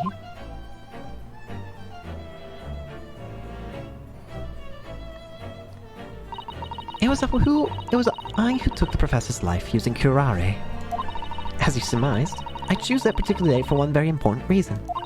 The professor had a dental appointment for the extraction of one of his teeth in the morning. So you planned to kill the professor, knowing that no trace of poison would be found in his water. Because curare is unheard of here in Japan. Yes. Of course, I never intended to remain at the restaurant for as long as I did. I only needed to see the professor take one tiny sip of his water, and it would all be over. I would place the steak I had ordered in front of him to make it appear as though he'd been dining alone. And leave immediately. However, before any of that happened, there was an unexpected visitor at the professor's table. That would be me, I suppose. Yes, you. Who else? It's just a trifling matter. But the fact that you decided to come over to greet the professor meant that I lost my chance to slip away unnoticed. In due course, the professor took a sip of his water and was paralyzed. I made sure he was sitting in his chair such that he wouldn't fall. There was no going back at that point. So so I concocted a plan on the at the spur of the moment. A plan to pin Dr. Wilson's murder on this innocent man. I happen to know that the professor always carried a gun. I decided to use that fact to my advantage. I had the bottle of curare in my handbag, and my own pistol concealed under my skirt. Under your skirt? So I was right. There were 2 guns. Yes. And then I finished my coffee and got up to leave. That's when I noticed the professor's gun, which you had presumably placed on the floor. A place where you're sure I would notice it. And everything went according to plan. You noticed the gun, as I'd intended. And then, just as you bent down to pick it up,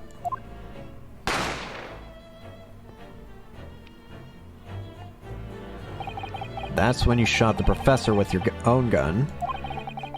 Even though at that point he was already dead. naturally, the gunshot caused a commotion, at which point the waiter appeared. Obviously, I assumed Naruhodo-san was the culprit and apprehended him. I took him to the pantry that adjoins the kitchen and locked him inside. That's when I took the opportunity to turn the professor in his chair around. Because of course, you needed to make it look like the defendant had shot Dr. Wilson from where he'd picked up the gun.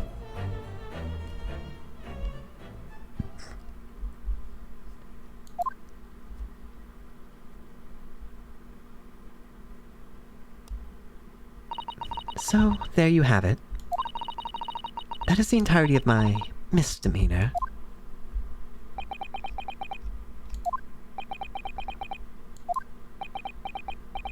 Well, I messed up. Your Excellency, Yes? I wonder... Might I speak with you in private later? I shall call on you. Thank you. Good day then, everyone. I hope you can forgive me, Naruhodo-san. No. What?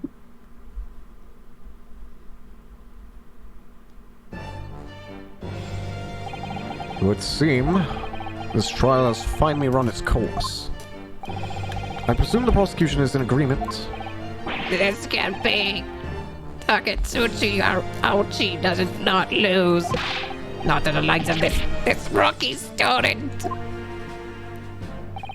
You better start getting used to tough opposition. Rinosuke Naruhodo. Well, yes? This insult to the Aochi family name will never be forgotten. You've become conceited with age, Council.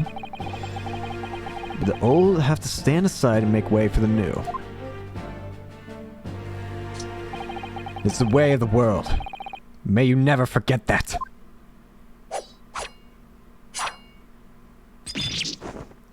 His hair.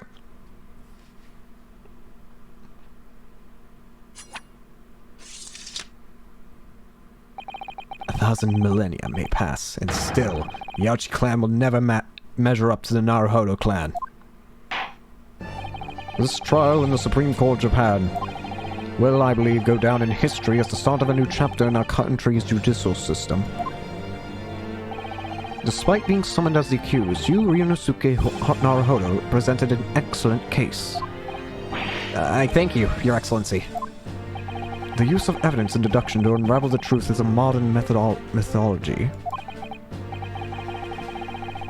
After all, it has only been a few short decades since our country opened its doors to the wider world. But the Western ideas of science are rapidly gaining acceptance here. I feel sure that science will soon bring new methods of investigation and new procedures of justice. A new future of law awaits, but what will it look like I cannot begin to imagine. That is for the young to pursue. Kazuma Asogi? Yes? After all, after this trial, you are set to embark on a journey of discovery to the illustrious British Empire. Learn all you can. Absorb everything of the wider world that you are able to. And do not forget to fulfill the mission imposed upon you. Mission? I understand, Your Excellency. What was that about? Why do you look so grave all of a sudden? Ah, never mind. As for you, Ryonosuke Naruhodo. Oh, yes. In you, I sense... how can I put it? Unusual potential. I very much look forward to seeing how you carry that onwards. Yeah, thank you, Your Excellency. Now I'm here. I'm over here now. It is time to deliver the final verdict. I hereby find the defendant, Ryonosuke Naruhodo, not guilty.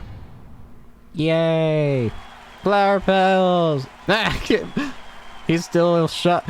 I think Ouchie's just... I think he's just paralyzed. Hope he didn't get hit by the Curare stuff. This court is now adjourned. King type beat. 22nd November. I can't believe it. I can't believe what's happened. I made it. I defended myself and made it through that horrendous trial. Ryosuke. You finally pulled it off. Congratulations. Well, I couldn't have done it without you. Thank you, Kazuma. No, it was a pleasure to watch you at work. So, you owe me an extra large sukiyaki from the place on Yume University Street, don't forget. Good afternoon. All your hard work has certainly paid off. I assume that's... Oh, no! Congratulations to both of you for proving Naruhodo-san's innocence. Ah, your trusty digital assistant. You worked hard for that result too, you know. Oh no, I didn't do any... Thank you so much. If we hadn't had that research report of Miss Brett's, I don't know if things would have turned out. I don't know how things would have turned out. Game's really pretty. It is very pretty. Your kind words really should really be for my father. I was simply doing as he asked. It was his idea for me to go to the university and investigate. Your father? Oh, yeah, of course.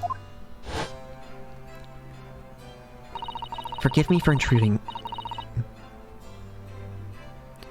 Why is his headband flowing in the wind when it always indoors? Funny you mention that, because I'm pretty sure Naruhodo said the exact same thing, or something similar to that effect. Like, get control of your headband. Susanoo Mikotoba, Judicial Assistant to the Defense. Speaking of Mikotoba... Oh, there you are. I believe congratulations are in order. Hi! Naruhodo. You did an excellent job. Thank you, Professor. Oh no, it is I who should be thanking you. After all, your efforts exposed the true criminal that took the life of my good friend. Good friend? Oh yeah, you mentioned that before. It was you who actually invited Dr. Wilson to Yume University, wasn't it? Yes, that's right. Professor Mikotoba studied overseas himself. He went to study forensic medicine in Great Britain. Presumably, that's when you met Dr. Wilson? Exactly. In those days, we worked together in the same hospital. Oh, you worked together? I never heard you mention that before. Well, it was a long time ago now. Besides, it's your turn, Asogi.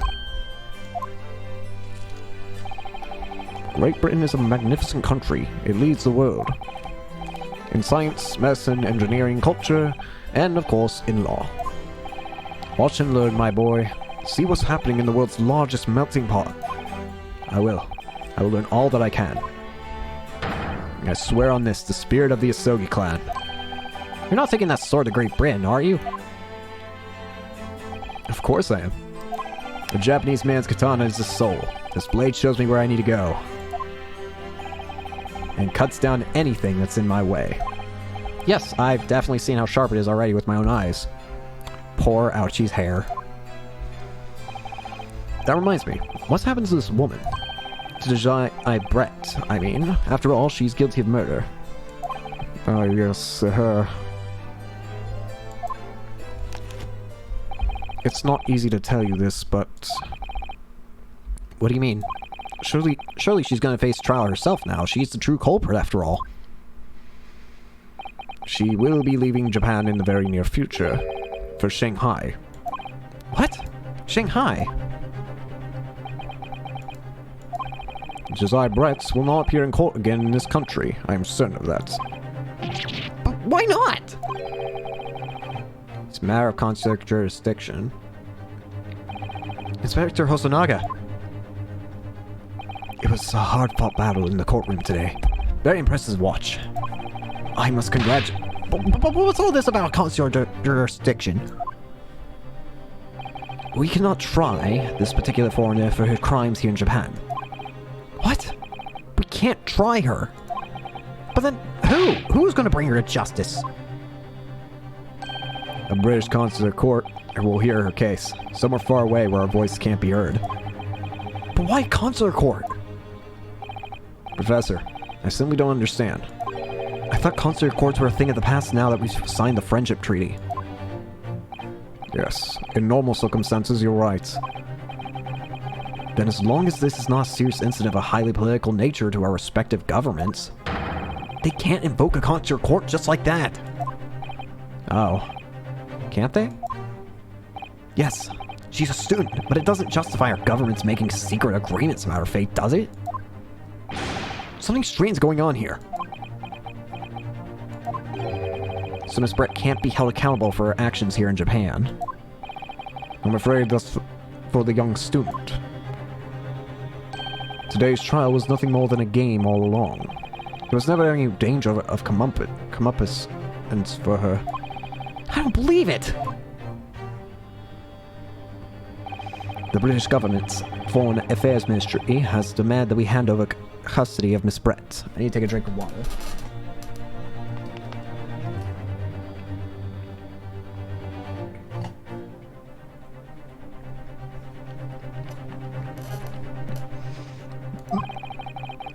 They're obviously taking this case of foreign student committing murder very seriously. But it's all going to change from now on. We can make it change.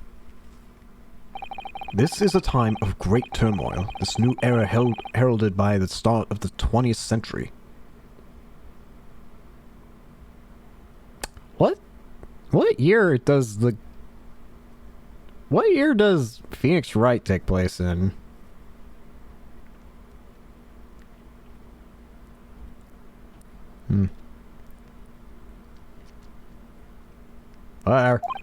On one day, I've no doubts. That woman will receive the judgment she deserves. Yes, change is coming. And we're the ones driving it. Well, I think that's enough seriousness for now. This evening calls for celebratory drink. But, Professor... You're right. This is no time for gloomy faces. We should be celebrating Rinatsuki's not guilty verdict. Let's start having some fun. In that case, might I suggest Le Carnival? As the head waiter, I should be delighted to provide you with ample food and drink. You're a detective, Hosonaga-san, aren't you? Let's not worry about the details for now. To Le Carnival. Will you accompany us, Professor? Oh, of course. Le Carnival's food is second to none. I shall go and attend to the paperwork for Naruhodo-san's release. Oh, yeah. Thanks.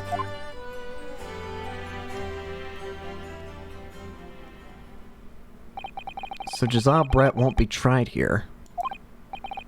I suppose that means I'll never know. I'll never find out why she killed Dr. Wilson. Kazuma. Yes, Rinatsuke? As soon as in 2000 for the first ones, for this one I had no clue. Might be something for investigating on in my own time. Hosonaga Adorable is going to infect the food he serves. The funny thing is, I don't even know if he's sick. They don't mention it more than just like at the beginning when they first introduce him, but it seems like it's nothing to like worry about. I mean, I don't know if this is true or not, but it seems like they don't care about it. They only brought it up once at the beginning, and that's it. So I don't know what he's got. Maybe he's a condition. Maybe he's sick. If it's a condition, then I feel bad he has to deal with it, but I guess at least it's manageable. If it's sickness, then why is he not at a doctor? Or whatever they got here. I just wanted to say thanks again. That's all. You really saved my skin today. I didn't do a thing. You were the lawyer in there, weren't you? That defense was all your own work. Your skills made the difference, though. One day, I bet you'll be the best lawyer in the world. I'm not so sure about that. To be honest, something kept occurring to me over and over again during that trial. I couldn't help thinking that maybe you're the one destined to become a great lawyer. Not me. Come on, don't be serious. If I helped you today, it was only right at the very start of the trial. But you have a natural talent for it. For being a defense lawyer, I mean. Oh no, not me. All that tense verbal combat, I never want to go through that ever again. I did what you told me to do, and that's all. Because I knew I could trust you. That's the point. Sorry? What do you mean? That's the point. Listen, Ryunosuke. Do you know what the most crucial weapon is that any lawyer needs in order to win? Knowledge of the law? No. The ability to believe. To believe? To believe what? A defense lawyer has to fight for his clients. He has to believe in them at all times. Like you believed in me when I said I didn't do it? I'm human, just like you. I don't have some superhuman ability to know the truth. But you have to make a choice about what to believe in and stick to it when you're defending someone. Sometimes in the courtroom, you can really be backed into a corner. But being able to remain faithful to what you choose and to believe in the even then, well, it's not something that anyone can do. It takes a special kind of person. Believing in your client. Just look at today's trial. I'm a student of law. I'm a student lawyer with precious little real experience, but you never stopped believing in me. Well, you face seemingly hopeless situations time and again, but you never stopped looking for the truth. In the end, you found it through your own efforts, and because you never stopped believing in me. Thanks, Kazuma.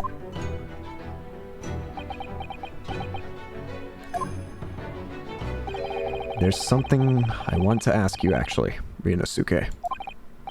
Well, it's a favor, really. Something very important to me. It sounds serious. What is... Ah, you're still here, are you? Oh, Inspector Hosonaga. I've arranged some rickshaws for us. Let's go. Thank you. We'll be right there. Let's pick up this conversation again later. We should be celebrating right now. Your first court victory. And your study tour to Great Britain, don't forget. Ah, yes, that too.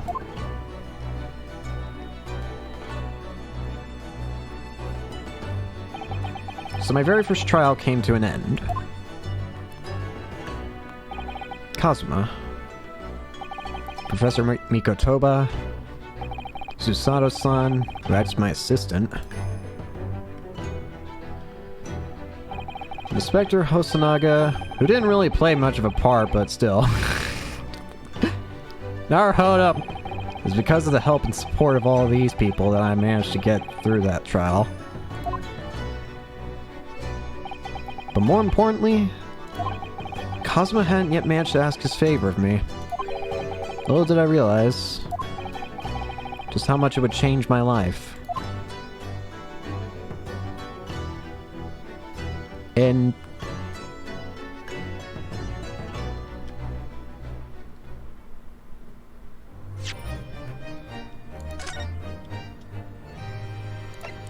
alright, here's where we're gonna end for today. Next time will be the adventure of the unbreakable speckled band. But for now, we're just gonna end for today. Thank you so much for watching. I hope you enjoyed, and then I guess I'll see you people tomorrow. Hope you all have a good day, and I'm gonna get back to Xenoblade Chronicles 3. It's consumed my life. See ya.